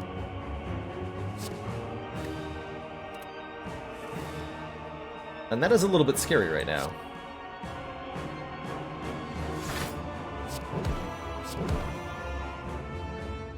So I should look up how much damage Time Eater can do. Time Eater has 3 attacks that they cycle through randomly. They have a multi-attack, which is base, on Ascension 4 and up, is base 8 times 3, I believe. Let me verify, though. Handy-dandy spreadsheet linked in chat, by the way, contains information on every enemy in Spire, including their AI patterns and ascension changes. So if I look at Time Eater here, I see that Time Eater's attacks are 8 times 3, and then he's got a single big hit for 32. So with Weaken, that means we're looking at either 6 times 3, or a maximum of 24 from the big hit. So the goal to block for here is 24. And I don't want to play Cloak and Dagger, because shivs. I think I'm okay taking 1. Every card I play is going to give Time Eater strength, so there's a small chance I'm taking 1 damage here, and I'm okay with that. Indeed, I am taking 1 damage here. Okay. Fine by me. He cannot do that attack again. Cannot do the big attack twice in a row. So we know this must be a 6 times 3 or.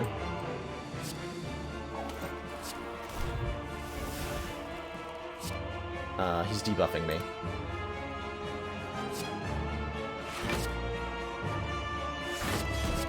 So we'll leave 3 cards for next turn.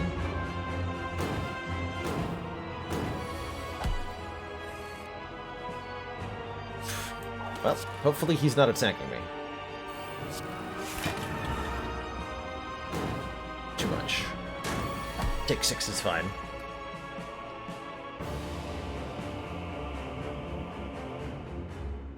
Is there a limit to how many times he can use the multi-attack in a row? Is an important question.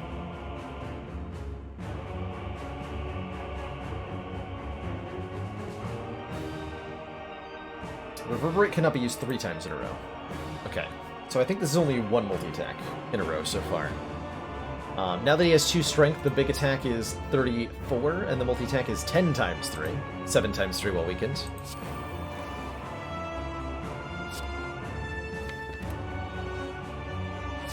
So this just blocks.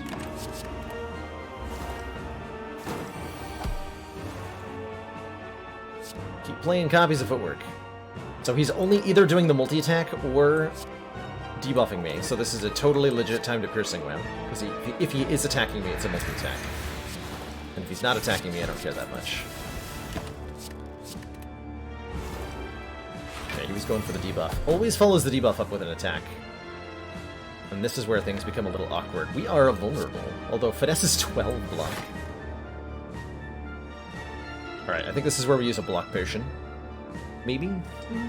Don't need to, though.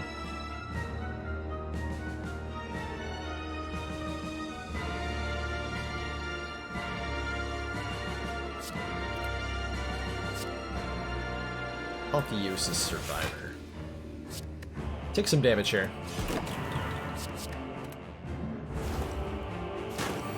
Oof. That was a lot of damage. Oof. Oof. Ouch. Owie. My entire face, though. Okay, at 4 points of strength, we're looking at either 12 times 3 or 36. So it is exactly 36 damage if he is attacking me. So I should block for 36. No matter what.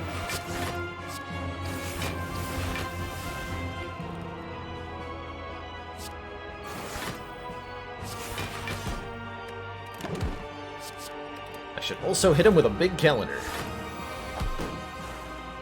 Okay, that's really rude that he chose to do that on this turn. You're very rude, Mr. Time Eater.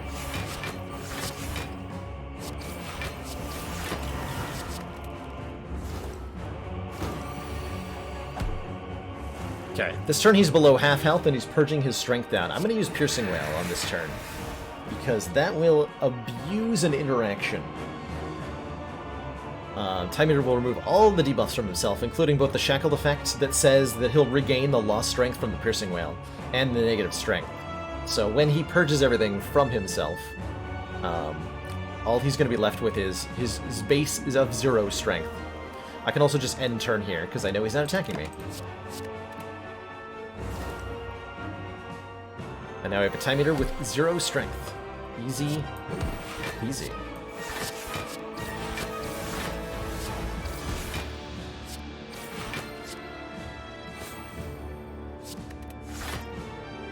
Might take one. Yep, took one again. Stop doing that to me. It's very rude.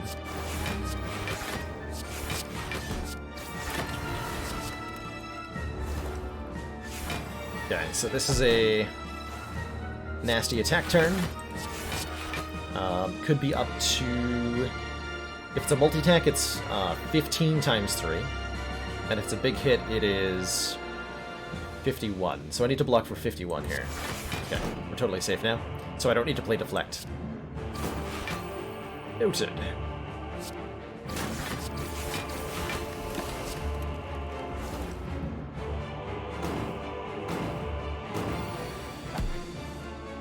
Does Piercing Wail also buff the heart? Yes. Piercing Wail will buff the heart if you use it on a turn that the heart is purging its negative strength. It's a interaction to avoid at all costs. That one. Alright, we should have a kill here, right? Yeah. Okay, that was a little sketchy. But we survived with all of our potions intact and most of our health. We still have 2 ghosts in jars for the heart fight. 2 thump is this. The Heart of the Spire. 1080. It was like a 1080 snowboarding game for the Nintendo 64 that I played a little bit of, which I remember having a jamming soundtrack. Do I want 10 health or 1 relic? Probably 10 health. Yeah, probably 10 health.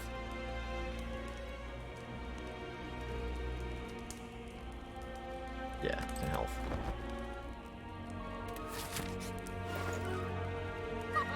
Well, that helps. If I want to beat the heart, Catalyst sure helps us get the damage we need. Double the enemy's poison.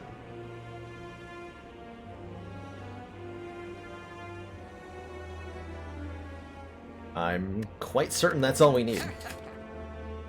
We'll take another Fumes to go with. Boot or Riot? Have fun rioting! The upgraded version of Catalyst is triple poison, so all the ridiculously better. Alright, this is another fight that is terrifying with a Runic Dome.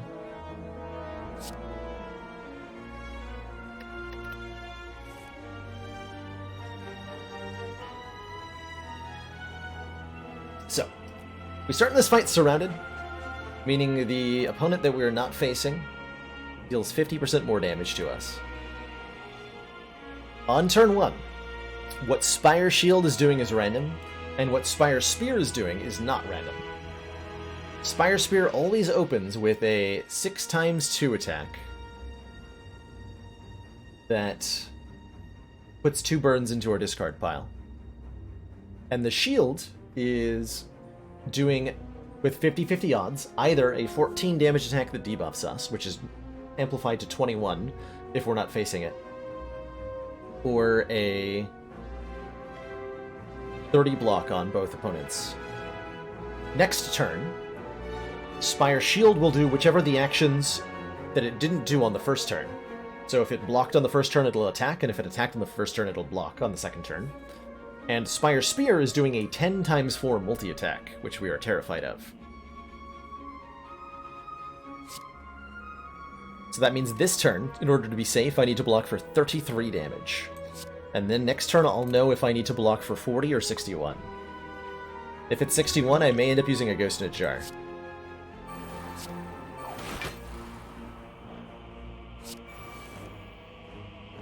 Okay, Neutralize is kind of appreciated.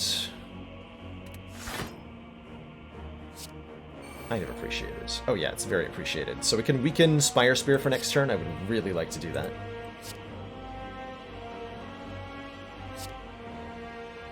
So we go neutralize, Deadly Poison, then Neutralize. And Cloak and Dagger.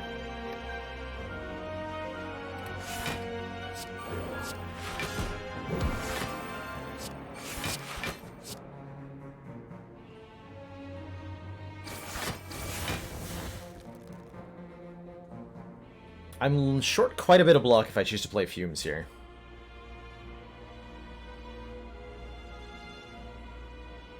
But I think the fight will go on for too long if I don't play Fumes here. So I'm going to take the 50-50 chance that I take some damage. Ow. We take the 10 damage. We know this is a 10 times 4, so it's a great thing that I drew Piercing Wail.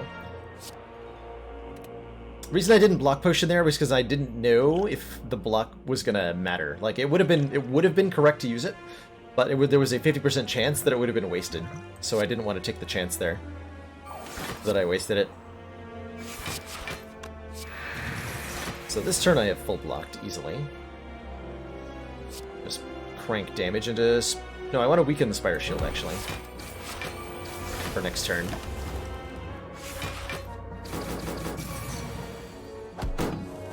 So on this turn, Spire Spear is either attacking me for 6 times 2 again, or buffing for +2 strength.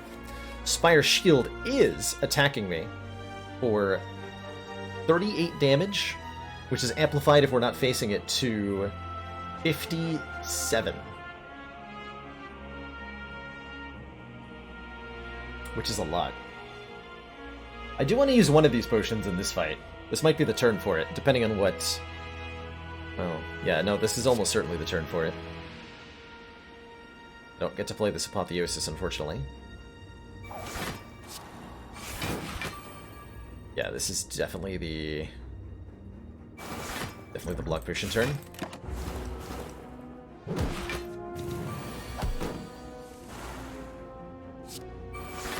Fortunately, we didn't get the Spire Spear attacking us, so we didn't benefit too much from it. Which means this turn we are being attacked by Spire Spear. So we should turn back around. If we're also being attacked by Spire Shield, this turn there's a 50-50% chance that Spire Shield is attacking me and a 50-50 chance that he's buffing. His attack would be 24. So to be safe, I need to block for 40 this turn.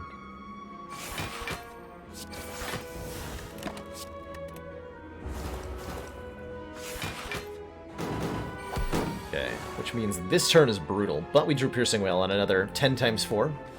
So all is well again. All you gotta do is draw Piercing Wail on the right turn. At -4, this is a 6 times 4. And this is a 15. So 24 plus 15 is 39. I'll take 3. I'd rather keep the deflect.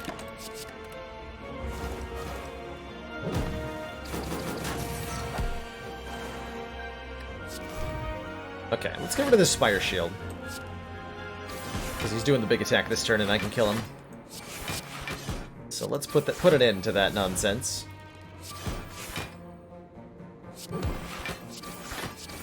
There we go. Okay. We made it through. We have made it through that spooky fight. Could have more health if our block potion had worked out better, but that's alright. Because we got a Snecko Skull. When we apply poison, apply 1 extra poison. Got a Swift Potion to draw 3 cards once, and we got a Nightmare. At the 11th hour, which says, choose a card, next turn add 3 copies of that card into your hand. That's a strong card. It's a strong card.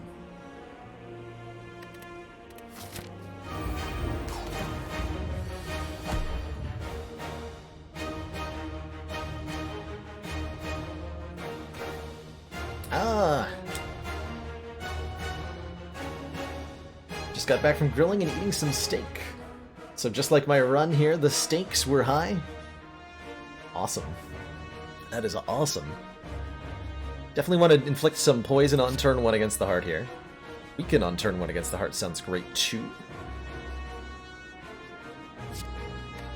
Just draw a lot of cards here. Beautiful. Got a footwork in play. I'm going to be playing this Adrenaline. I may be using a Swift Potion. Every time we play a card, the Heart's Beat of Death will do 1 damage to us. Something to keep in mind here.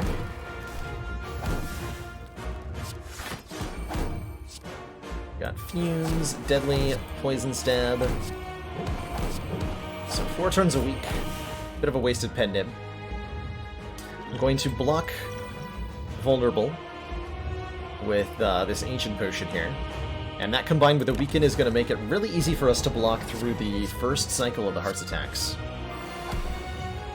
So we can save our Ghosted Jar for more important times.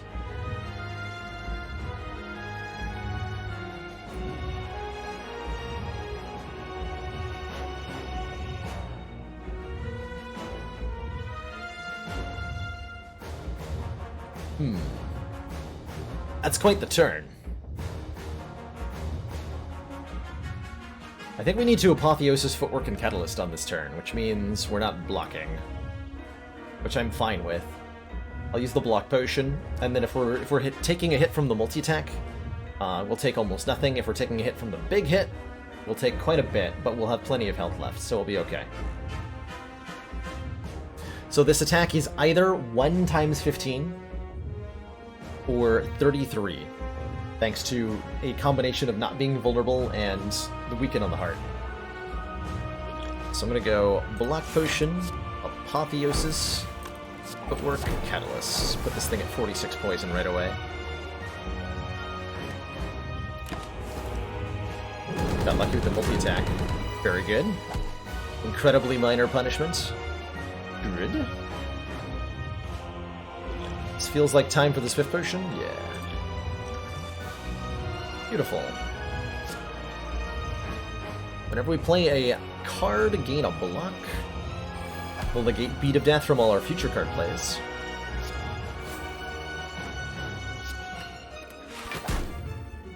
Wanted to get that in play, but it's not happening now. I got a block here. We're gonna take 8 damage from this big hit. And we're in quite good condition now, although the lack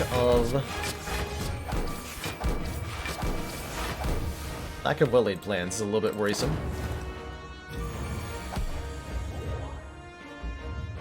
So, Weaken is no longer on the Heart. Okay. So this turn, we're being either attacked for... Heart has 2 strength, so the big hit is 47, and the multi-attack would be 4 times 15. So those are the goals to hit, block-wise. We only have 3 energy, but Defend, Cloak and Dagger means I'm not going to take too much, no matter what. 52 block means the big hit does nothing and the multi-hit does 8. So worst case scenario, we're having 48 health here. There's the big attack, which means we know this is the multi-attack, which means, unfortunately, we did not draw Piercing Wail on the correct turn. Which is very rude. What is this? What is this? What is this? And that means that this would be...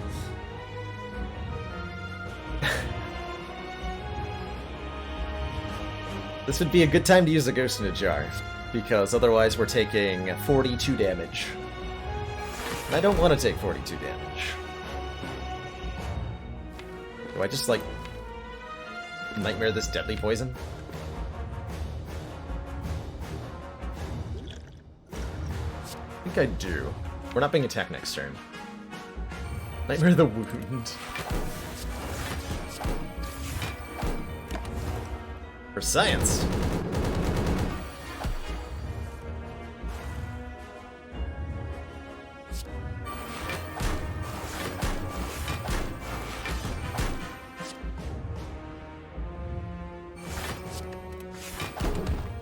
Stone Calendar coming in to help take this thing out.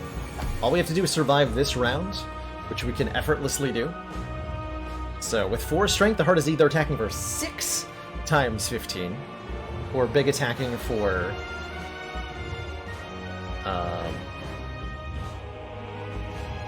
big attacking for 49. But with 2 Piercing Wails, I can just play 1 on each turn, and so it doesn't matter. Doesn't matter which one I do, or which order the attacks come in, doesn't matter, more accurately.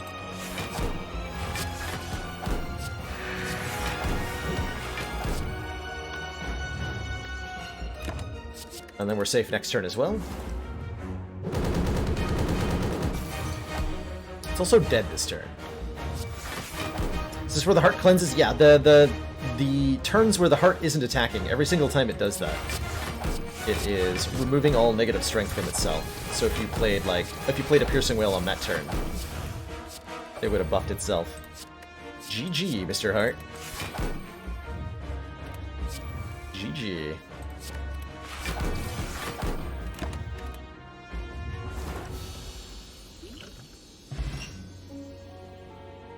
Don't even need that ghost in a jar.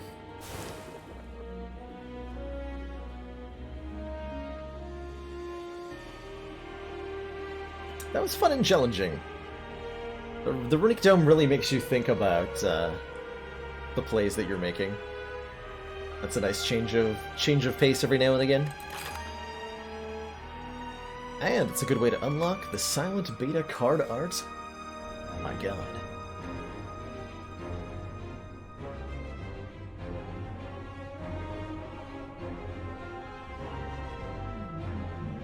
Now what? Has it been done? Perhaps. But there's more ladder to climb. We're not stopping yet tonight. Defect on Ascension 7. It says normal enemies are tougher. Regular hallway fight opponents have like 2 to 5 more health. Typically take maybe 1 more card to kill.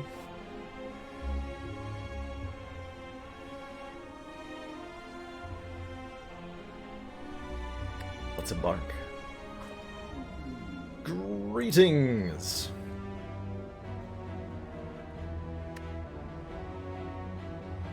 Common relics are nice. Let's see what our map looks like here. As far as loaded acts, oh man. 2 really late elites could be 2 really easy relics for us. And our start could be Fire Elite Fire. So we could ultimately get 3 fires and 3 elites. No shot though. And a common relic is a good way to boost that up. Most common relics do a little bit of something useful. Transform 2 is a lot riskier. We lose some max health and turn 2, like probably 1 strike and 1 defend into 2 random cards. Could be incredible, but could also be terrible. Don't know until you try. I think on average this is pretty good though. And of course I think the boss relic's pretty good as well. I go for the common relic here, and we're going to look to just get a bunch of relics this act by taking on that 3 elite path. Bag of Preparation. Start of combat, draw 2 extra cards. Very happy to see this. One of the better relics on, I think, especially on Defect. Makes your turn 1 much more consistent. Means we're going to be taking a lot less damage in hallway fights by just having a slightly better turn 1. So let's me do something like play 2 defense here to avoid taking 1 damage, because I know we're going to have a kill next turn. Why am I already missing health? Ascension 6 says you start each run damaged. El Ponce de Leon. And as we get even further up, there's another Ascension modifier that'll lower our max health in addition to that. Ooh. Generally speaking, cards that deal... Who's our boss? Cards that channel orbs are pretty good early on. I've been really liking Doom and Gloom lately, as both a source of good AoE damage and scaling single target damage from the Dark Orb. So it's a damage card that fits no matter what. And while it's not the best at doing either of the 2 things it does, it's always a card you're going to want to have. So I'm almost always happy to take one early on, especially if I can get an upgrade on it. Really hoping it would upgrade there. Happy to trade some health for a couple upgrades. Even just 1 upgraded strike and 1 upgraded defend has a lot of impact early on in a run, and so that makes me more confident about this upcoming elite fight, having those upgrades. No way am I giving you my Doom and Gloom, but I do want a relic and I don't have a shop coming up, so Ranwood, have some money. Magnificent. This will be handy if I run into those mask-wearing hoodlums. Hoodlums! Reminder that this is an 18+ only stream. We do use extreme language here on occasion. And in exchange, we get a flower that says every 3 turns gain an energy. Excellent work, Commander. This council is pleased to see our continued support of this project has been worthwhile. ZVBX, etc. Thank you so much for those 2 months Twitch Prime support. Glad you're enjoying the ladder challenge, and thank you so much for those 2 months of support. Enjoy your renewed smug superiority that goes with it.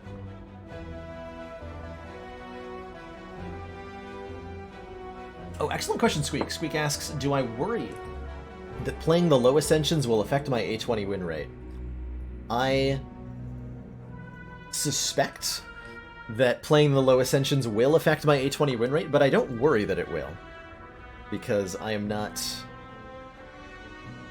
I'm more concerned with playing the game in a way that I enjoy rather than playing it on an optimal or peak level at every given moment. And I am thoroughly enjoying the challenge, as are many in the audience, as indicated by the crowd that's coming out to watch it on a regular basis. So I have no worry about the win rate in any way, shape, or form. I think it's possible that I'll get a little bit rusty at A20, and I'm more than happy to if I feel motivated to do A20 again, which I would like to revisit sometime in the near future. When I feel motivated to play more A20 specifically, then I'm happy to put in the work to relearn the skills that I've lost. And we can use that as a collective learning experience too. Like, what habits have I picked up from the lower ascensions that no longer work? What bad draw routes against Jawworm have I been doing that I shouldn't be? Skill potion. Ooh, early algorithm. Algorithm is not helpful against a early elite, but it is a very powerful block card later in the game. Algorithm says gain 1 block, and then permanently increase the block of this card by 2, which is huge. If you like the worry that I'll be like unable to win one A20 run by the time I get up there, I'm not worried about that. I think that the challenge is, while very difficult, certainly not impossible. Certainly not impossible. Let's take an early Uggo. There's an argument for Sweeping Beam here, too, by the way, to add a little bit more AoE. I do want one more card pick before the Elite fight, because we're still in the easy pool fights.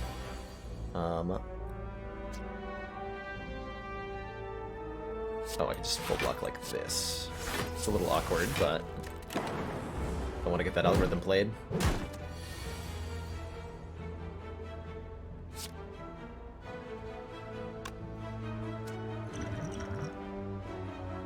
Double your energy? Sure. Not that helpful, but kind of helpful.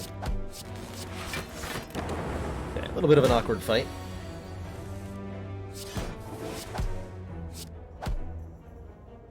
I made it through. No potion, unfortunately. I do like a rebound here to put a card back on top. That can be Doom and Gloom. It can be one of the upgraded cards. We're a little bit worried about this fight at the moment. We're going to be hoping it's triple sentries.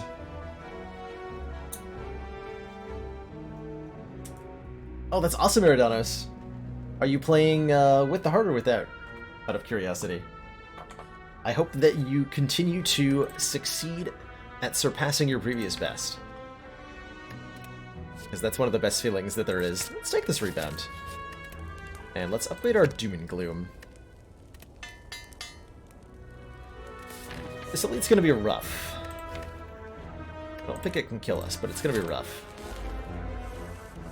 Oh no, we're fine. We get to rebound Doom and Gloom. Got him! Oh my god, I can see what the enemy's doing? Since when? Since when?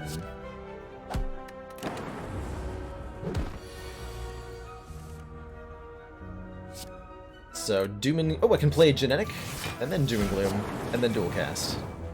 Nice. And we get a Regal Pillow. When we rest, heal 15 extra health, which I would like to do immediately before I go into 2 more Elite fights. And hey, some cards. Some cards. With the heart. Nice. And I think it's totally reasonable to put a leeway on yourself above A10. That heart gets nasty. Oh, and Grat's dice order. What is your Ascension 0 heart streak record so far? Early Electro is some excellent AoE damage, and we're probably going to be fighting triple sentries in the near future.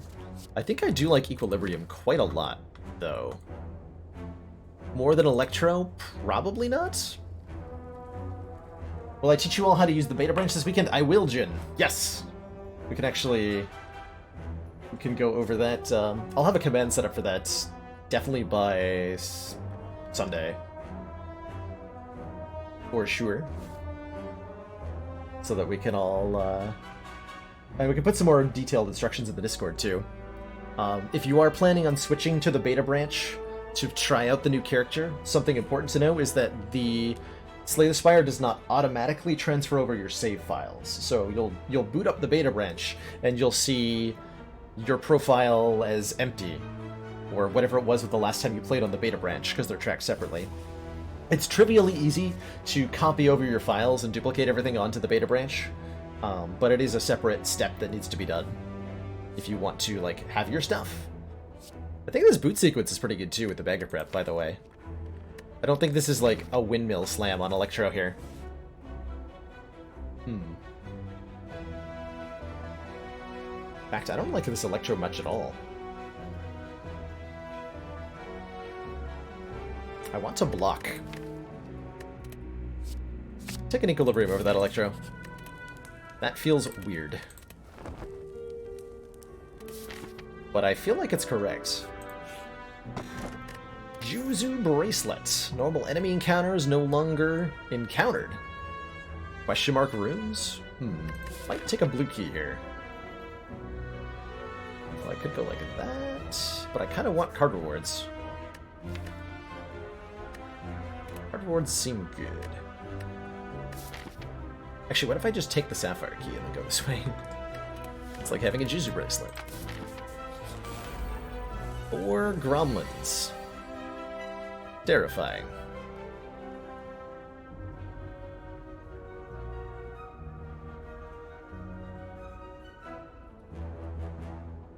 Hello, Doom and Gloom.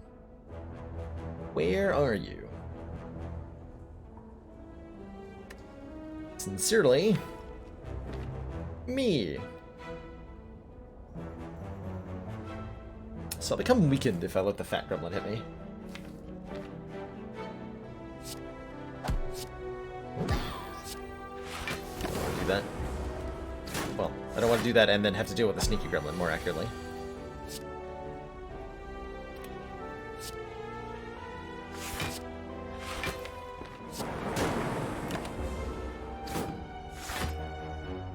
Okay, so we take 5 damage, not too bad.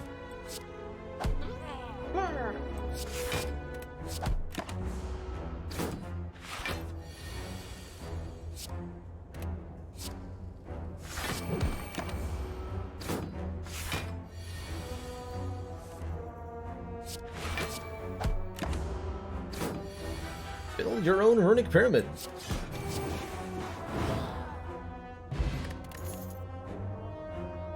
Okay, so that wasn't too bad. I think a turbo is pretty good. This deck is relatively high cost on average, and turbo will allow me to play a lot more cards. FTL is also nice. It's just a 5 damage little ping that we can throw out whenever we want. It'll help us against a Gremlin rematch if we end up involved in one. There's a 50% chance that this elite is going to be a Gremlin, and FTL helps quite a bit with that. Take a turbo, giving our huger opening turns. Happy to see these guys, and even happier to see a Doom and Gloom on turn 1. We have a lot of energy next turn. I can hold on to everything with Equilibrium. Like that.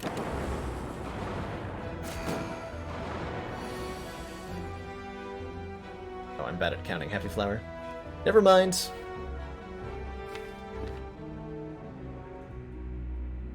This feels like a good time to use our Swift Potion. Although it'll only draw me 2 cards. Actually, wait. No, we defend. Algorithm. Defend. Swift Potion. And turbo, play Doom and Gloom.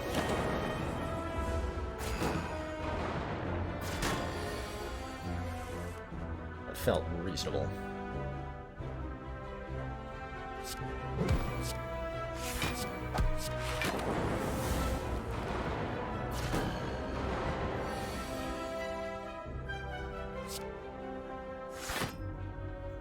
Do I go for the gamble that one of these lightning orbs hits the front guy?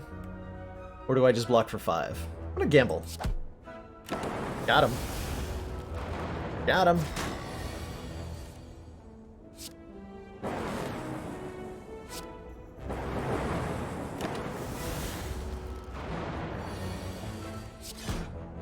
Alright, really smooth elite fight.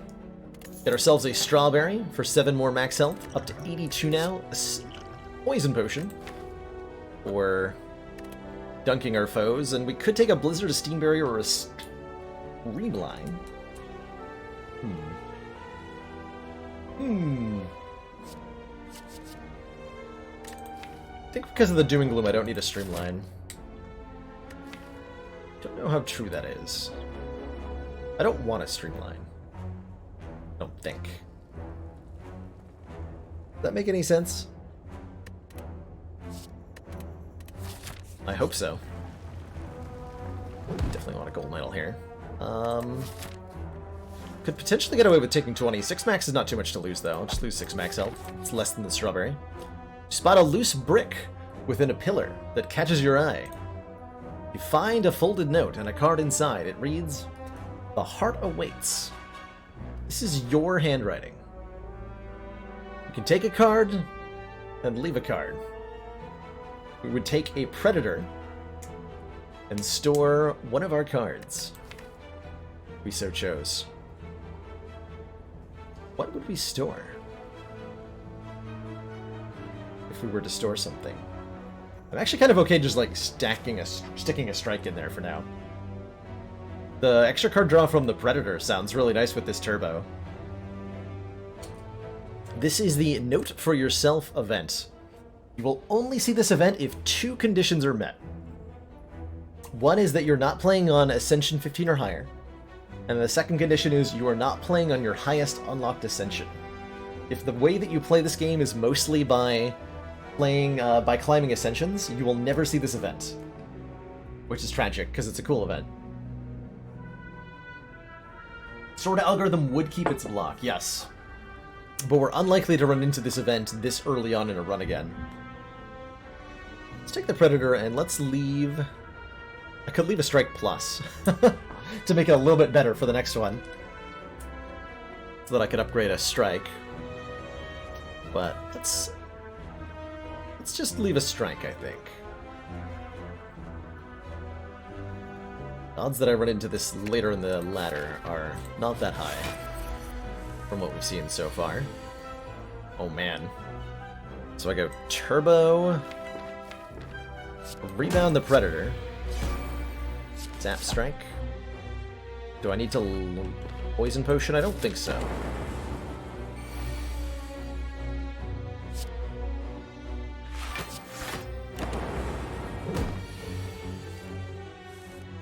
Have fun booping me. It's a mediocre turn next turn, huh? That Void really stole my thunder off of Happy Flower. I was hoping to have a good turn here. Rude. So I'll take 6 to get one more Lightning Orb in. Not inspiring.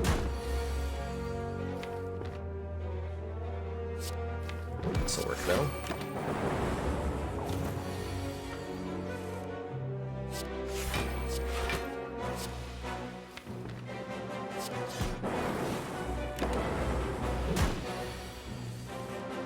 There we go.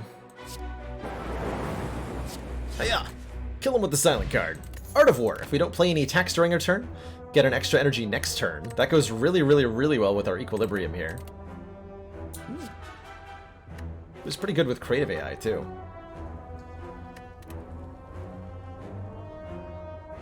The next one that gets it will get a blue strike. Yep. Yep, the card that we leave in that event is the card we'll find next time. And yeah, we left a Predator in there because we had a spare one. we had a Pandora's Box Silent that was happy to give up a useful card.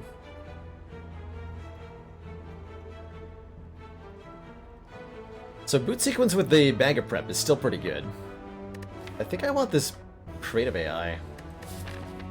It enables Snecko later on. Gives us a scaling mechanism for later. It's not helpful now, but could be good later. Right now, I just want to upgrade this Predator, so that we have like an actually good 2 damage... Another good 2 damage attack.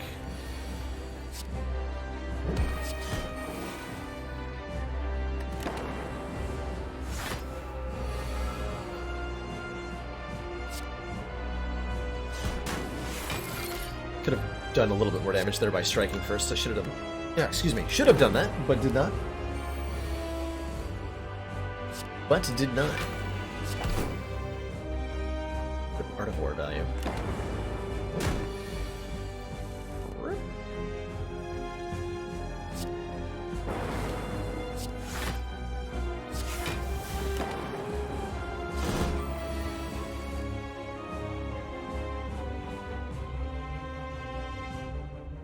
Ouch.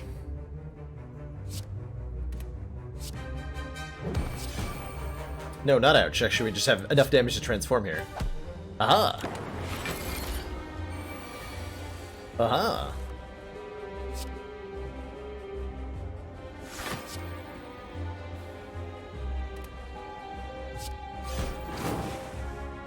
Hold on to this one for next turn. I think I have lethal here.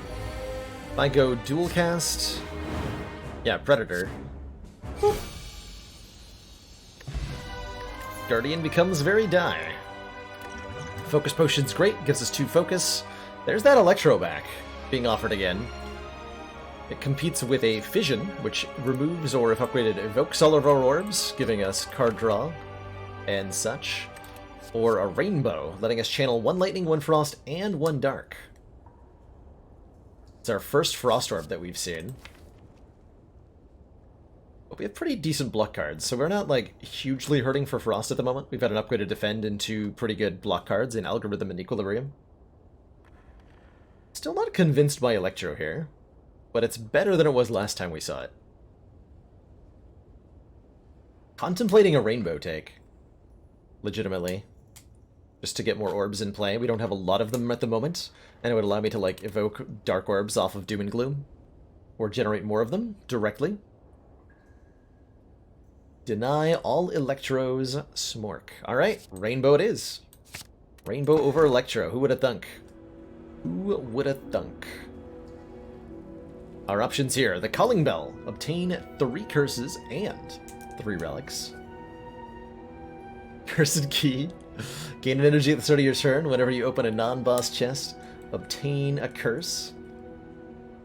Or the White Bee statue. Potions always appear in combat rewards.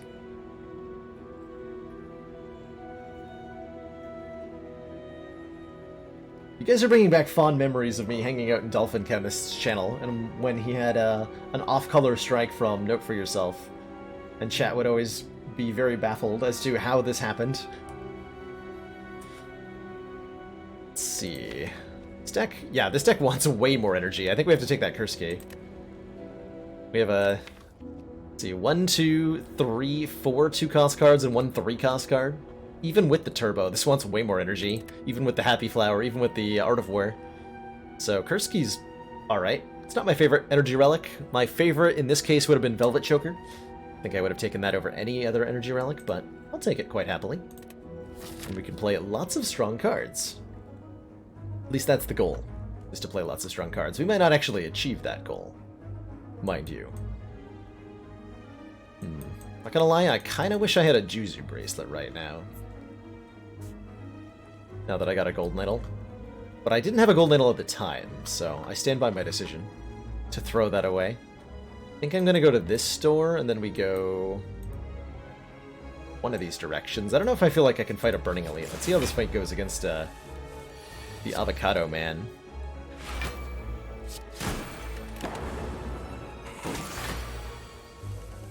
Looking like it's going pretty good thus far.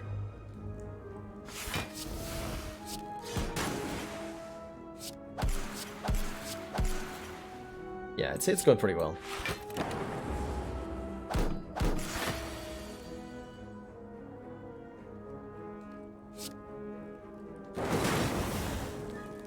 damage.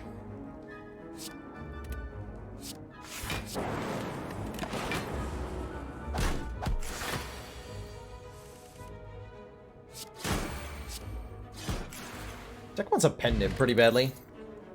How about a consume? Gain 3 focus, lose an orb slot. That would make a rainbow quite a lot stronger.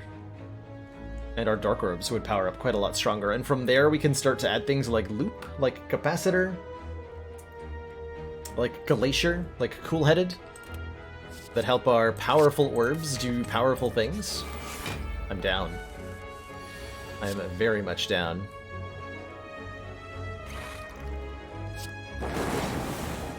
Yeah. It's exciting.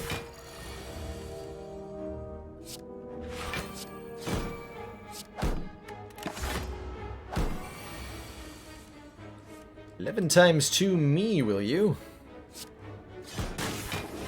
Perish.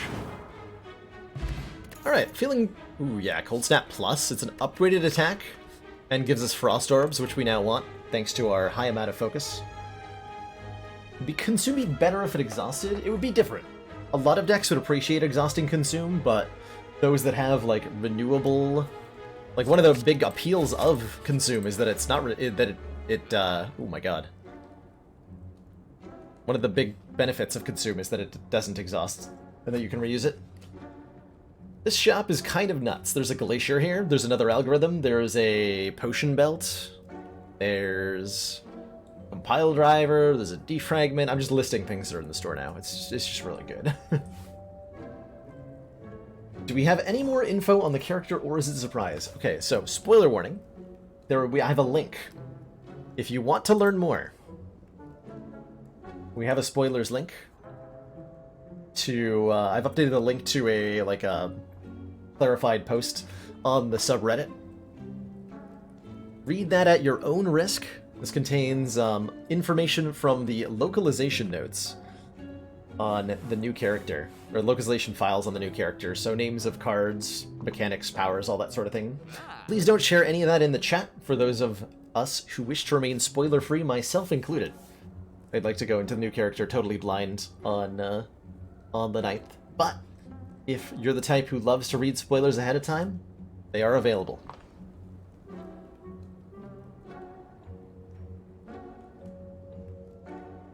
Well, I'm definitely buying this Glacier. Dumbledore was dead the entire movie, and that was the only reason Bruce Willis could see him. It's true. That's true. So, Glacier is yes. We now have enough Frost. Defragment could give us even more focus. Do I want even more focus? I don't know why I asked myself that. Of course I want more focus. Kidding me? Of course I want more focus. So we buy a Defragment, we remove a Strike. Can I afford a Potion Belt after that?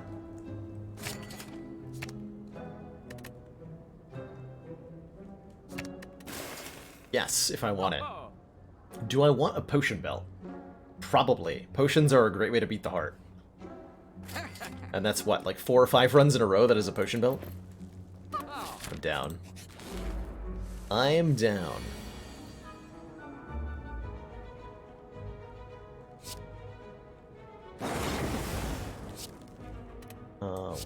Turbo. Do.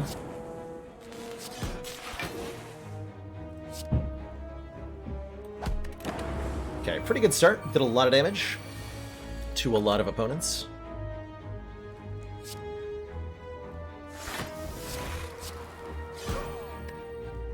Pretty good. Excellent.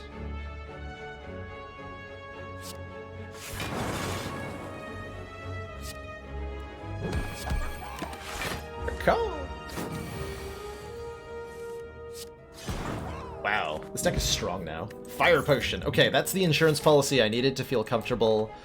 Am I really gonna go into the Burning Elite here? I'm thinking about it. I'm strongly considering going up the Burning Elite path here. Other options include worse options. Yeah, we're gonna fight the Burning Elite. And we're going to do so with a Ball Lightning Plus, which is a 10 damage attack that channels an orb. Yes. Yes, for sure. For sure.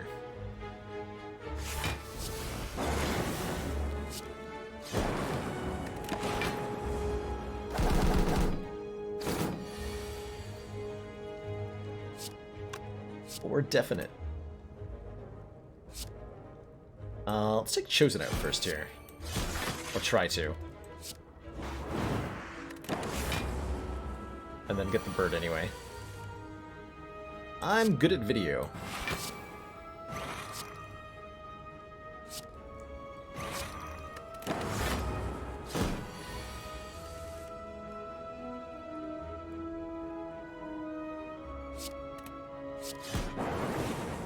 Chat's being silly again. Chat. Chat. Ooh, Fear Potion. Even more insurance.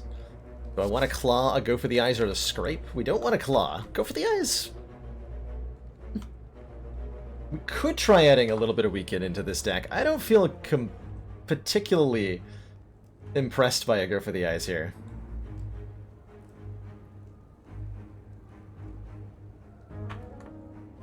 Yeah, please do ease up on fake spoilers, by the way.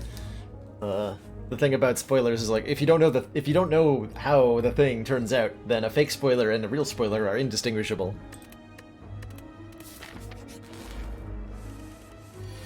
So please don't give anyone cause to fear that, to fear something, yeah.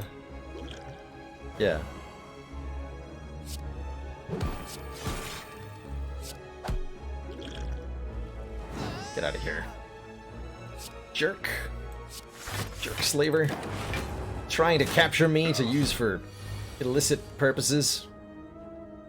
Extremely rude. Extremely rude.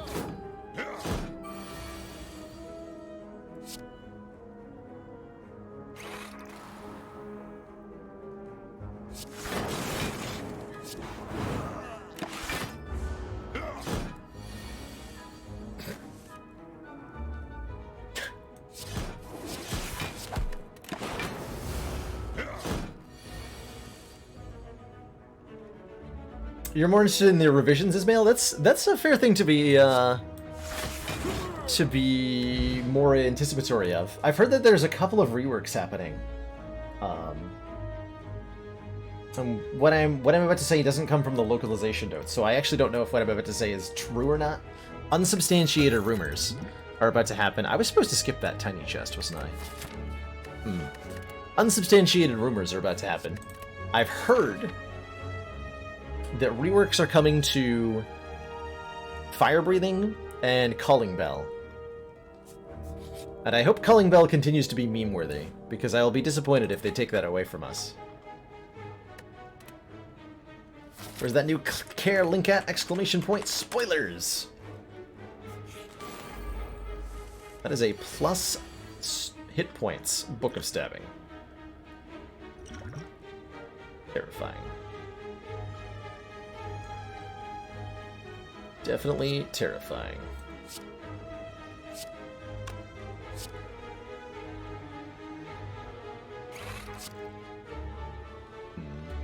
I might be supposed to double Ball Lightning here, but I'm going to double defend.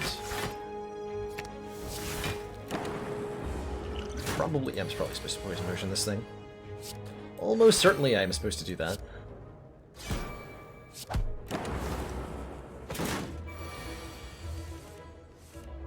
Me all of the cards now.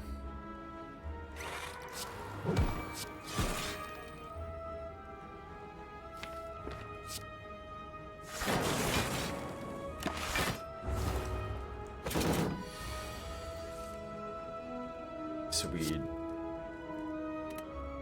Ball Lightning, Doom and Gloom, Cold Snap. Screw it, it's Turbo Rainbow too. Push out all of the damage. Please and thank you.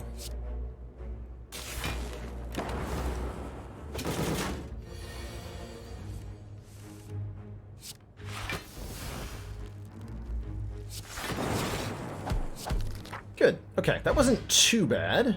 That poison potion definitely helped us finish that a turn earlier. Ginger calling Bill and not House. Do you think Tiny House is meant to be the you may as well pick me instead of skipping Boss Relic? I think Tiny House is a little underrated, normally.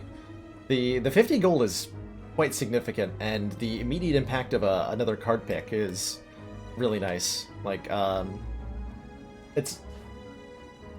Oftentimes, I think in those, like, for example, those first 2 fights in Act 2 that really punish you... Man, Omenborg's great here. Those first 2 fights in Act 2 that really punish you, like that initial Chosen battle or that initial Shield Parasite battle, you'll often take less damage in those if you took a Tiny House than if you take in, like, an Energy Relic. Especially if that Energy Relic has an immediate downside, like Mark of Pain. What happens if you use Consume with 1 orb slot left? You go down to 0 orb slots, Hokori, and you cannot channel any more orbs. Attempting to channel an orb will do nothing if you have no orb slots. It's a bad time. It's a very bad time. Bullseye versus Reboot. I like Reboot for the card draw. This deck loves card draw. Got very expensive stuff. Bullseye makes our Dark Orbs hit harder, which is very exciting. A good way for us to scale our damage up. We're fighting Collector. Card is definitely much better since the buff. But well, will that go for the eyes I took?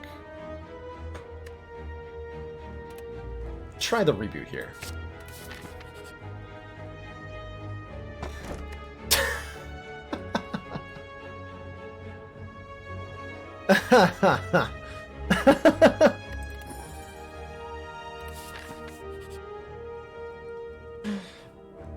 Spire definitely has a sense of humor sometimes.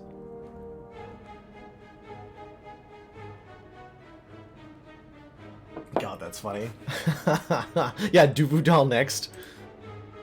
How about 99 gold? Right before the shop? Yeah, I'll take 99 gold. Ooh. That's a pretty good shop. Okay, 2 major considerations at this store, which I think are both very valid. Membership card makes all future products, all future shop purchases 50% discounted, and it applies immediately. We have a golden idol, so we're going to be gaining a lot of money, and this makes our money effectively twice as much money. So membership card is a lot of additional shop power for the rest of the run. Other good consideration is Pantograph. Start of each boss fight, heal 25 health. This is huge. It's a very powerful relic, especially in Heart runs, and is just really good to have.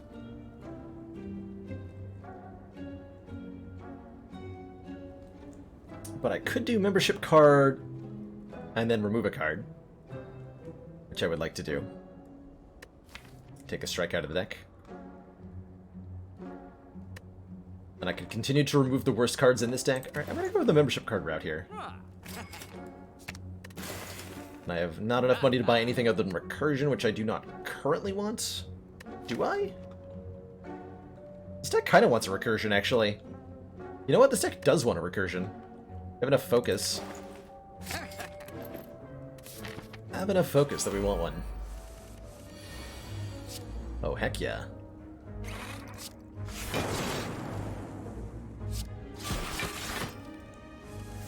Nice, redrew the Void immediately, so there was no downside to that turbo. Convenient.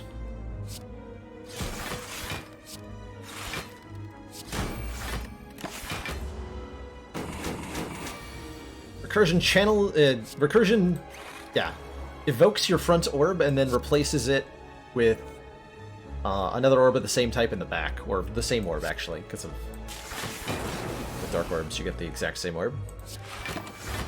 And that lets us manipulate the orbs that we've got pretty well in a couple of different situations. Note that we haven't played this creative AI once since we took it. Fun facts. Fire potion. So I want a leap for some better block. We're doing pretty well in the block department. I think this is a skip.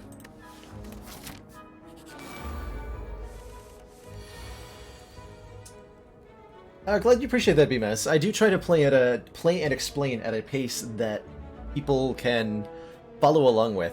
While I might have how much hours?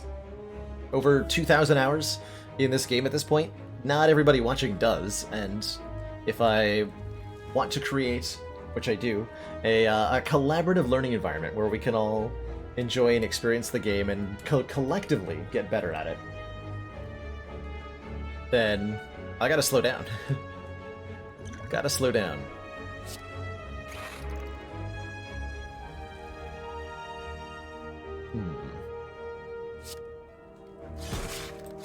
Just take a little bit of damage here. Get our orbs scaled up. I thought about using a fire potion there, but I chose not to. This is not Ascension 20, no. My highest streak of successive heart kills, if you're talking Ascension 20 Necrorge, then my best streak is 4 in a row, alternating. Or 5 in a row with defects. If you're talking any difficulty level, then the only other difficulty I've tried to streak on is Ascension 15. And that I've done a 13 kill streak on. We're not retaining, okay. Gotta kill one of these guys so that we don't have an attack headed our way next turn. Good.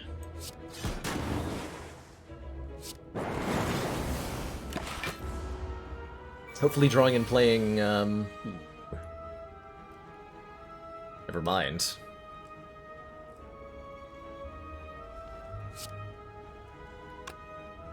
We're gonna have to use the fire potion to not die here.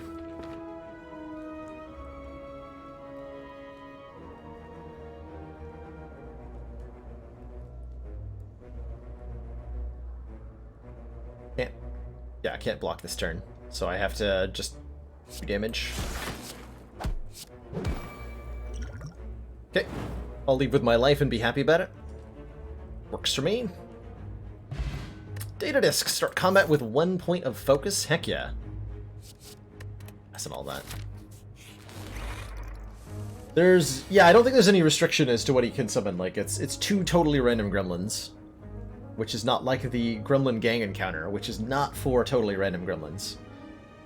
The 4 gremlins encounter in Act 1, there can only be 1 wizard. And there can only be, I think, 1 shield gremlin?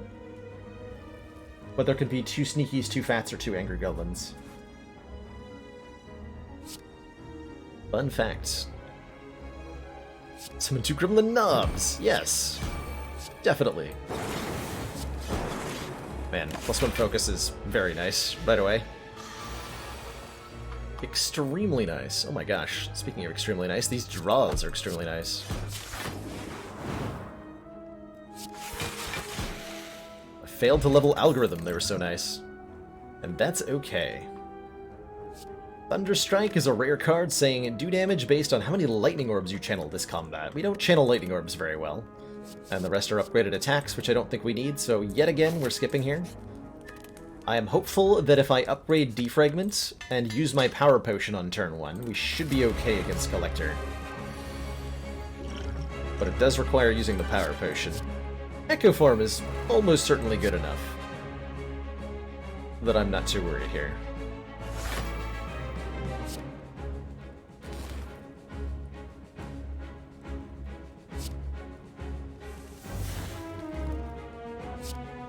I'm retaining. Okay, I'm not going to play the Ball Lightning because I want Art of War to give me an extra energy here.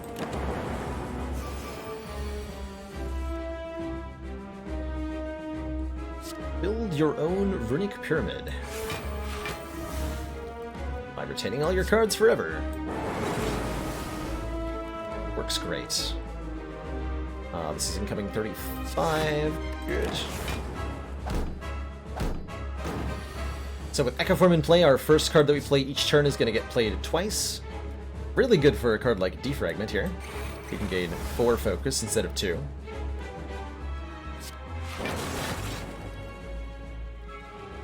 Which is a heckin' big deal.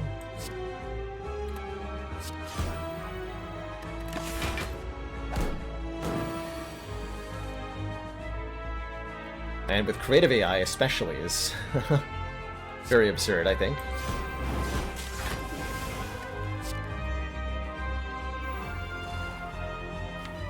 So this is the Mega Debuff. Just weak, vulnerable, and frail, and this is where Collector starts getting really scary. For example, we are scared right now.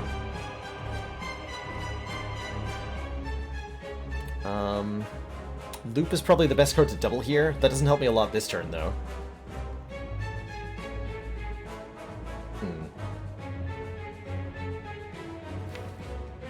No voids. Okay.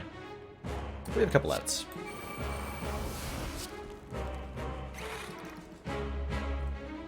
Okay, just hold on. This will be 30 block a turn off this one orb if I'm willing to just survive this hit. And not play Ball Lightning here. I only got 3 more blocks, so it's the same as just defending. Whatever. Alright. Don't kill me. Thanks. Yeah, we're fine now. Now we are fine. Oh, now we are so fine. Are we fine yet? Oh, I meant to not lose that. Whoops.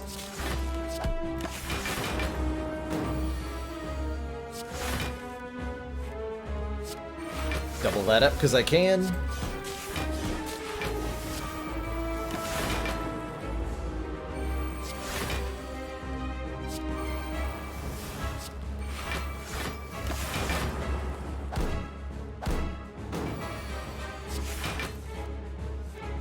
Double capacitor, double consume. Oh my god. Well, that's a lot. That is definitely a lot.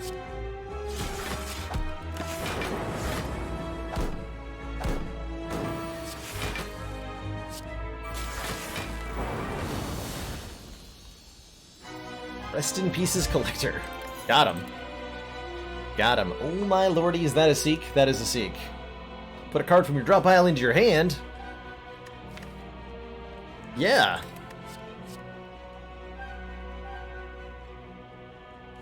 But the Thunder Strike that we don't want. Meteor Strike we can only play sometimes.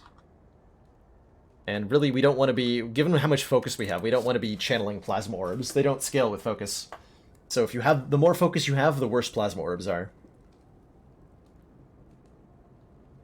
Yeah, a real copy of Echo Form would definitely make the deck a lot better. As it stands, what do we got going on here? Our relic options are Busted Crown, gain an energy at the start of the turn. Future card rewards are worth less. I think this deck could definitely use even more energy, potentially. I'm not sure I like losing out on card rewards, but we can mitigate the downside of the Busted Crown pretty effectively by going to shops. We have a lot of money in this membership card, so we can buy a lot of cards at stores if we need to.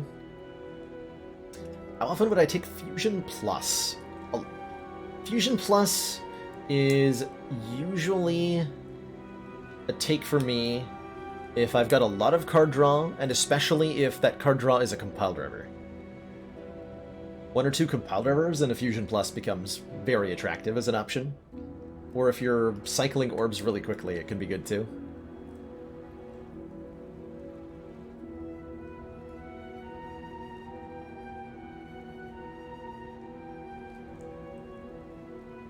Eternal Feather heals us based on the deck size whenever we enter a rest site. Our deck size is currently quite compact.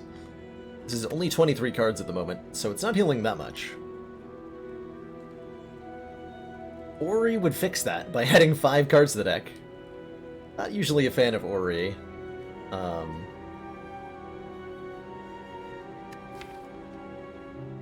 Unless I have like a Singing Bowl or one of the Egg Relics to make the cards upgraded. I'm pretty cool with a Busted Crown here. Give us 5 energy, like, our cards are consistently quite expensive. We have some reasonable card draw between the Predator and the Bag of Prep. Although I'm often able to generate like 5-6 energy turns already. Look at the Crown. That Creative AI is expensive. Alright, we want to hit some shops. There's one. Here's 2. Definitely going to this one, though. No questions asked. definitely going to that first one. It's a terrifying turn 1. That is just spooky.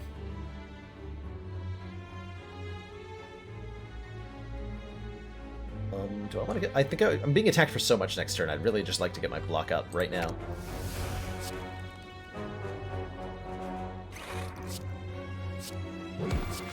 Down that glacier.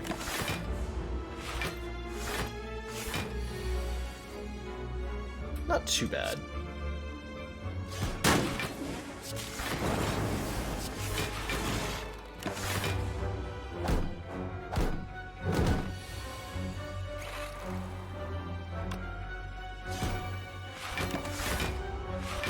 Definitely appreciating the extra energy a lot right now. Definitely.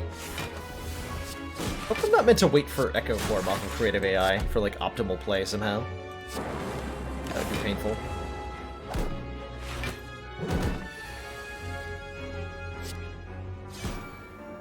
This fight only ends when all 3 of these enemies are dead at the same time, so I'm deliberately, like, chipping them down one at a time here. I'll line up an AoE kill.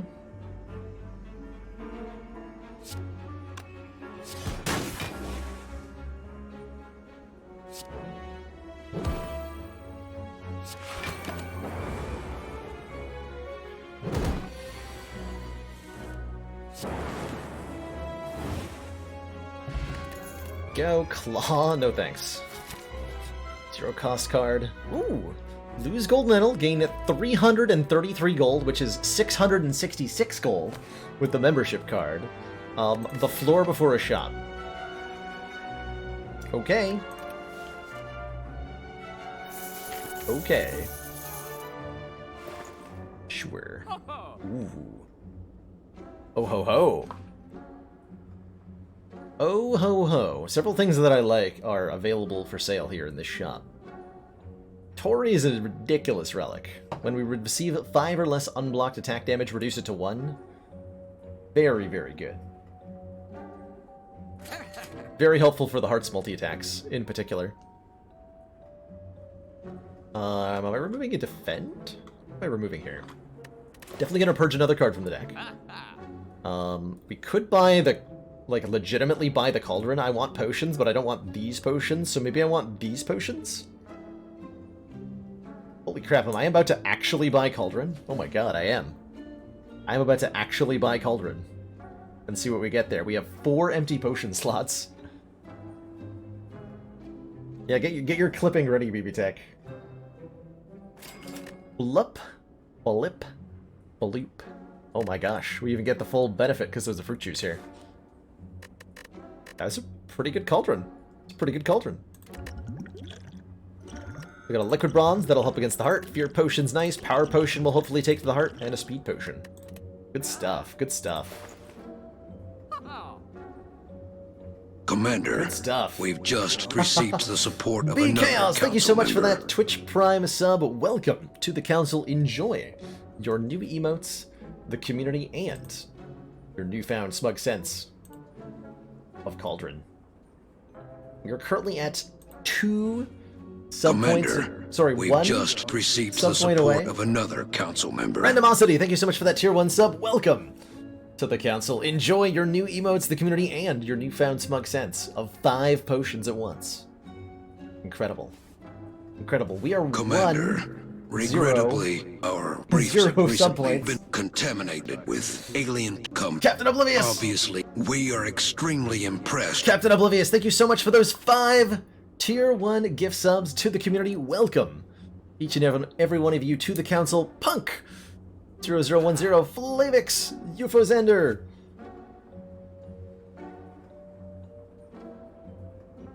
Mosi, see you? I have no idea. And JDJ, Jazz. JD Jazz, that's the one. Welcome everybody to the Council. Enjoy your new emotes, the community, and your newfound smug senses of superiority, and now we have a new emote slot available, which means we're getting some... I was already planning on getting some new emotes soon, but the time frame on that just advanced a little bit. And it means that when we add new emotes, we don't necessarily have to purge old ones, which is frickin' exciting. I may or may not have some dicey dungeons-related emotes in the works that I'll be happy to share soon when they're ready. Very, very hyped about that. And very, very hyped about having another emote slot. You know what that means, chat? If I have an emote slot that I just unlocked, that means that we're currently at more subscribers than the channel has ever had. That is worthy of celebration. For sure. For sure. I think I'd take a defend out. Or maybe zap. No, I need that zap. I'm gonna buy bullseye. Okay. I'm not taking a charged battery, right? We have 24 cards? This is a crazy deck. Baylor Maths is coming. We definitely need a Baylor Math. We definitely need a Baylor Math. Come on, Apotheosis. Oh, right, we have Busted Crown. If I want a Transmutation, I'll take a Transmutation. We have a lot of energy. That's a way to spend it. I'm curious what it might be able to do for us. Very curious what it might be able to do for us.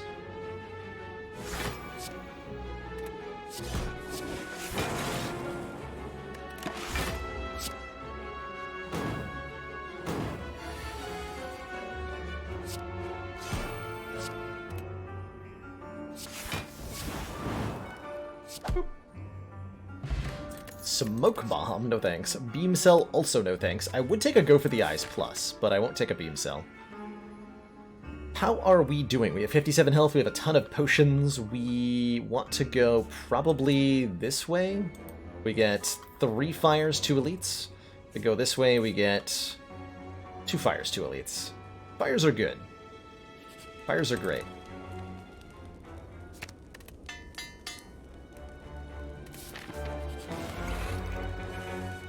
Or Giant Head.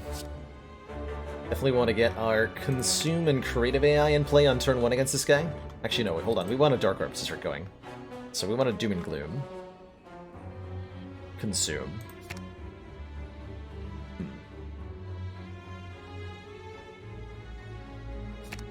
Creative AI Turbo, I guess.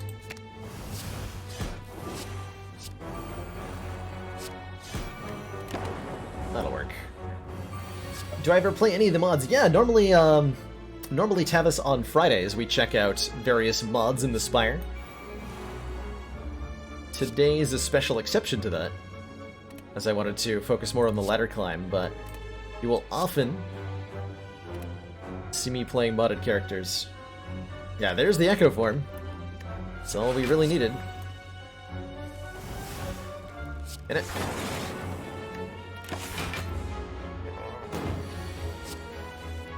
Double buffer. My god.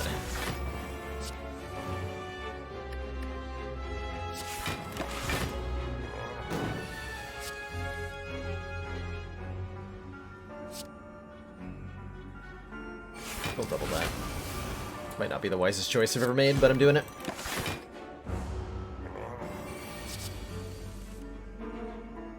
Double biased cognition, potentially. Now let's double up our defragment. Let's... Recursion? No, consume. Bullseye recursion here. Do some damage. We'll take this hit on the buffer. Stop. Please give me something more useful than that. Thanks.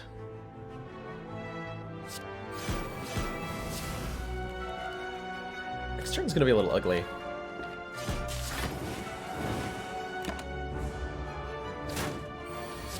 Nope, never mind, we're fine.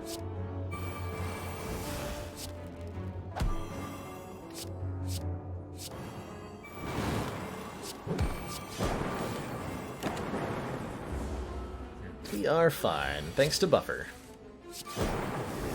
Deck really wants a real Echo form and a real buffer, though. Molten Egg! If we add any attacks, they're upgraded. We could add an unupgraded Fission, which is not bad. Turns our orbs into draw, and we can upgrade this if we want to. At the next fire here. Which is worth considering. Other important upgrades include our creative AI to make it more playable. Our recursion to make it more playable. This just lets us get going faster enough that it's worthwhile, I hope. I really hope.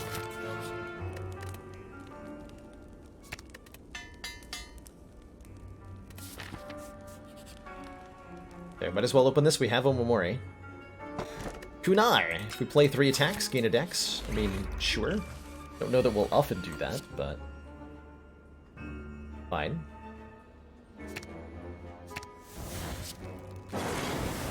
Order. Order.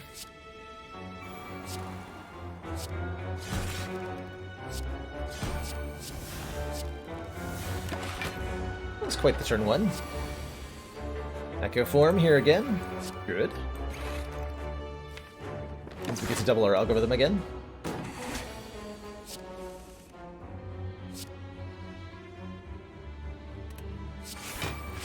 Our own rooting pyramid here.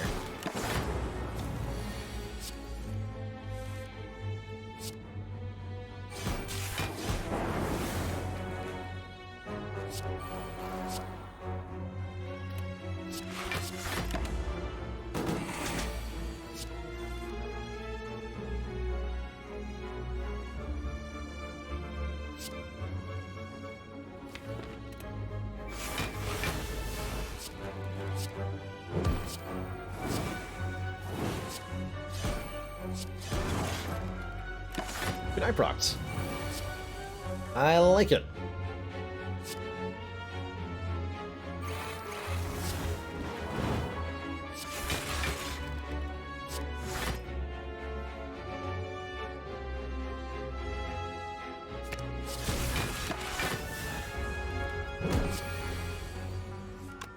$11 times 4, huh? Quite a bit of damage, sir. Cool-headed plus? Channel of Frost draw 2? Yes. Very much yes. These guys are scary. Judging from the chaotic terrain around you, a bony sphere surrounds a mysterious, glowing object within.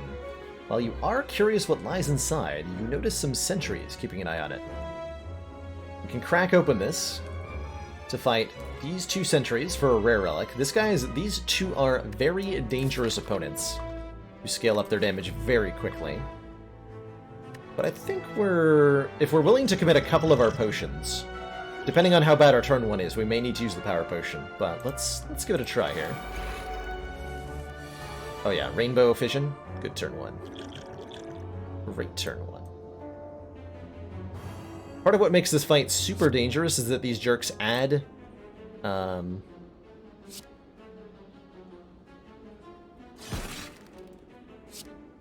they add burn cards directly to your draw pile, which is very risky.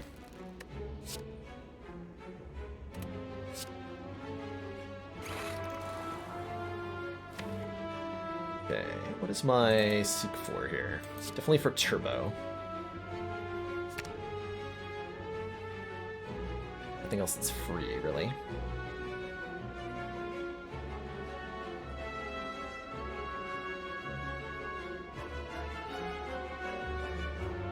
Probably want to rebound this Predator.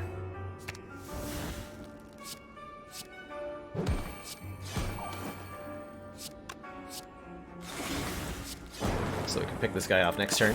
Looks like a pretty good turn 1 though, dealing 80 damage to one of these nerds. Perfect, in fact.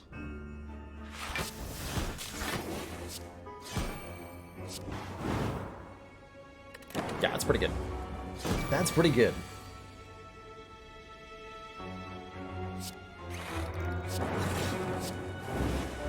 Got him. Jerkos or jerkels? Want to conjugate your jerk insult into Spanish? We got an old coin that's another 600 gold. Oh my gosh, we're so rich! We're so rich, chat! Just the mostest richestest. What am I seeking for here?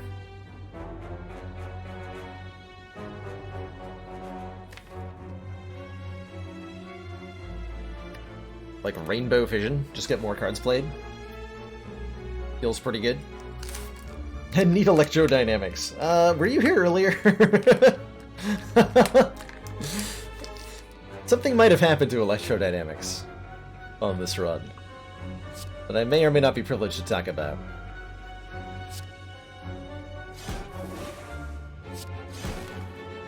Actually, we don't seek for Rainbow Fission, we just seek for Fission.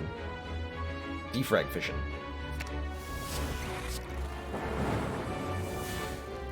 Frag Fission.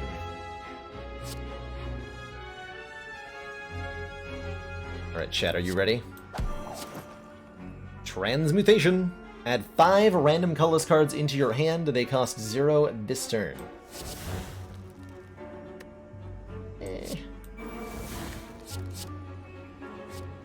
Oh, that worked out.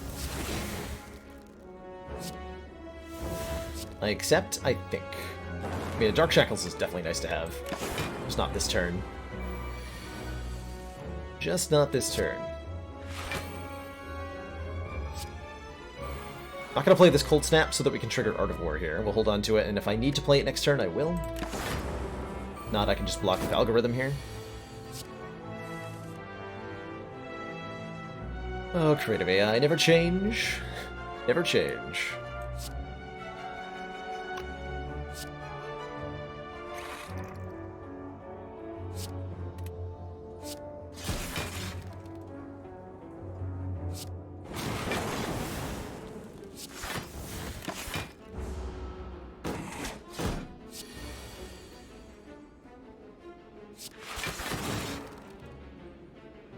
It's in a block.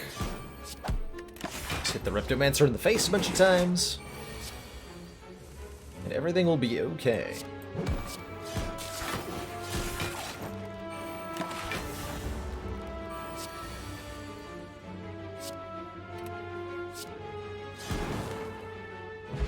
Stone Calendar. End of turn 7, deal 52 damage to all enemies. That was our last elite fight. Cool. Stack Plus. I could see Stack Plus being okay. I'm gonna pick it up, just so we have one more block card. I think these potions are better than Attack Potion for the fights we have remaining. Ho ho ho! And Clockwork Souvenir is even better. Start combat with 1 artifact, yes. Start of each combat, apply 1 vulnerable to all enemies, I think also yes. Probably Letter Opener, just because I can afford it.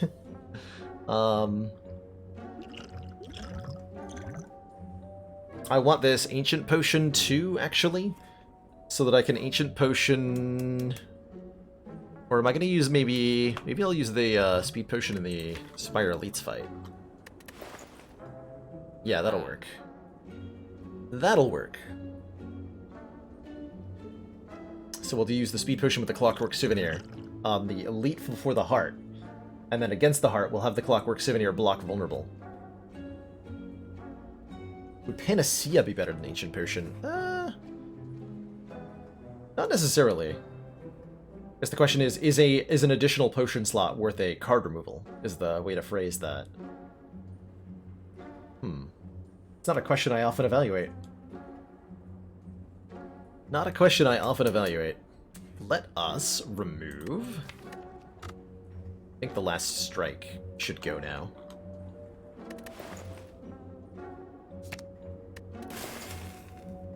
Panacea can be 2 artifact, that's true. Not too many situations we need 2 artifacts. And we are hitting 1 more shop, yeah, so that's why I haven't bought the Letter Opener yet. That's a lot of money for a bit of AoE.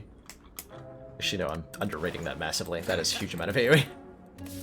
And that'll help a lot in the Adonio and Deca fight. And we still have 500 gold equivalent for the last shop before the Heart. Should be good.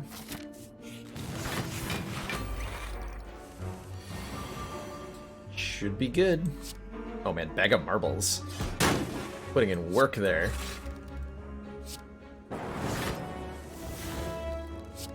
Yeah, so Letter Opener is actually, like, kind of insane. By the way.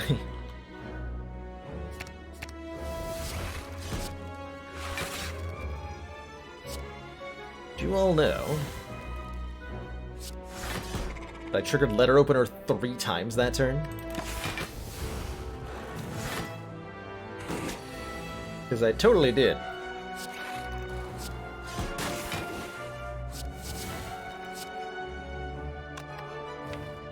Okay, we did play algorithm. Pew pew. Barrage? Nah. Don't need that. Grab our recall. Grab our recall.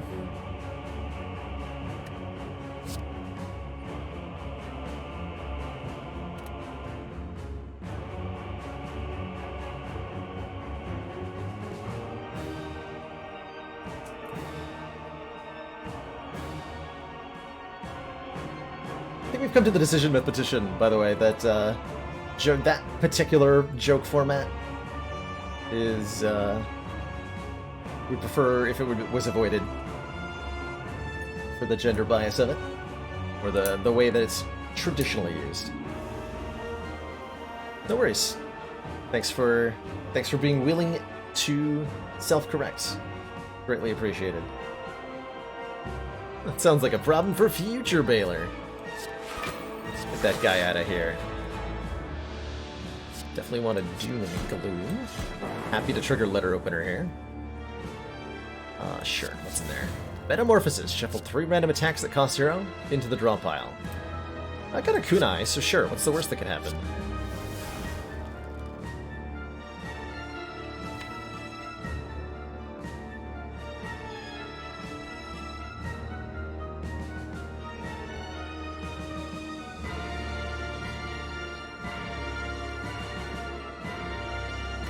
Okay.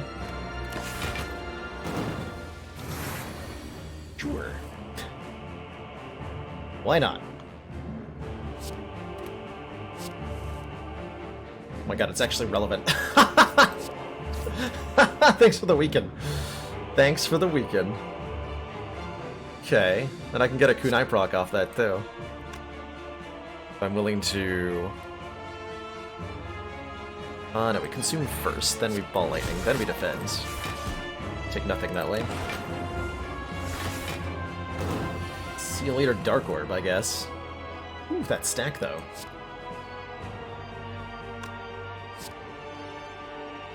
That stack, though.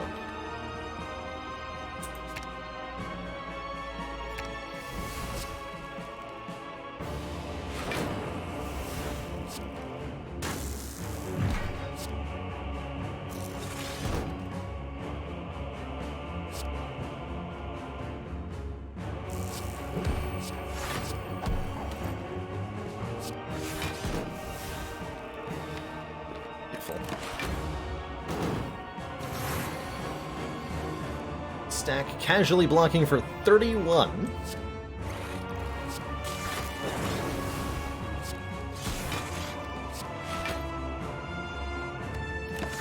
Just because it can. Just to show off.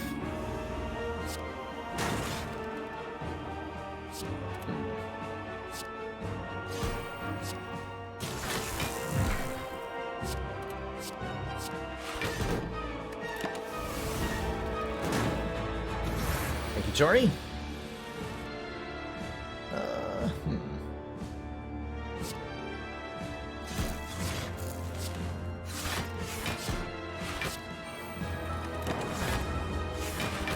Quite the Tory value there. Stone Calendar is going to finish Donu off for me, which is very much appreciated. At least I hope it is.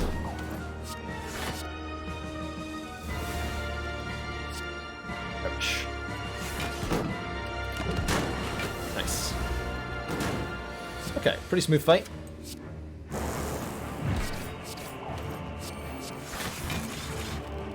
Pretty smooth fight indeed. Yeah, the go for the eyes were shockingly relevant, I have to admit. Ow. Okay, we're not dead.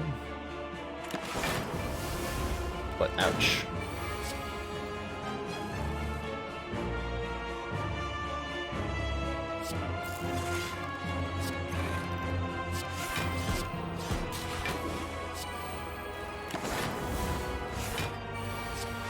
Should be fine now, though.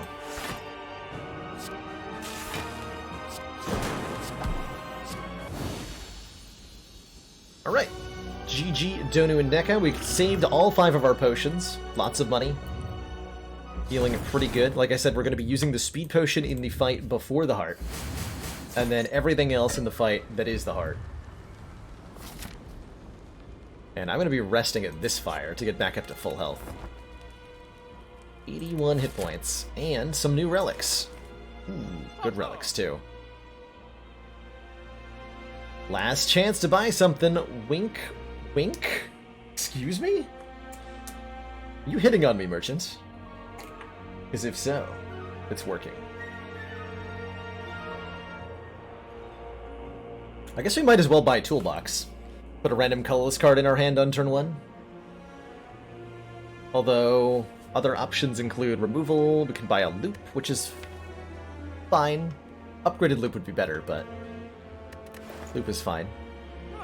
Symbiotic Virus starts us out with a Dark Orb, which is a huge deal. Certainly we're buying that. So actually, I'm probably not buying a toolbox, huh? How much do I value a card removal? Actually, not that much.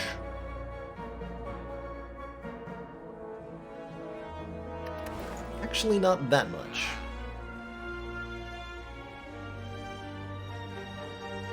I choose to believe in the toolbox here. Put a random colorless card into our hand. What can you do for me, toolbox? Oh, I can also still buy the loop. Alright. Take the loop too. Swift Strike! The value. The value.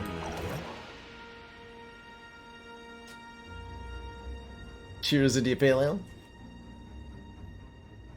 Hey, it's a kunai proc. I guess I'll take it, right? Fine. Seems fine. Let's see. Who do I want to try to kill first here? I think because we're relying partially on Dark Orbs, which target the lowest hit point enemy, we should kill the enemy with less health first. I do consider bits towards the goal. Yes, Luminescent. I do indeed. Also, speaking of bits, if you are going to cheer with bits, did you know you can get 10% more bits for free if you use the Subway Cheer emote? That's through, I think, September 24th or so. So instead of Cheer X, it's just Subway and then the number.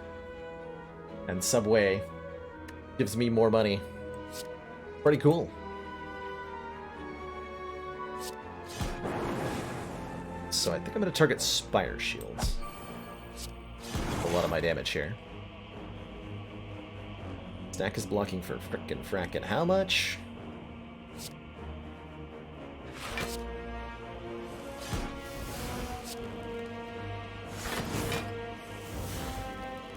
Oh ho!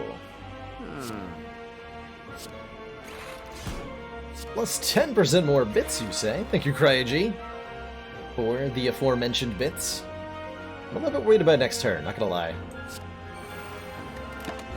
Not gonna lie here. Never mind, we're fine. Thanks, genetic algorithm. You sure saved my bacon here. And the dancing subs! Delicious. Delicious. Cheers, everybody. Caca. Caca. Hashtag sellout. Swift Strike actually quite relevant here, letting me turn back around. By the way, appreciative. Very appreciative. Am I playing this Glacier? Thinking about it.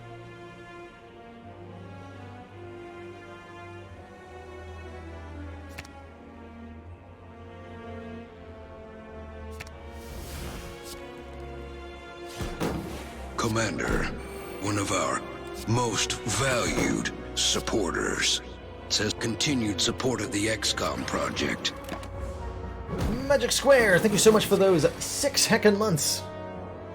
Twitch Prime support. Thank you so much for the long-standing. Enjoy your new red ironclad energy badge and the smug sense of superiority that goes with it.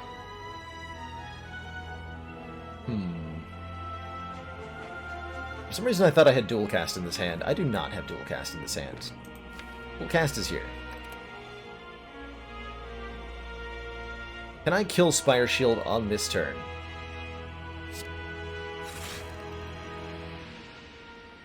Yes.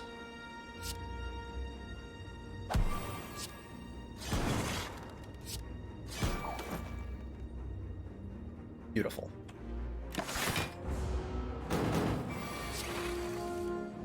Totally beautiful.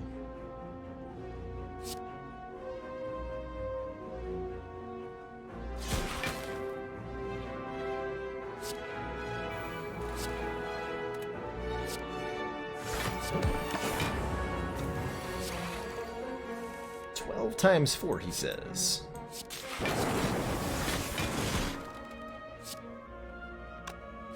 Definitely appreciated the extra dexterity in this fight. Would have liked it in the next fight too, but blocking vulnerable is also important in the next fight. Couldn't do both. Alrighty, plus we got a replacement potion. We got a block potion now. And Ginger, which says we can no longer become weakened. That will help a little bit. Do I want a steam barrier? Not really. Not really. I am avoiding the spoilers, Zuvozander, but I do provide the link for people to peruse if they so wish. So, Focus Potion gives us 2 focus, Liquid Bronze gives us Thorns, Power Potion gives us either a Heat Sinks or a Buffer. Buffer's nice for blocking the big hit, potentially. I was hoping it'd be a bias cog, quite frankly.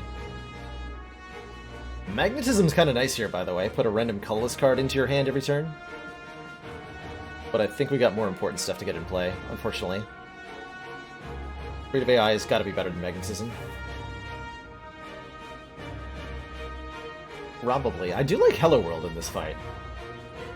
Feels like Buffer's better for blocking that first big hit, though. So we go Defend, Creative, Buffer. I could Equilibrium and just play a whole bunch next turn. Actually, yeah, Equilibrium to... Yeah. Okay. Should have Equilibrium first, then. And I could have played Loop instead of Defend. Oh well. Oh well. So we could just tank this hit on the Buffer. But I have to Algorithm? No, I have to Block Potion to keep our Buffer intact. Okay, perfect. That'll do. Block Potion.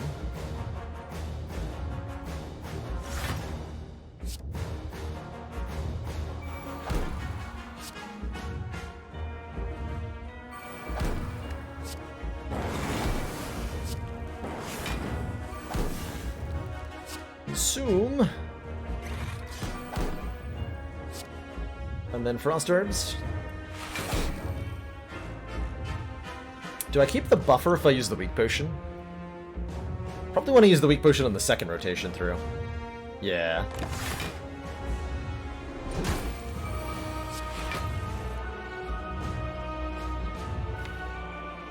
Okay, Seek can find me my Defragments. Secret Technique is a really nice card to be getting. Magnetism proving kind of interesting so far. I'm curious to see what it'll continue to generate. Really curious.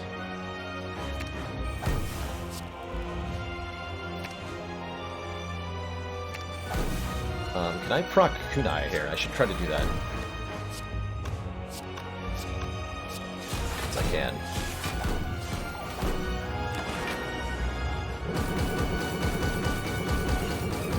So the Heart's about to gain 2 artifact. This is therefore the turn where I apply the Weakness Potion. And then the next 2 attacks we have weakened for it. So we should be smooth sailing through at least that much. I drew 4 status cards this turn? That's crazy talk.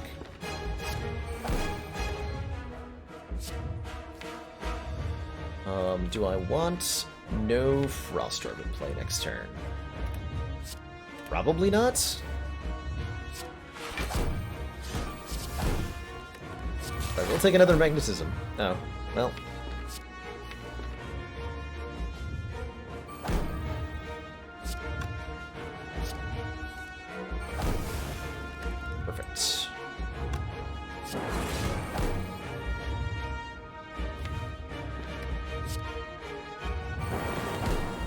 Beautiful.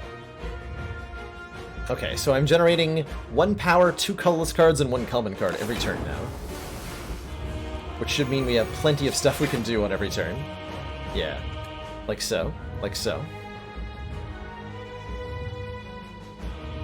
Good times.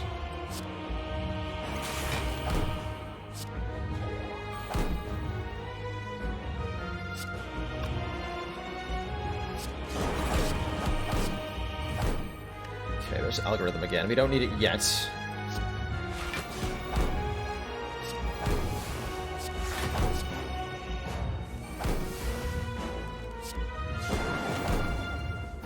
Kunai again. We're at 2 decks. Got a Frost Orb in front again for next turn.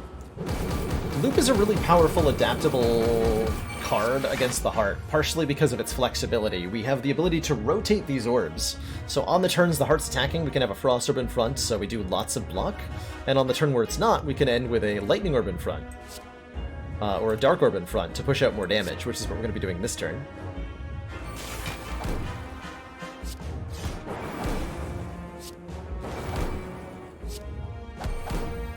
Value out of that Swift Strike. Let's put that panic button on bottom, just in case we need it later, and get 5 damage for so doing.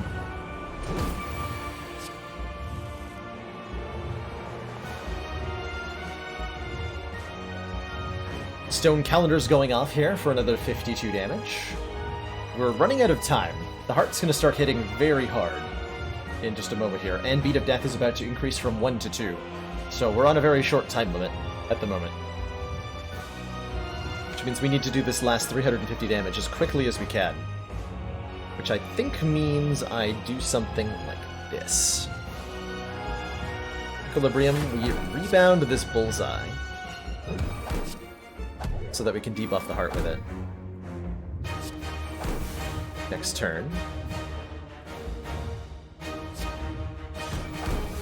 Guess I'll play a free creative AI? Question mark? Oh, damn it. That was bad. Didn't think about that that was going to evoke my Dark Orb without the bullseye. So that was a painful mistake, but I think we should be okay regardless. Just keep the rest of this in my hand, sure. Yeah, we're fine. We're totally fine.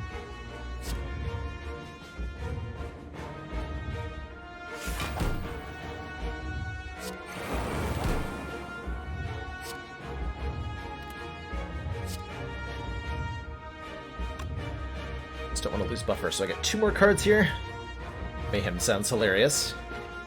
Don't think we want that. I think this is just Beam Cell Predator for the most damage. No, buffers more damage. Yeah, buffers more damage.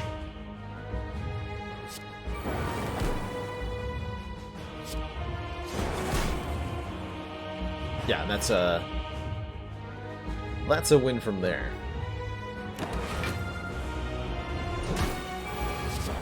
GG. GG. Whew. Smooth fight, actually. Didn't take a single point of damage there. I like it. I like it.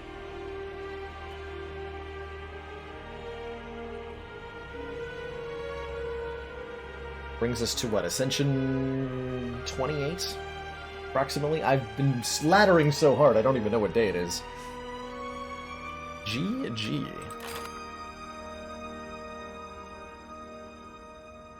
GG.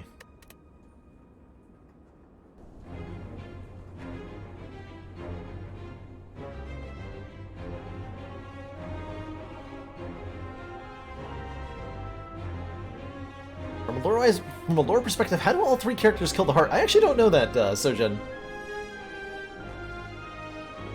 The game doesn't explain how you go from having beating the Heart and now claiming here at the end to sleep to staring her down at the start of the next run.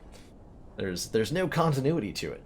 Almost like it's some sort of video game where you could start it over again after you get to the true ending. New class coming in 3 days, Gustav. Very, very soon. Very, very soon. Well, well, well. Well, well, well.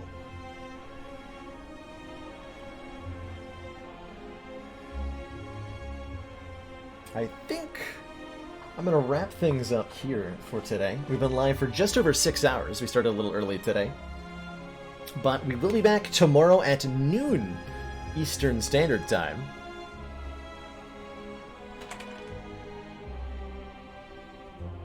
And you can get an announcement for when if you join our Discord. You can also hit that follow button atop the stream, especially if you're new. Super appreciate it. Lots of new folks coming into the channel these days. And I super appreciate the attention, the company, and the crowd.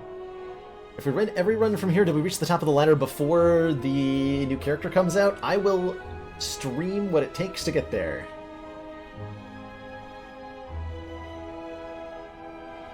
Is what I will do.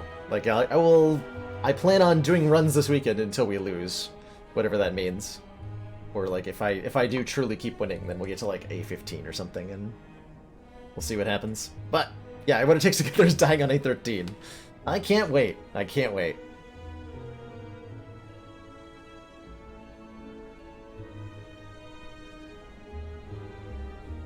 Cannot freaking wait.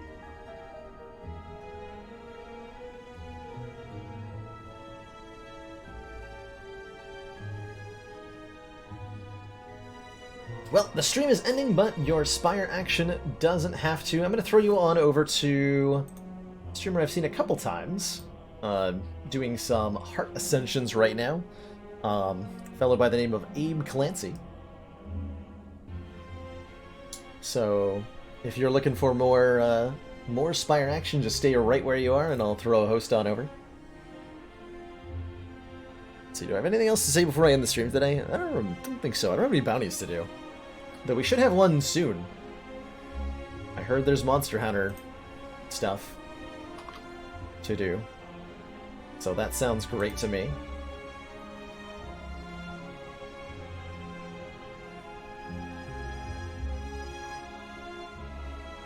Ending without a weird sneaker ad. I know, it's dark times for the stream, Pearly Whirly. Dark times. I'm not currently planning on playing or streaming Monster Hunter World. I have never played a Monster Hunter game, actually. But I hear they're pretty freaking hype. And I do have a background in Dark Souls, which has got some overlap, I think. Anyway. Ta-ta for now, ladies and gentlemen. I'm off to bed so that I can stream extra long tomorrow. I'm hoping to do a longer stream. Lots of ladder claiming. Claiming? Lots of laddering. Very exciting. Have a great night, everybody, and I'll see you all next time. Ta-ta for now.